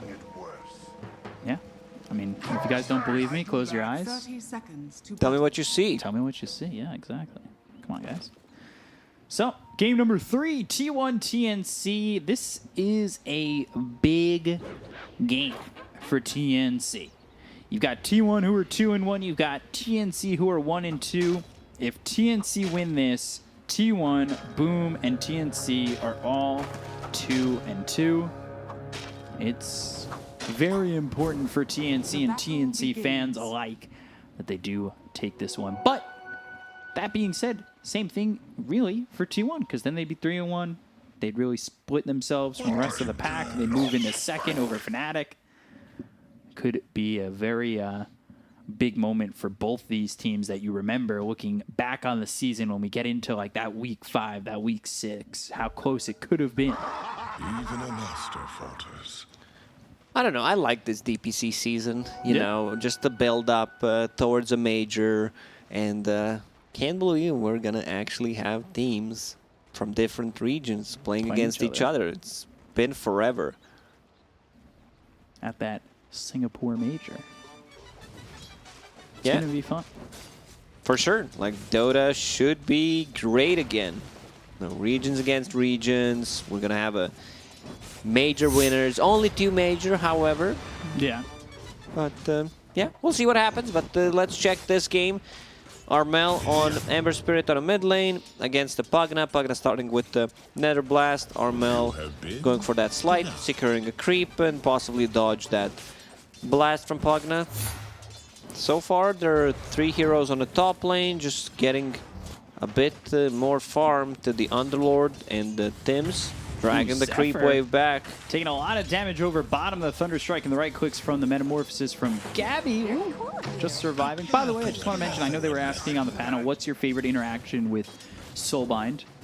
Mine is if you've got Shard as Pugna, and then you life drain from the Soulbound units, it'll split both of them onto 2 more units if they're close enough. And then split again. It's kind of crazy. Say that again? I was just reading the shard. For every 175 seconds of channel, another secondary life drain is created, targeting another random enemy hero. Yeah. So it splits every 1.75, but if you've, I'm pretty sure if you've got it Soulbind and you can do it have on 4 those 2, sucks. it'll split again and then split again if you can It's like maintain unlimited that. splits. You tested it? Oh, I tested it, or a friend of ours tested it, and he had like 10 axes, soulbind, life drain, and every one of them got hit by the end of the duration. All right, I want to see this, Pagna. If you're listening, I call it the ultimate suck. It's really just the best soulbind in my opinion, if they can pull it off. yeah, Black is like, yeah, you know, Doom. We're gonna go with that one. Pretty standard simple stuff. one. Couldn't think of anything else. But Roar is good. Like Yeah, Roar's very good. Roar is good. Gabby doing fine on the bottom lane. 12 CS. Has a fluffy hat going towards the Falcon Blade. Some mana regen, some damage, a bit of a HP on top of that. Not too bad enough of an item for TB. Again, Falcon Blade, it's just one of those items, again, doesn't really build in anything else. Is it just the slot taker? Is it worth the gold? TB builds like expensive items. You get Scotty, you get S and Y most likely. Manta styles also fine here to get rid of some stuff like you kill Phantom pretty quickly with the Manta and get out of the Frostbite, remove the slows, so it could be pretty good. Remove the Cripify. So Falcon Blade is going to be in the inventory for a very long time. So we'll see how quickly he can get that. Meanwhile, Carl sitting top of the CS at this current moment, 17-5. Ember only 11-4. So a bit one-sided. A lot of damage coming through onto the Disruptor. But Febby survives. Gabby into that Metamorphosis once again, trying to secure some CS, doing a good job so far. And Armel sitting at about close to half health at the moment with that bottle. Has one more sip ready to go in that Flame Guard. But again, Carl just maintaining a good position on the CS. Gabby, though, getting chased down. And now they're under the tier 1 tower. They'll get first blood. Zephyr combines with Cuckoo to get this kill onto the Terrorblade. It's really not worth it because like Big Wave was pushing in. Febby just decides to ditch. Secures the mid rune. I think in this situation you're fine with having one position 4 moving to one side, trying to secure their bounty rune, rune for your mid laner, and Ember Spirit can check the bottom rune. Glimpse back, but not really going to matter much. Febby's working here with not a lot of health and mana now. Yeah, that was during Metamorphosis. Like, that was really bad. The TB goes down in that situation. He lost so much. A lot of XP, a lot of CS. Still doing okay, 21. We didn't talk about the Underlord. He is the king of this game, playing into Phantom Assassin. Early on, you just don't care. KP, we see that quite often these days in both Southeast Asia and Chinese region. Off-laners just getting that bottle. So much value you get from it. Refill from the bounty runes. And yeah, Underlord, like you drag the creep wave to the side, which means he's just going to get more farm from that Firestorm. Radiant's middle tower is under attack. So Cuckoo controlling this lane. Terrorblade level 4 at this point, but not expecting so much more just yet. Let's see. Over mid again. Decrepify onto the Ember. Level 6 for Carl. Now we just wait until he gets the shard and we get the Soulbind. Just have to wait 15 more minutes. Yeah. If you wait, it'll potentially come. Oh, Febby looks pretty dead. Yeah, he's trying to run away. Glimpse back, get some distance. Oh, the Crystal Nova. One more right click. It is enough. Zephyr taking out Febby, so now they have a kill on both these heroes bottom. It's just too much slow, too much damage. Whenever TB does not have meta, they can't play aggressive. They can't get a kill. Once meta is up, Gabby will be able to farm, put some pressure on the heroes. This is not the best lane so far for TNC bottom. Where they're at right now, is this okay for them? Is this enough for what they're getting? Or is it really starting to favor T1?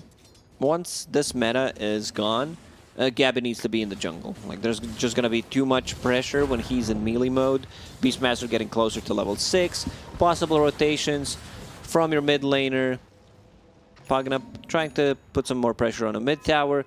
you asked, like, what's the situation like for them? Top lane's going well.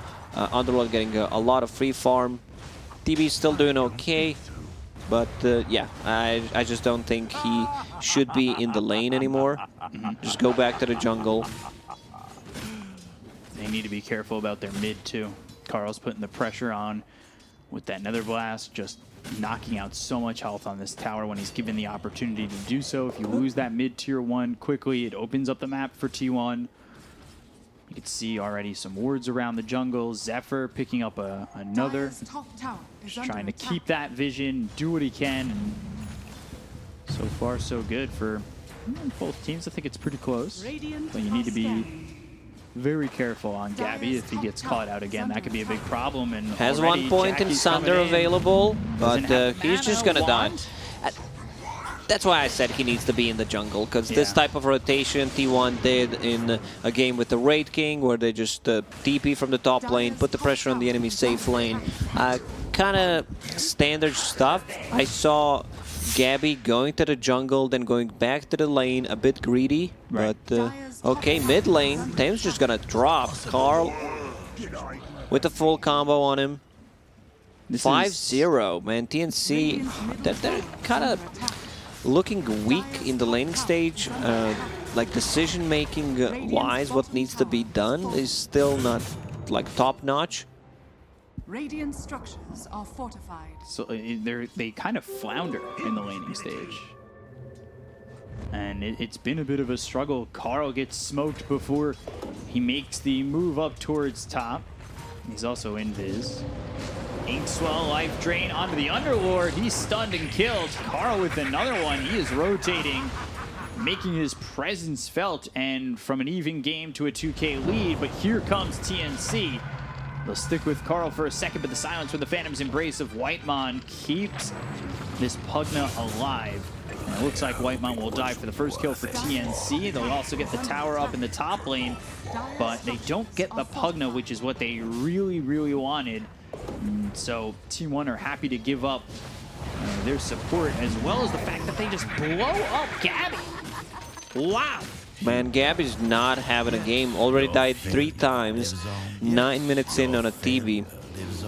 It's just being at the wrong place at the wrong time. Should have been in a triangle instead. Maybe send Illusion, try to get the last hit with it. Ember puts the pressure. Ember's the one guy that can't really be caught by their heroes unless they use a silence. They already killed the Grimstroke. So TB once again, TPing top. Roar. Roar. Can they save this Ember? So far, so good in the save situation, but do they come back and get any kills out of this? Febby comes in, Thunderstrike on Carl, glimpse back, not really that close, and Armel just blows up. He tries to get something done, but they're playing with fire, and, well, his fire goes out. This is 8-1, and complete and utter devastation right now for T1. There's a big difference to what TB has and what Phantom Assassin have at the moment. So it's just almost full Battle Fury on a Phantom Assassin, while your TB has a Falcon Blade. Really not... Can't really compare these 2 items. Yeah, it's not even close. It's night and day at the moment. You look at where the PA is 1,100 gold ahead. It's just such a big bump, since it felt like it was kind of close, and then they came bottom and just took Gabby's life. And they're looking for Armel again. TNC kind of seem a little lost from the, all the pressure that's coming in. A little lost? Man, TB can't catch a break.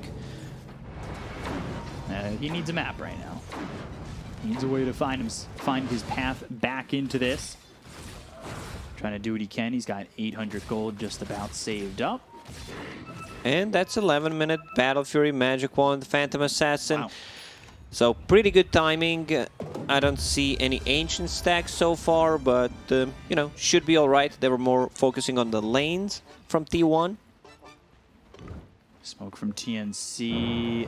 And they'll find a Crystal Maiden. And they even get this kill. Freezing Field, that gets used. Armel now out of mana. There was a TP, both top and to the outpost. Both get stopped. It's actually a 4-time spree that goes towards Armel. And they are pressuring the tier 2 tower with these creeps, but not Dire's adding to the top tower pressure. is under attack. Phantom's Embrace and oh god. Phantom's Embrace, Life Drain with the Nether Blast all coming in while Decrepified. It seems like no hero on TNC can survive that for the moment. There's just so much damage coming out from Pugna. T1 should use their advantage, what they have right now. Their heroes feel really, really strong. Like Leash mechanic against Pango is going to be great. Against the Ember Spirit, Gabby, Smoke into Triangle. They know which one is real. Up. Phantom's Embrace on the run. Back to form. Life Drain in. And he'll Sunder. He sunders Zephyr, so he'll survive this one. We'll try to get in and turn this one around. There's the Remnant forward. Armel, Sleight of Fist. They get the kill on the Zephyr. Primal Roar is used onto the Pangolier. But Beastmaster caught away from his team. Rest of the team not there to follow it up. They still get a kill on Febby, so that's okay-ish. Lost a bit of an advantage that they had. This Grimstroke, Phantom's Embrace, plus Pugna's Decrepify is such a strong combination. The reason why we see mid Grimstrokes going for that Ethereal Blade is you cannot attack the Phantom. So you can't get rid of that. At the end, you're going to get that high Rend damage. But that's a decent fight for TNC. They do lose Fabby. It would have been nice if they lost nothing, but Gabby stays alive. You know, Ember hopes to get a couple of kills. They bump up that net worth a little bit. They're starting to fight their way back in. They Problem still need is a lot of time, though. Jackie's untouched. Jackie's just king of the jungle right now. Farming, Radiant's middle not tower being is under attack. contested at all. And yeah, again, lane being pushed in on the bottom. So pretty free game for Phantom Assassin. This might help, though. Rod of Atos for the Underlord. That with Pit of Malice is a good bit of control if you can keep them there. Manta being built by the Terrorblade and has himself about 6k on the net worth. Their So tower working with that defense is Yasha. pretty good. Like just a combination of TNC's heroes, Bit of Malice, you have that Rod of Atos, Kinetic Field. Like Firestorm alone can pretty much deal the most damage in a team fight if they use... And you also want to max out those spells. You want to max out Glimpse first, then put more points in Kinetic Field. I want to see Bit of Malice maxed out straight away. Yeah, once you get this Rod of Atos, max the Pit of Malice. Dire are Have that scanning. disabled duration up there and have it work with the Rod of Atos. We'll see. They've smoked up. They're coming around looking for the Phantom Assassin. This is a kill they need Radiant are to take. scanning. And, ooh, Phantom Assassin, Remnant. They're right by the PA. Blink Strike away. Do they have the distance to cover? They've got a Remnant. Searing Chains now. Static Storm, everything used to get Jackie. Finally, something going the way of TNC with a big kill like that. This gives some time to TB to be controlling the top part of the jungle. Great kill on the Phantom Assassin. Still a bit worried about the Roshan, where T1 gets like a kill or two, transition that into Roche, PA picks it up, they continue to snowball. Ton of damage on the towers, Beastmaster, Necrobook 3 about to be finished. And PA, yeah, she's going into Deso it seems.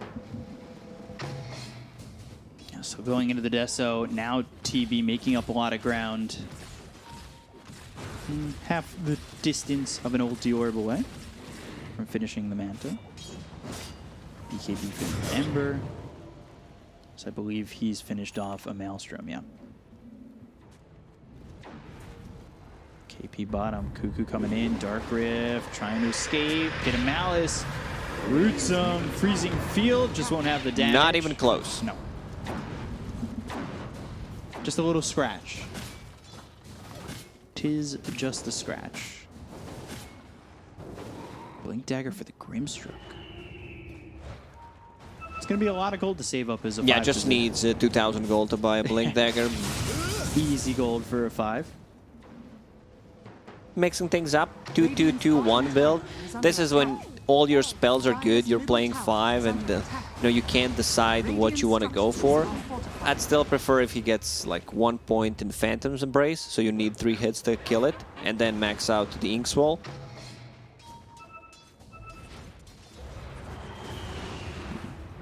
So pressuring bottom. We'll see what he focuses on the TNC's next level. tower defense is pretty good. Just Firestorm, Sleight of Fist. So something T1 needs to be careful about. And TNC, they're recovering. Like, you can see the gold advantage. At one point it was 4K, now it's down to 1K, closer to 2K, but They've got the Manta on it Gabby. keeps changing. He's recovered. He's in second on the net worth. He had such a tough early game. We see this kind of a lot. These carries just having a tough laning phase, and they're allowed to recover. And I say allowed because it seems like these teams just kind of put their pressure elsewhere, and then the other position one ends up having time to just farm back Your into the game. team needs to make some space. You put down the ward so your carry can farm. You know, he's had a lot of trouble in the laning stage. Try to secure a triangle. I see, what, 1, 2 observer, sentry wards in the Radiant triangle, but would want to see an observer ward. There's a Hawk scouting them out.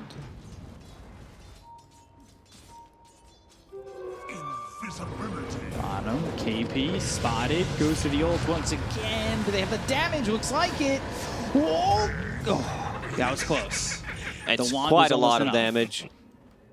It's a budget E-Blade build. You pick Pugna and the Grimstroke, so you don't have to farm that Ethereal Blade.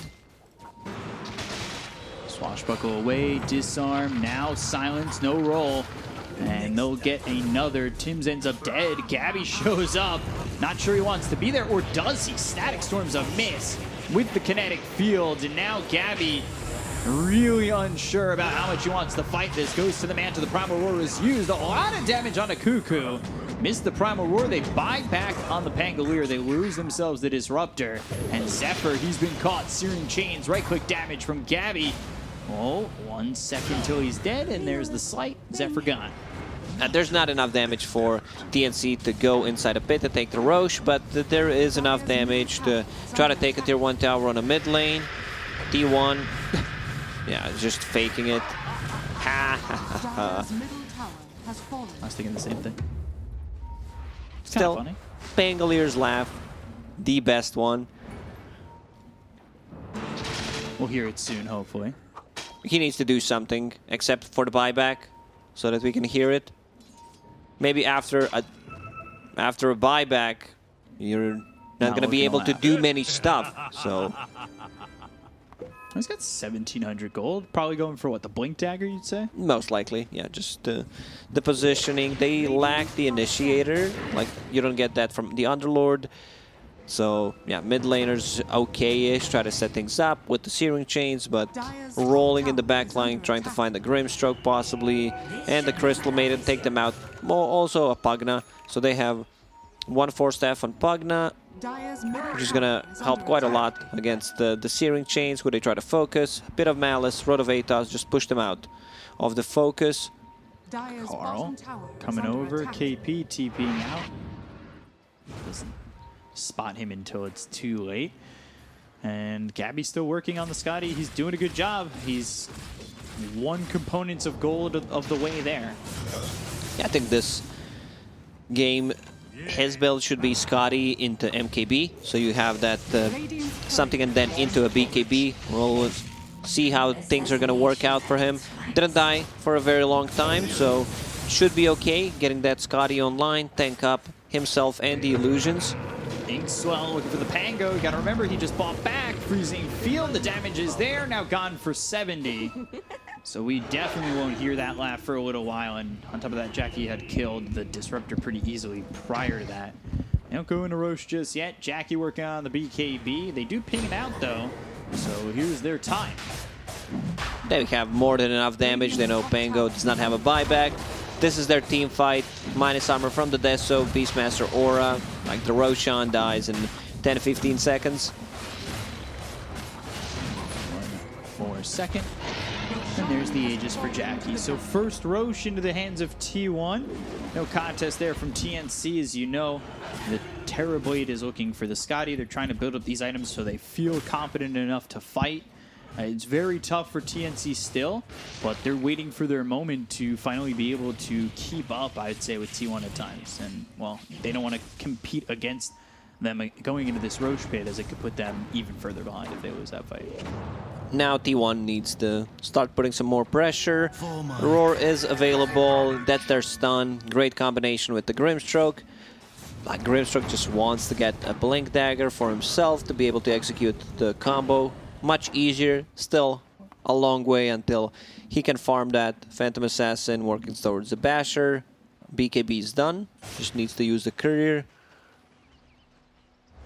So there's that BKB coming out. Big power spike here for T1, specifically for Jackie in these fights.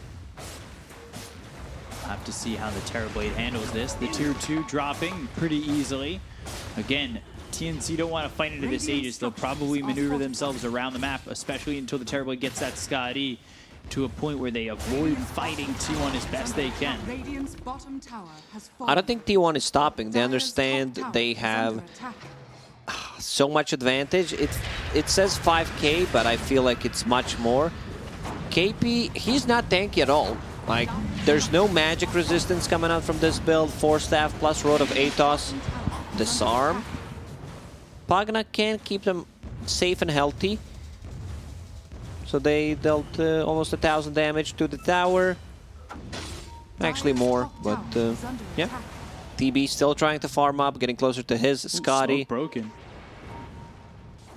Jackie forward on this. They also had the Hawk to spot them. Bit of Malice, thinking about the Rolling Thunder. There's the Rod of Atos. 4 staff, Glimpse, all coming through. Kinetic Field, Soulbind. Backs off and now leashes up to the Underlord. They don't get that kill onto Jackie. All that used and don't even pop the Aegis. They're just buying time for TB. T1 respecting the Firestorm damage that's coming out from it. Yeah.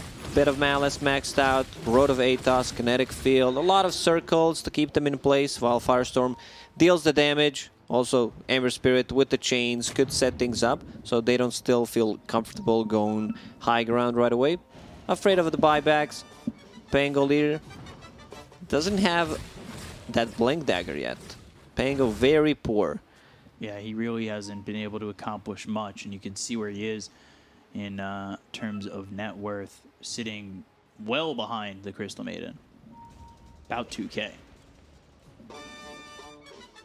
It's pretty crazy how much farm this Zephyr Crystal Maiden has acquired going into the BKB. So about 2,500 gold away from that. Oh, good timing from T1. 3 people trying to get back their outpost. Should catch at least one. They'll go for the Disruptor, and Febby turned. Okay. Armel, Gabby, and KP will Dark Rift away. Okay, so Carl also has a 4 staff. I can understand why you want to have that item when you're playing against the Underlord. Try to push someone out when they're using the Dark Rift. Could be pretty big play. Be a high IQ play if we get to see it. I don't know if I've seen many successes with something like that. Oh, you have to try. It's really tough, the timing to get it right, knowing where somebody's going to be. And I think you kind of saw that from TNC because they were hugging KP as tight as they could, trying to stay in the center of that circle. So Terrorblade going MKB Ags. I'm a big Ags fan on TB. I think that fear is really good, especially also the 10 seconds of metamorphosis you get with it too. It's a great Ags upgrade for sure. Definitely needs MKB before that to be able to deal with the evasion coming out from the Phantom Assassin. Like, look at the damage. It's just chains. Trying to get Jackie. Thunderstrike is maxed out. Is going to be reclaimed in 8 seconds. They need to be careful on the timings for this. Firestorm is such an awesome spell if you have any kind of setup, and this time they do. Chains, Kinetic Field. Also, he built the Rod of Atos for himself. On top of that, you've got Armel pressuring top. The tier 3 takes 30 damage, but he is knocking on the door, making T1 aware. I don't think I've ever seen similar item build from an Underlord. Usually want to have something to tank up. Very limited on the armor. Like if he decides to go for that Ghost Scepter, you're just thinking about yourself. You can't cast that on allies. So I think Lotus Orb would be much better. Bounce back, let's say the Primal Roar, remove the Decrypify, great against the Soulbind. Spider Leg's a good pickup there. I like that neutral item. So Jackie moving over. They got a Paladin Sword, Orbit Destruction for TNC. And TB on this Ags, or on this MKB. He's got the Demon Edge, has enough for the Javelin, so just needs 1,600 more gold. And then I at least think TNC can certainly hold their high ground. They sure can. With the buybacks, with the Firestorm, bit of Malice, one of the best defenses in the game. What T1 is trying to do, possibly get a pick off, wait for the second Roche. They are the ones who are controlling the map with the Hawks, with the vision coming out from the Necro units. Double damage. They're keeping that for Phantom Assassin. They even gave her a bottle. Such a bro thing to do. Yeah, always good to lift up your bro. Especially if they're, you know, in a bad spot, maybe lacking some damage. Yeah, gotta take care of bros. Yeah. Top lane, Tim's, he'll get out, Rolling Thunder. Carl will just tip him. Febby, not much to his name. Oh god, the bash is coming in with the double damage. Jackie just rips through the Underlord. Catching KP, a little bit of sleep at the wheel. And they get the kill onto the Underlord, dead for 40 seconds, with Roche potentially spawning in 30. MKB finished in 500 gold for Gabby. He needs to get there. And then maybe they can fight into this, but for now, T1, it feels like they control their own destiny at the moment. That's why I said Underlord is not really tanky. We could see, I mean, it was double damage. Phantom Assassin dies in 3-4 hits. That's why I would love Lotus Orb, something that gives you armor. Ghost Scepter just gives you 5 stats, that's all. I mean, there's a difference in the cost of these two items, but for a reason. So, MKB is getting delivered to Gabby. Ags next. Top tier 1 goes down. T1 putting the pressure on to the tier 2. So Cuckoo will hold on to the Spider Legs. He's got 4-staff Hood as well as the Necro 3. Jackie's just waiting here, looking for an opportunity, trying to finish off this Abyssal Blade. He's really quite farmed, but TB has kept up since he's been able to recover after the early game. TB didn't die for the 20 minutes. Yeah. These are just deaths from the laning stage, those 3. And now he keeps farming, so T1 just playing it safe, wait for the next Roche to respawn. There's Disruptor Courier inside a pit. There's also a Hawk, so they will see it when it scouts out, when it spawns. So TNC uses a smoke because they don't know the timer on the Roshan. They don't know if it's up or not. Stifling Dagger on an Illusion, critting for 1,300. 1 dagger and I'm dead. We'll see if that phrase does hold true. This smoke, it puts them towards the mid lane, but it hasn't exactly put them next to the Roche pit or into a fight just yet. And now there's a smoke from T1. They're doing the same exact thing from the other side. Carl, he gets spotted by the Illusion. Let's see if they jump forward. They do. KP from half to dead. Whoa, Jackie with the damage. Didn't even need the Abyssal Blade for that one. It's just too much damage. Yeah. He is not tanky at all. Has buyback available. He also went for Ether Lens, which is very weird. So Jackie is just ripping them apart right now. It's never fun playing an underfarmed support against the Phantom Assassin that's got a lot.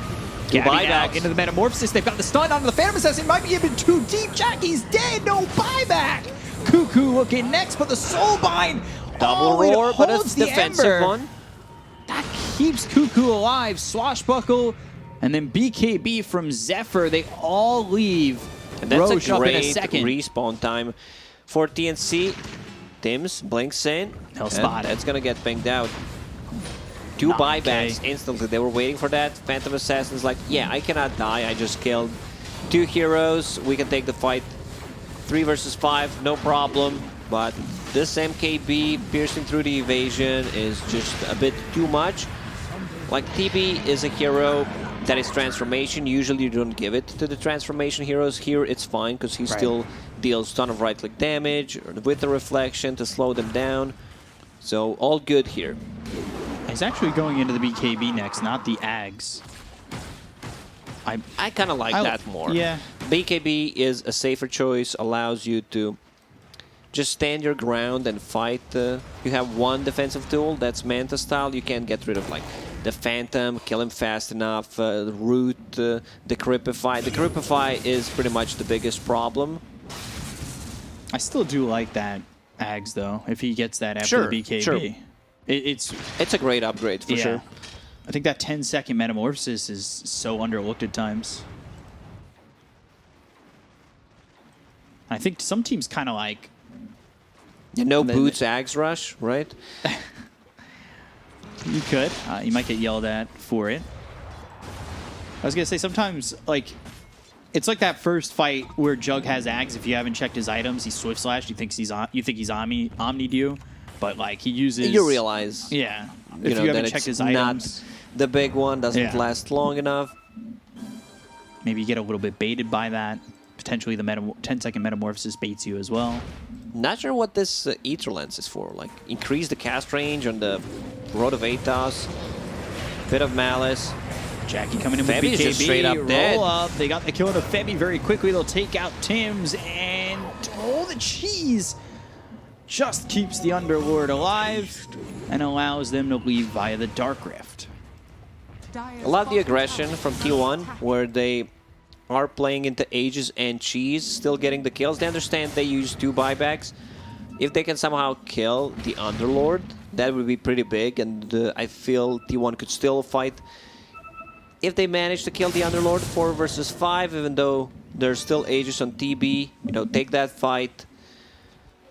T1 just feels very strong at the moment, but they're also respecting the damage coming out from the Terrorblade. Right. Yeah, the damage certainly felt. It caused Jackie to go down in that fight that led to them picking up the Aegis on TNC. The BKB now down to 9 seconds for Phantom Assassin, about to pick up that Ags. That's mostly because you want to have a way of dispelling things, not to refresh your abilities.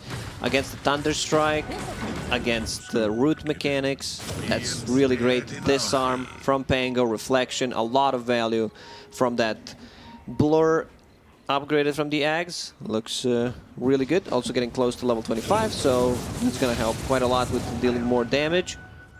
And we'll see if the Thunderstrikes are also just strictly put onto the Terrorblade. Really, Febby hasn't had many opportunities to get more than one out. The second he ends up throwing a Thunderstrike, he's pretty much dead to the PA in one shot. He's like, I did something. I'm dead. I'm 0-9-5. This is my game right now.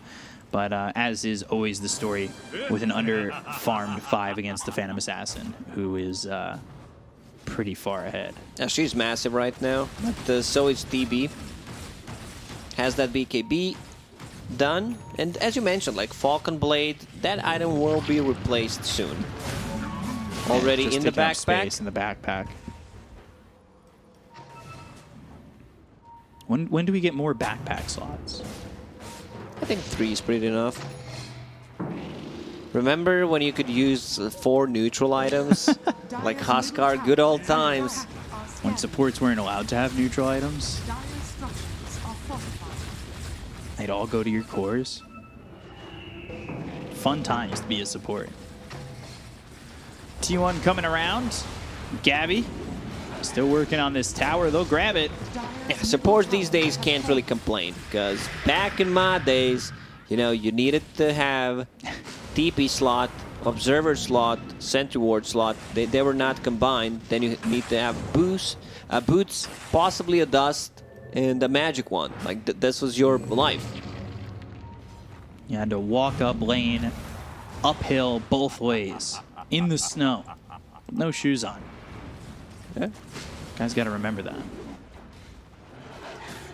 So very close to Young reclaiming Crystal that Maiden's Aegis. life. Timeless Relic dropped for both teams. Oh. I guess you just give it to Pugna. Underlord's holding the other one. Oh, it's great on Underlord. Longer Pit of Jackie. Malice duration, longer Road of Aethos. Just feels great to have. Pugna, however, on the other side, more magic damage coming out from Dagon. Longer to Cripify. Just feels good. I'm still hoping for the shard. Ooh, Telescope and Hex coming in for the Beastmaster. Beastmaster's actually super farmed. Yeah, he's got 1,500 or 15,000 gold. You get double the value from this Hex because you have a Grimstroke. Yeah. Soulbind items. This Underlord less farm than Zephyr on the Crystal Maiden. But that's where a lot of the net worth lead comes in, right? Is Crystal Maiden to the Pango and the Beastmaster to the Underlord. Like, your 1 and 2 are still keeping pace. Yeah, they're very close.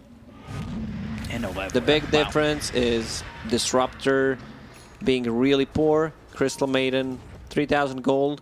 That's like one item ahead of a Pangolier. He has E on disc now. He's been getting popped. Going into the shard next. Looking to roll up. And I believe, yeah, Basher was picked up for the TB. He's got a double damage bottle. They're going for the Phantom Assassin. Pops the BKB.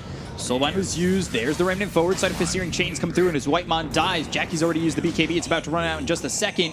We're going the other way, but the Pit of Malice, it hits him. They've got the Static Storm, no BKB. A lot of trouble for Jackie, and Abyssal Blade to try and get out. They just cleave kill Femi. Febby's like, man, why is this happening to me? Like, I was not supposed to die. But yeah, TB double damage. What is that? 600 plus, almost 700 damage on the hero. Not too bad. Femi was like, I'm finally going to survive a fight. And then just gets cleaved. How much did he just get cleaved for? Oh my god. Femi having a rough one. Oh, ooh, that's a lot of damage from Pugna. Yeah. Take out that ward. Okay. And Sunder. And this Timeless Relic actually extra 15% spell damage. The Cryptify plus Blast. They gonna combo. So there's a Tome Grimstroke trying to get to 18. Have that extra Soulbind duration and the cast range on it. Oh, they found themselves KP again. The first time I saw you, Man, where you were headed. he just feels like he cannot survive many interactions. And Zephyr going for Febby. Febby just minding his own business Made him here. use a BKB. He wants Febby. He wants him hard. He wants him bad, yeah, and they get him. So Pugna, Dagon 5, wow. surprised that Underlord once again didn't go for Hood this game. There's a ton of magical damage. Pugna, Grimstroke, Crystal Maiden. Not a single like real defensive tanky item. No Crimson, no Vanguard, just the the casual plate mail that he has right now. I don't think you get a lot of value from this Ether Lens, to be honest.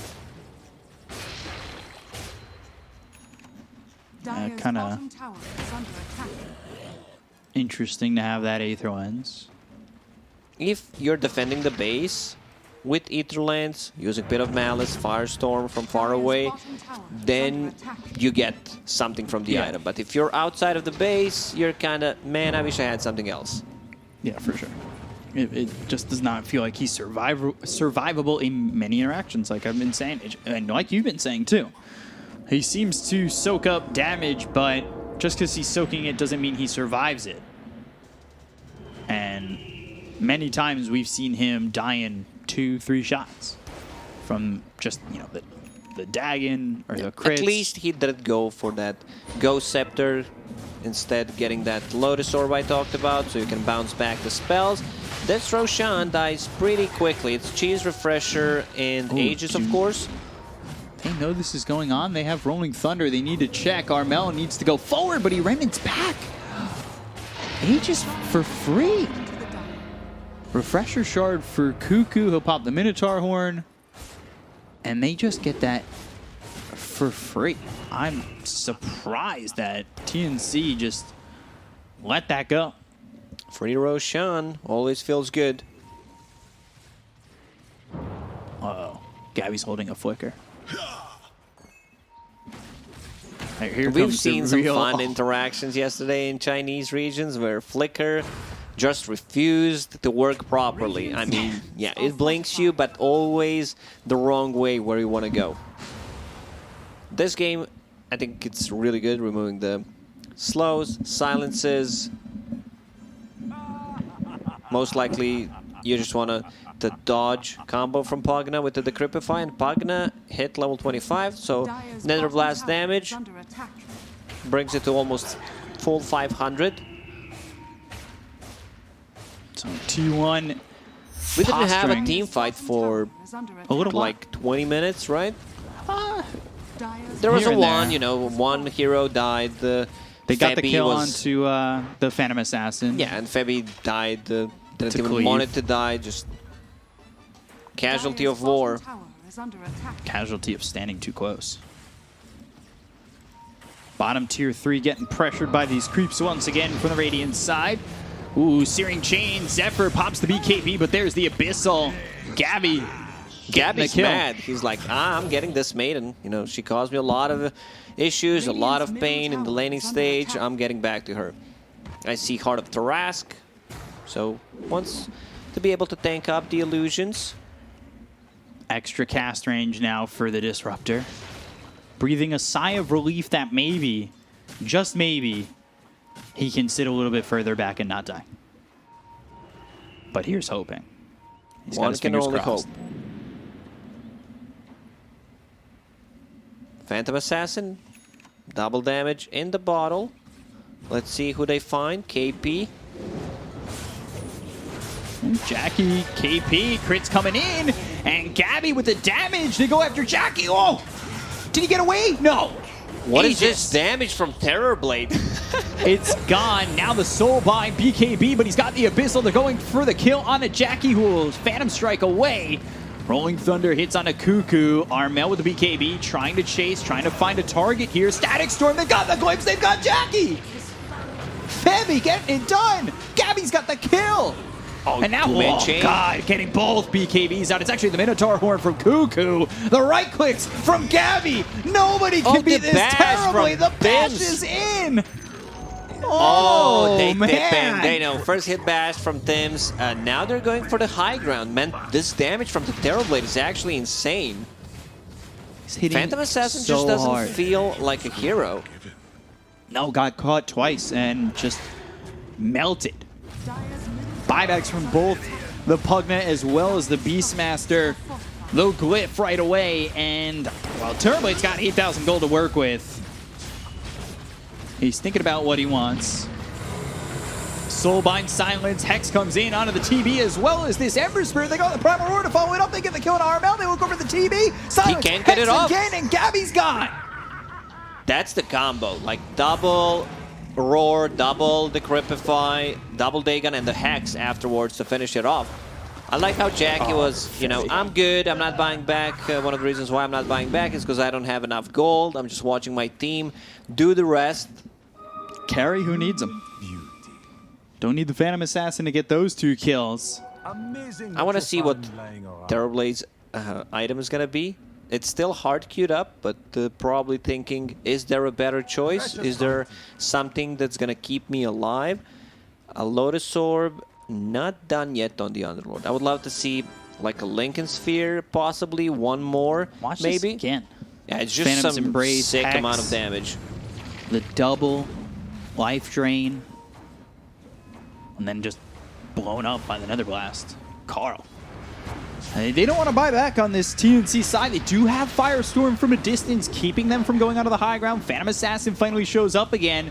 Jackie needs to be very, very careful, as we've seen him melt multiple times. And I think TNC should be willing to give up at least a set of racks, as it is pretty difficult for T1 to take them. They've got the disarm. There's a Rod of Atos with the Pit of Malice. That'll claw up again, locking him down a lot. And they finally get the melee racks, but if you're a TNC fan, that's okay. You didn't buy back on your 2 cores that need buyback coming into this next fight.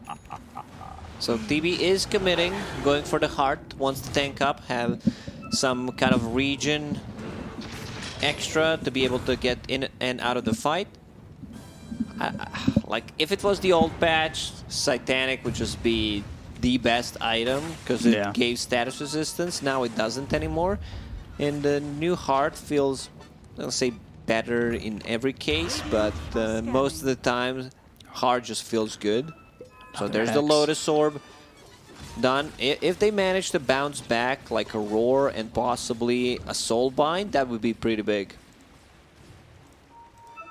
So they have a Hex on Beastmaster, a Hex on Pugna, Hex on Soulbind, Hex.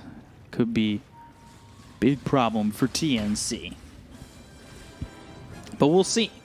Roche, minimum respawn, is still a little ways out. We've got level 25 for Terrorblade. Level 25 really around quite a lot of these heroes. Ember, TB, Pango, PA Pugna, but 2 about to hit it for T1. Both the Crystal Maiden and the Beastmaster closing in on it. Man, Zephyr is super farmed. And I can't say it enough. And they're going for another Hex. They're going for a 3rd Hex. So you know you're going to get like 2 Hexes, Soulbind duration on level 3 is 8 seconds. So you might actually, just disable 2 heroes for a very long time. Wow. Whitemon, if he gets caught here, though, I don't know. Actually, if Armel gets caught here, he's been hexed, as well as the Phantom's Embrace. They've got the life drain, the damage, and the kill onto the Ember. He didn't buy back in the last fight, means he still has it. But that is a great pickoff for T1. Yeah, 2k gold lead for them. Doesn't mean anything at this point. Next Roche may respawn in 40 seconds.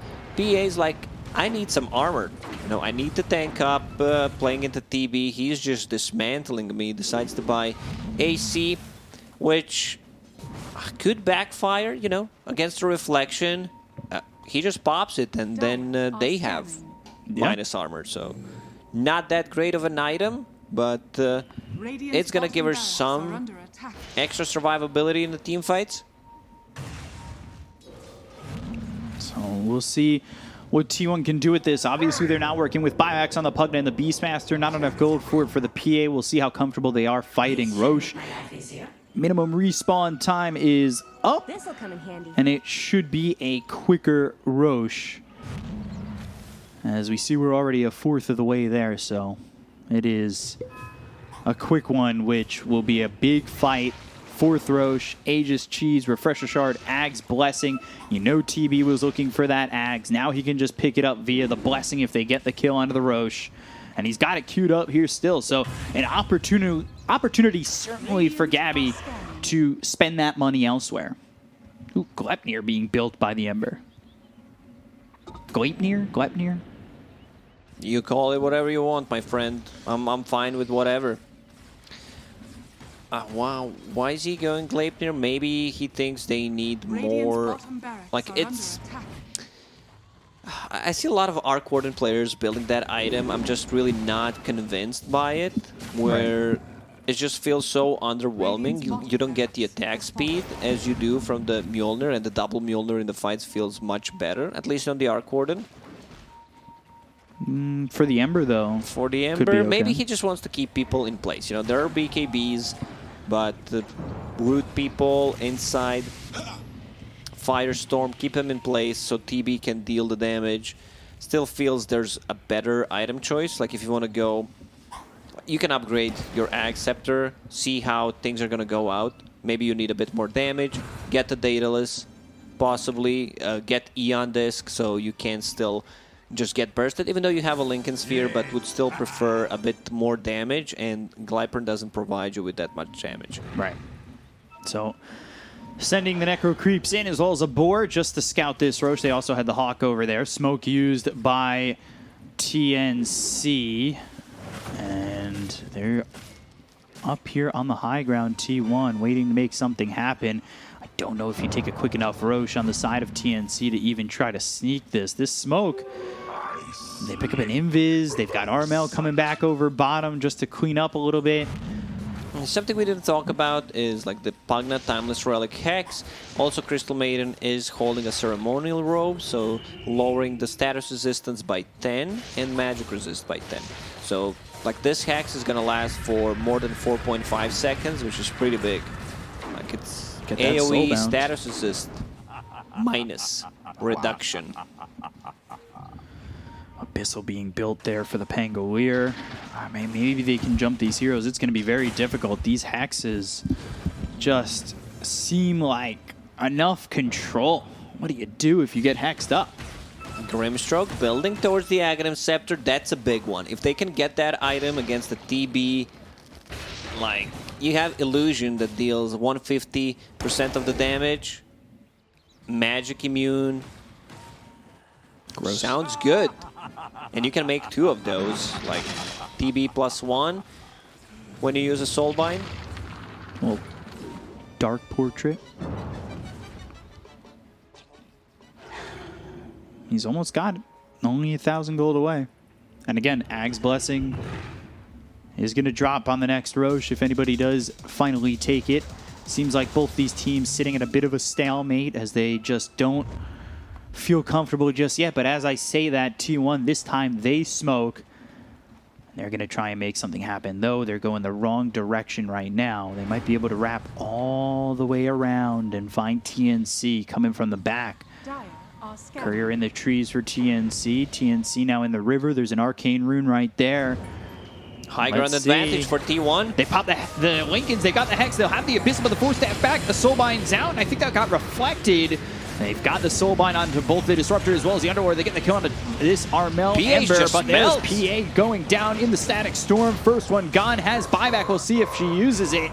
Carl on the run with the BKB. The buyback comes out from the Ember. They'll take out Carl. Carl and Jackie are gone. This should be Roche for the side of TNC. They're trying to chase this Grimstroke Inkswell, but it's not going to be enough to survive with the BKB pop by Armel, and he will get the kill onto the Grimstroke. 3 heroes gone on the side of T1. And Armel should be the one picking up that Aegis because he just bought back Gabby. He has enough money to actually buy the... I think you give this Aghanim Scepter to Disruptor. He's far away from it, but I feel like you should give it to him because it's pretty big. Pangolier, where's that axe? It's on the ground. Come on, Febby, pick it up. Febby. Pango took it.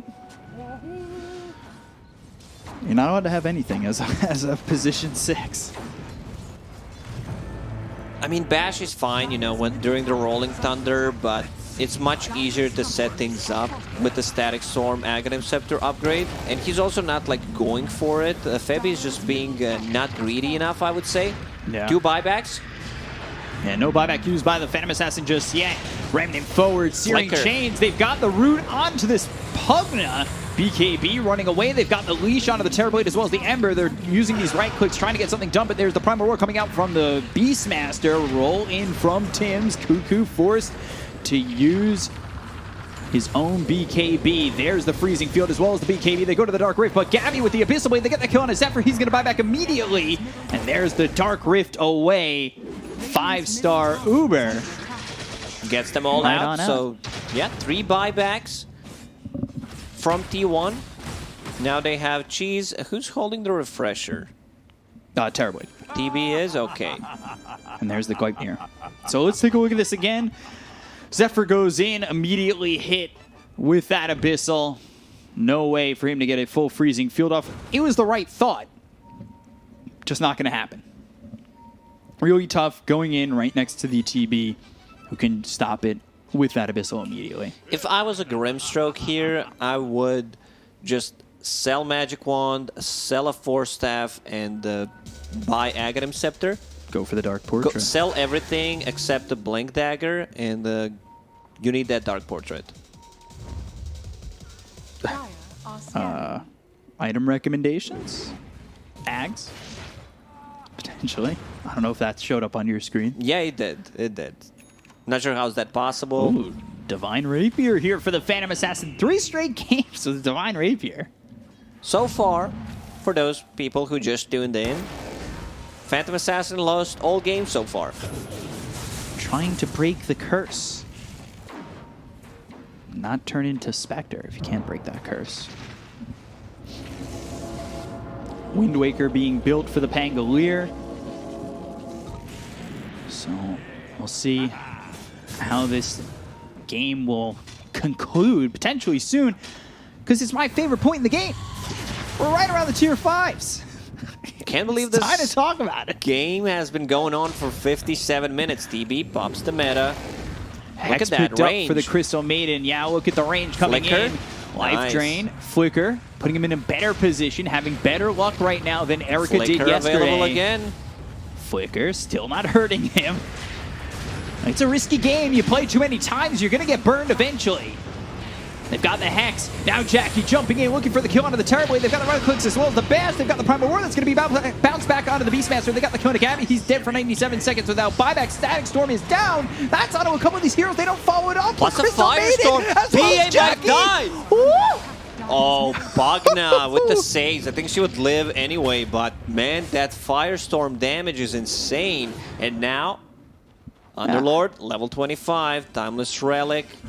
I know nobody's taking that Divine Rapier, but bit that of was malice, close. like, it's just insane. Disable duration 2.45, and then you add Timeless Relic on top of that.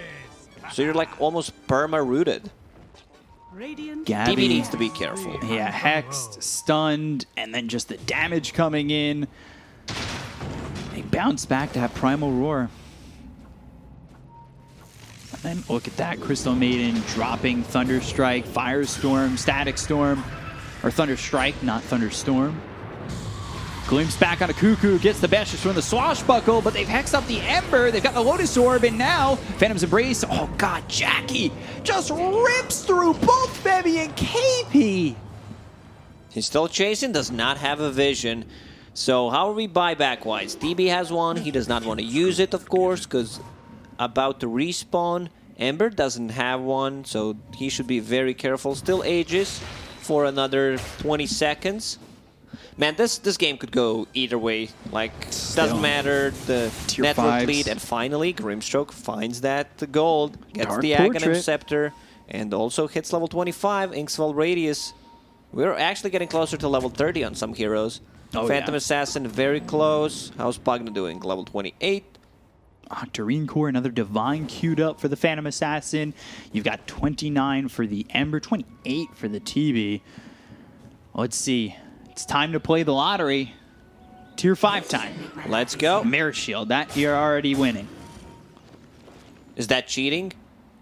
Maybe. 16 stats and Oh, Ballista. They don't have the good hero to carry Yeah. Ballista. They're like, man, wish Mirror we had a Shield, Drow okay. Ranger or a Sniper. Mirror Shield. do they get Ballista? That would be That would be a dope. big one. They're hoping. Both teams are searching. They get the bounty runes, picking those up. Get that gold under their belt, holding these buybacks, looking, searching, trying to get something to drop. You need to be very careful how you're using your spells. There's like Lincoln Sphere, Lotus Orb, Mirror Shield available on the Ember Spirit. Oh, Deso Stygian too. Desolator. All right, she'll take that one. It actually stacks with the Deso, which is pretty insane. That is, so far, T1. I know Ballista doesn't work for the team, but that's always, like, that's a good one, I feel like. Oh, Book of the Dead and Force Boots. See, like, you know, that or Stygian Desolator, it feels like the lottery. Book of the Dead. So he decides to get Force Boots. It's also a Dispel, which is nice. Double the cooldown of a Flicker, but still okay-ish. Book of the Dead. I just feel like that item is a bit underwhelming. Fallen Sky. Oh, that's a good one. That It's is like, the final one. like you can just initiate with the Fallen Sky. Let's see who's gonna take that one. I guess you just give it to Pango. He's holding a Stormcrafter for now. You'd expect it, right? He's still holding that Stormcrafter, though. Mirror Shield for the Pugna. Minotaur Horn with the BKB available for the Beastmaster. Divine, or a second one being They built didn't for the Phantom find Assassin. 2 tier 5 items on side of T1, I think. They got Ballista, Oh, they Stygian got Desolator, and Mirror Shield. Yeah, no There's one the wants Fallen that Sky. Ballista. Not much use of the item. Radiant will take it. Somebody wants it. So yeah, Pango has the Fallen Sky, one of the coolest items in the game for sure. You think so?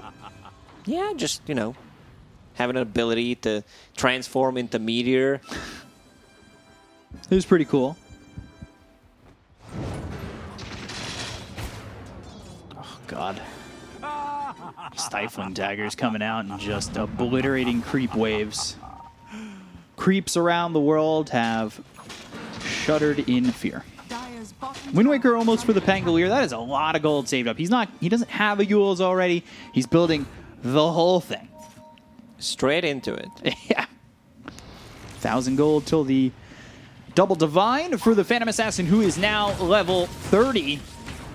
All the talents, they have been unlocked. Ember's almost got 30. Underlord's going for E-Blade. I don't think you can use E-Blade successfully enough. Maybe after PA uses a BKB, then you use it Honor, but it's gonna be tough. I would prefer Lincoln's fight. Oh, here they go. They're going for the Terror Blade. They're trying to get the kill. Oh, Gabby just blown up. Tim's with the Rolling Thunder. They've got the Life Drain onto the Ember. All they got so far is Gabby. They're trying to Dark Rift away or thinking about going out of this one. Tim's comes in with the Rolling Thunder and they're gone.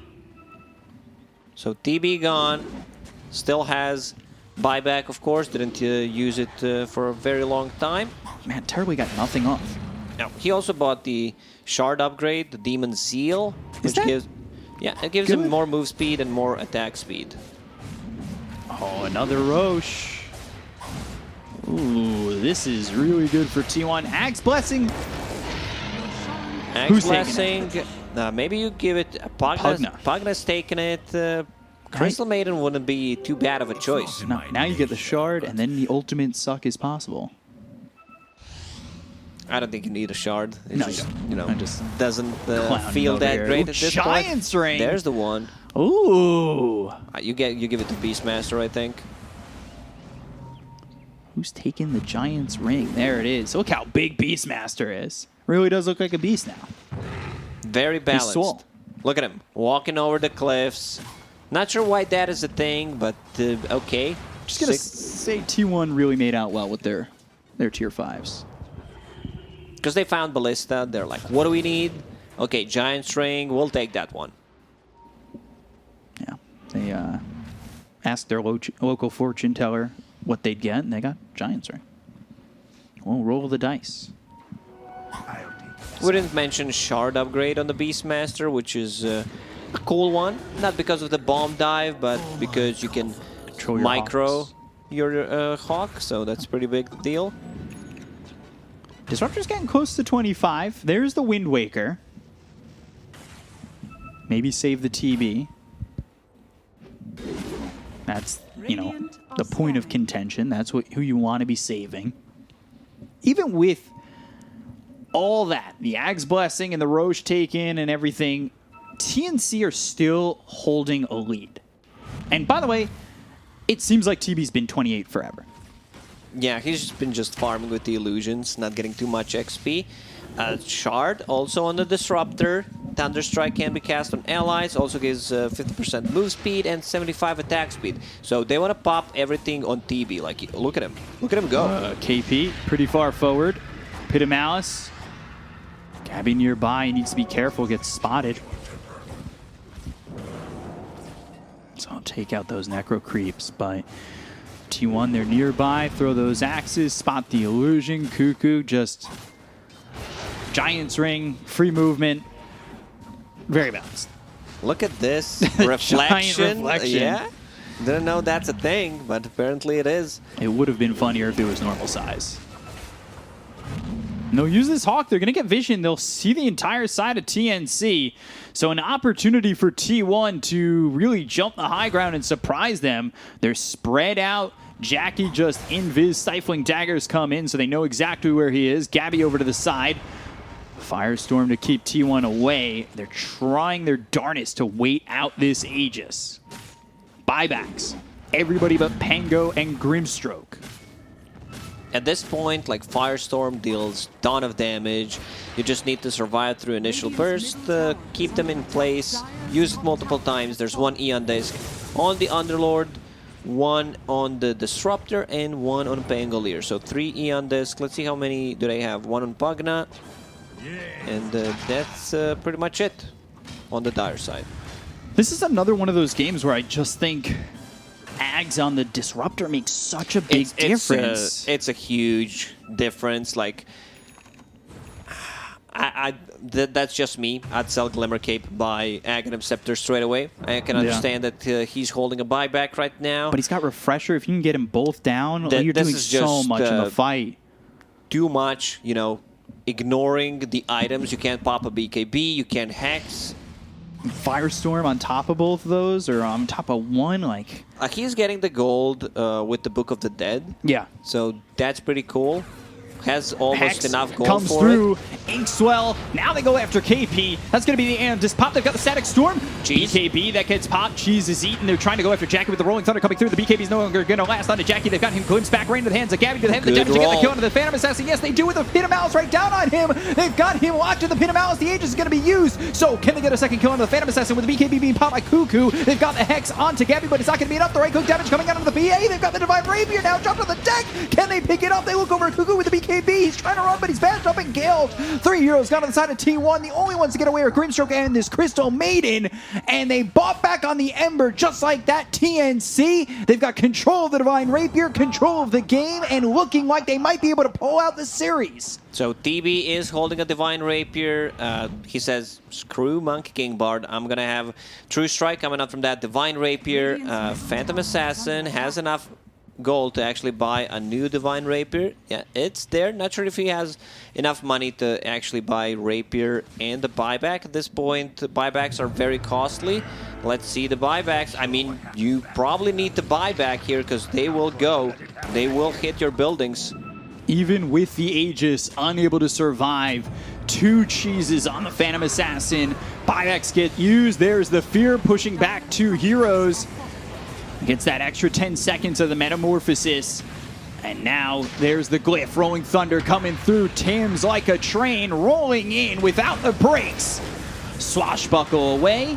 They've got the Dark Portrait chasing after these heroes. Gabby will work on that. Gets a first hit. Bash will take care of it pretty easily. 22 seconds until PA is up. Will come up and then buy the Divine Rapier. Oh, BKBs and Dark Rift away. So they just leave.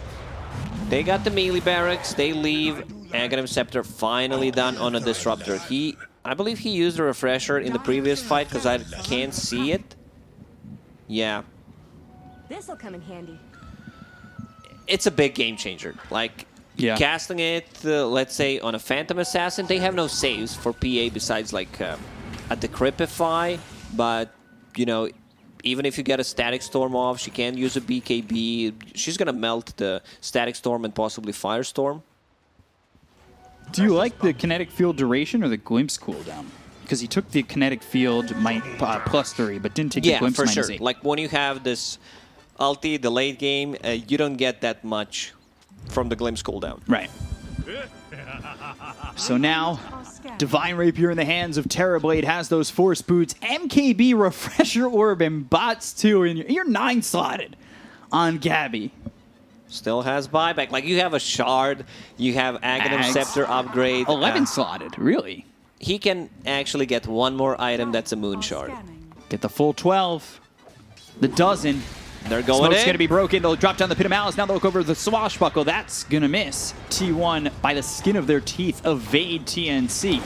PA rebought a Rapier.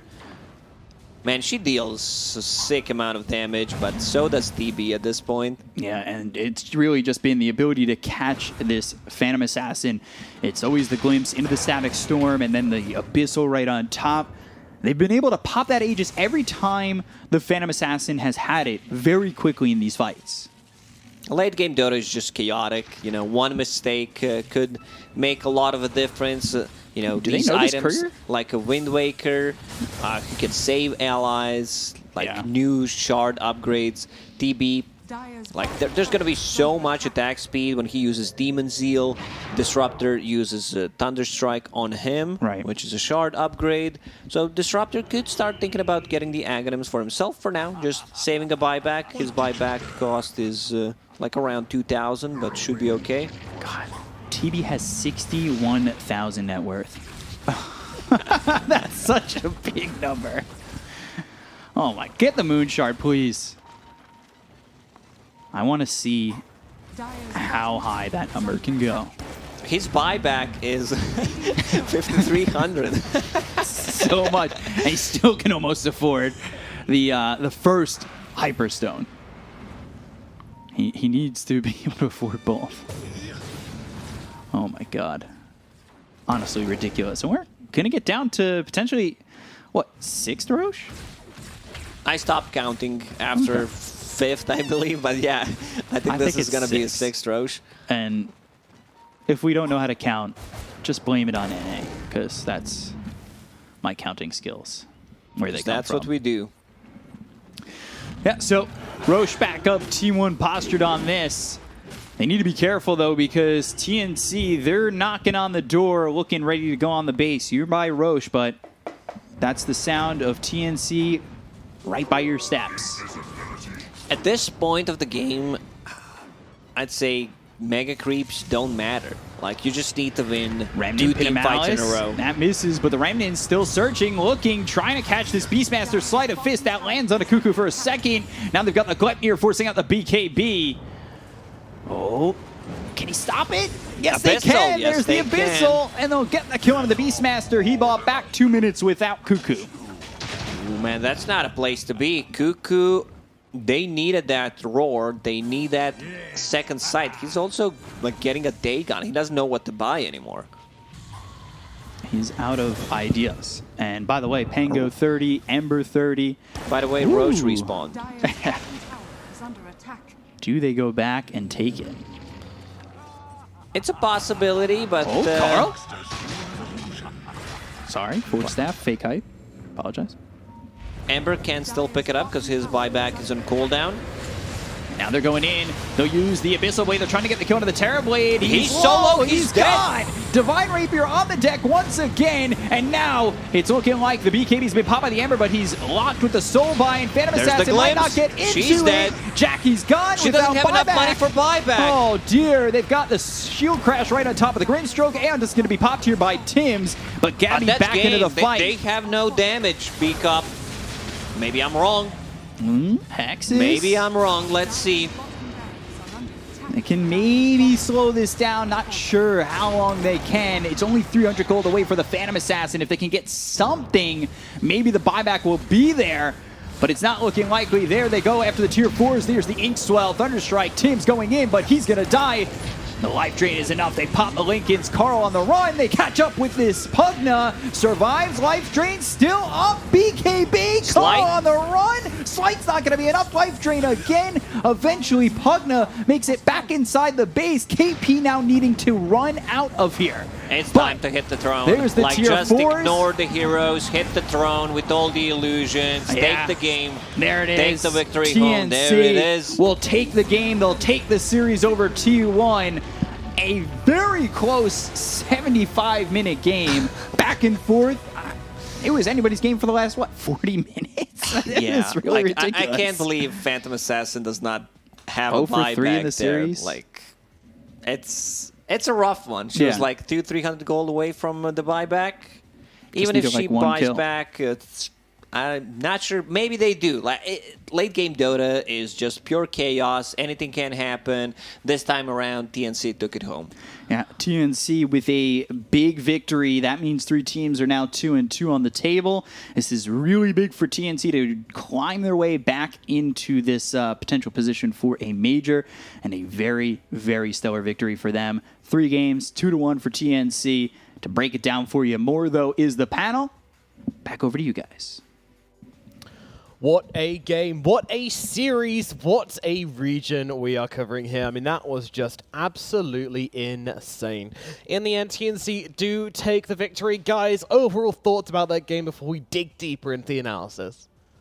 Just craziness everywhere. The overall thoughts, there's just so many. 75, 76 minutes game. Giant Shrink is the only thing I'll be thinking about. This is the first time, by the way, I see it in a competitive game. Yeah, it's looks funky. Pretty interesting, yeah. The uninterrupted pathing, definitely an interesting addition. Got him killed, but yeah. It's like a lot of famous rings, you know, they're a blessing and a curse, and there's a happy Febby enjoying himself there. Black, what about you, sir? There's a recurring theme with T1 not being able to close out games when they should. They always drag it too long, and then in the end their draft is not designed. Play that late into the game and they just lose, you know? Thank you for saying this, because I actually forgot what was happening in this game Don't worry, by watching the last you. 15 minutes. I got you. And yeah, like T1, they crushed that terribly. It's so hard in the laning stage, he had to abandon it. He was jungling, even in the jungle they killed him, I think, once. And then he went top and they killed him top. Yeah, and then he was forgotten. For like 20 minutes, he had 0 deaths. They were trying to push constantly the item build on Underlord that kind of looked bad. Was actually really good in the situation because they weren't looking to fight around TB. They were just looking for full recovery mode, so that Force Staff actually comes in handy. Wow. You're just defending with Firestorm and that's it. Like a really solid comeback overall from TNC. Not flawless as well. Like some of those Aghanims, like I think Disruptor should have it. At one point, Lacoste was also surprised that Febby is not greedy enough to say, guys, I'm a Disruptor, give me that shard. Yeah, yeah. Sorry, not the shard. The Aghanim's blessing from Roshan. Yeah, I was so surprised about that. It's the same on Dire. Pugna took it instead of CM. Yeah, I think people are just, you know, the cores are just too greedy with taking that stuff, even if it's not necessary. Yeah, I think on Disruptor it's just game winning. Yeah, right? he has a refresher shot too. Yeah, it's just very strong on him. Even these final few moments here, there looked like there was hope for T1 with these illusions from the Grimstroke. Like, they were doing so much damage to KP, chasing him right the way back, but unfortunately it's only one illusion. No matter how much damage it does, it's not going to be enough to turn the game in their favor. Yeah, that illusion is usually stronger on carry that has Butterfly but no MKB. Then that illusion can't be killed by anyone. Yeah, a lot of his damage didn't come from stats, came from Divine Rapier or MKB. So it was actually not as strong as it could be, you know, but yeah. Still pretty strong and still a crazy game, crazy enjoyable match that lasted for so long.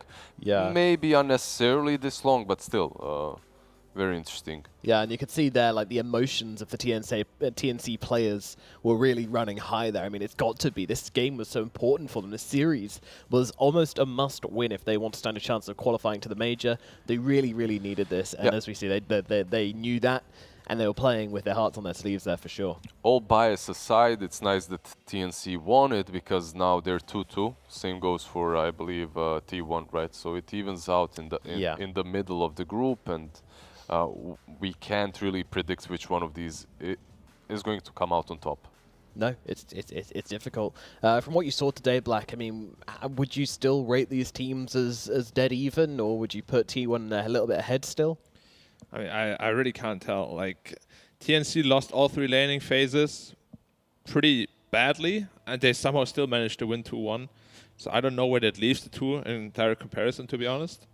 I mean, I just feel like T1 needs to really rewatch those 3 games and learn how to close out games when they should close them out. It surprised me because in those games versus Boom, they were the ones stopping Boom from closing out games, and they knew exactly what they needed to do to stop that early advancement, and then they did the same mistakes Boom did against them. So they certainly did. Well, Lizard, I'm going to imbue you with the power to choose our MVP for this series. Who would you give it to? Ooh, the MVP. It has to be the Ember or TB. So Armel or Gabby. Which one would you take? I'd go with Gabby. It's a safe pick. I mean, who was keeping them alive through that early game when Gabby was farming? You know, I would maybe said Armel, but I did give you the power to do it. Still, his farm in a way, GPM 860 after being crushed in the laning stage. Very impressive. Yeah, he's behind enemy lines, constantly farming in their jungle, sending those illusions properly everywhere. And a very nice kill participation as well. Exactly. Yeah, good itemization as well. Suddenly that PA from being God mode became a little kitty cat that's just running away. So overall, really good performance by him. Alrighty, well, it is time for our interview. We get to chat with one of the lovely members of TNC, and today we are going to have a chat with Feby. Feby, how are you, and can you hear us, and how are you doing after that win? I can hear you. I'm fine. Thank you for having me. Hello. Hello. Now, long series. I would like you to cast your mind back to some of the earlier games. We've had a lot of discussion on the panel about this Earthshaker card, shard. We've come to the decision that it's completely broken. Would you agree? Yeah, it's a pretty S tier shard right now. It's one of the better ones. All right, and would you say that T1 surprised you today, or did they play kind of how you expected, and were you prepared for this match? I think they played and they drafted as I expected. It was just good game, so no complaints, and GG to T1. Yeah, very good games. By the way, congratulations again on the victory. I'm just interested, man. You were playing the Disruptor. Why not take the Aghanim's shard on that? Why did you let it go to Pango? I would be fighting for that if I was Disruptor. Oh, because they had like way too many evasive heroes, and I didn't have a blink or anything, so I can't follow up on the Ember initiating or like whatever initiating, and if they go on us, like they pop BKBs. Yeah. And by at that time, like all their BKBs were 5 seconds, so yeah. And Pango's networks, I saw Tim's item, and he was really fat. He had a basher and everything, so I thought it was better for him to get it and control the PA. That makes sense. Thanks. Sup, Feby? Congratulations, my friend. How does it impact you and KP to play from home with high ping? Is it like really impactful or not so much? There's actually some heroes that I feel KP can play a lot better with ping, and like I'm playing with 120 ping too, so I'm not as strong in the laning phase. If I'm in the Philippines, whoo! Yeah, you would be smacking them right now. Like you would be handling all of these kids easily. Our lanings weren't good today. Yeah. That last game, though, that really was relentless. I mean, that was an absolute battle. If T1 were listening to this interview, what would you say to them? Get good scrubs. GG Marsh. I bested you today. Let's meet again next time. Next major time. Next major on the battlefield. So nice. So nice, so lovely. I noticed a lot of ducks in the chat chanting for you there, Feby. Any behind-the-scenes information on what those ducks are about? Oh, because I used to stream a lot, and I don't do my shopping. My girlfriend does the shopping for me, and all my shirts have ducks in it. If I didn't wear a TNC jersey, I would be wearing a shirt with a duck. That's why there's a lot of ducks. Just likes ducks. Fair enough. Can't. It's one of the most loyal creatures too, like loyal and fierce creatures. Very fierce. Fierce ducks. Okay, I'm not going to question it. I'm just going to take your word for it. Finally, I've seen a couple of your interviews which you do with your friends and fellow pro players on Twitch. They're very entertaining. How would you rate this interview by your professional standards? It was all very like formal and official. Yeah. So not spicy enough. Not spicy. 3 out of 10. All my answers are really boring and bland. You know, like there's. Are you holding back? No, You're holding back, right? Because it's DPC. It's DPC. It's serious. Yeah, you got the team jersey on as well. Yeah, that's true. Yeah, he's holding back for sure. Okay, if you take that into effect, 8 out of 10. All right. We'll get that jersey off you next time in the most PC way possible. Feby, thank you so much for coming to talk to us. It was an absolute pleasure, and congratulations on your win, and best of luck in the future of this tournament. Congrats, my man. Okay, thank you. GG's to T1. Thanks to our fans. Bye-bye. Bye-bye. Always good to hear from the man himself. Where's the spice? Where's the spice? Yeah. It's too wholesome in this region, isn't it? Need someone to Too come in nice. with a bit Everybody. of smack talk. Scam is like, yeah, we're good friends. We like them. They played well. And then when you open up like a watch tab and look at the pub and you look at the old chat, it looks kind of different, doesn't it? Yeah.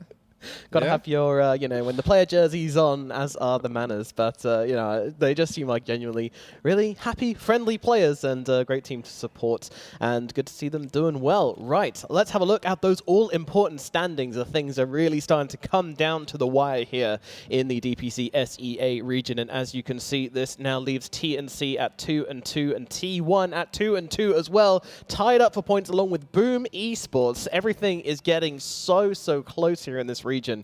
I mean, out of these three teams between Boom, T1 and TNC, who do you think is going to come ahead and go to the major? Damn, it's so, Who knows, man? Yeah, it's such a hard guess. Yeah. It really is. Yeah, TNC, T1 obviously looking really strong. Today, TNC came out on top, but on a different day, T1 could take the game and the series definitely against them. They don't look very different, very similar in skill at the moment. Yeah, all I know is that this loss for T1 is actually pretty good for Neon, I think, because the less teams have 3 victories, the more their sentiment, like their spot at the top, Yeah, I think with 4 wins, probably with 5 wins, you're they're 100%, in the yeah, top and 3. this is like 99% 4 already. wins, you're, I think, guaranteed a tiebreaker. I don't know the math exactly, but like they're doing really well for themselves, and this win definitely helps them. Yeah, it certainly does, yeah. Well, getting real tight here. Keep on watching the SEA region to see how this develops, because it certainly is very exciting. But of course, which of us is the king of predictions? Let's find out who got the most predictions right today. And that one will go to Crusader. Lizard. Prediction Crusader is Mr. Lizard. Why am I always like, okay, sure, I'm a Crusader, why not? Is that Pangolier or is that Lich? That's a Pangolier, It's Pangolier, yeah. Okay, realistically, my Pango really is on Crusader level. It's not necessarily, a Pango King, so I'll take that. But yeah, easy predictions. I don't know, Black, Lacoste, you guys need to step it up a little bit. This is getting too easy now. I was one game behind you today, dude. I was so close. That last game, I was on the edge of my seat. I'm hungry for it. I haven't had one yet, so I was hungry for it. But you beat me to the once again. Well done, Lizard. Good job, our Crusader. Well, guys, we're getting to the end of our day. Obviously, you said you've learned about Giants Ring today. What have you learned from today, Black? PA is a trash hero. 3 losses in a row. Like, what can we say? The stats, they tell the story themselves. PA loses 100% of the time. She bought a Divine every game. Every game they defend the high ground for like 2 pushes, but in every game they also don't force anything after. Because I got a rape, I can't. It's interesting because if you remember in the old patch, if PA is picked, and PA was a strong hero back then, you would still combo her with Magnus, with Slardar, with something that really makes her broken. Yeah, pump her up a bit. Yeah, today we actually did not see anything like that, Just so maybe that's a problem so as well. like, yeah, it's not really that much. But I think it's because a lot of like meta carries are getting banned. Like first phase bans, it was like Morphling, Monkey King, and Rave King. Yep. Suddenly this limited hero pool just makes you pick heroes that aren't that good. So PA is kind of like the consolation carry at this point. That's no good. Hasn't really had the success today, unfortunately. But despite today's games, we of course have plenty more games to come here in the SEA region. So let's have a look at the schedule for February the 10th. And that's going to be Vice Esports versus Fnatic, and then TNC versus Boom. That is an interesting one, of course. Those 2 teams currently tied for points. A very important win for both these teams if they want to get their head above the water, keep themselves in the runnings for the major. Then a win here would hugely help out their chance of getting to that major. A really close one. Quick predictions for TNC Boom. How do you think that one would go? Yeah, this Boom is going to win, I think, right? Really? I think they're going to win 2-1. Maybe 2-0 even, depending on... I would say it depends on Mikoto mostly, what hero he gets, how they enable him. Yeah, I think TNC, they're a team that's steadily improving, learning a lot from their mistakes, and because of that, plus they have a couple of wins already behind them. They're slowly snowballing. I think they can take that one. The first series, Fnatic Vice. They can, but will they? Maybe. Maybe. It's always maybe in this region. We've given up on. Being I've given up on predicting SCA, man. It's so difficult. Like I told you, there's that PEN Invitational as well. the teams that are winning here are losing there versus the same teams. Maybe Anything they can happen. do it, you know, they're hiding strats. Like, I'm actually not that good. I and then actually they come wanted out, to. I actually wanted to ask them like how seriously they're taking different leagues during DPC, but we'll do it on the 10th. Probably not very, Yeah. but would be my guess. Glorified scrims, I think, is Yeah. probably Test the out attitude. some good but stuff, some patch mid. Does it work? some Pango carry. Yeah. Seen a bit of that over there as well. Yeah, alrighty guys, that's about all we have time for today. Hope you enjoyed the games, because we certainly did. An absolute show put on by TNC and T1 in a thrilling best-of-3 series results in TNC, getting the victory. That's going to be it. Thank you so much for watching. Don't forget to tune in next time on the 10th of February. We'll be saying goodbye, and we shall see you next time.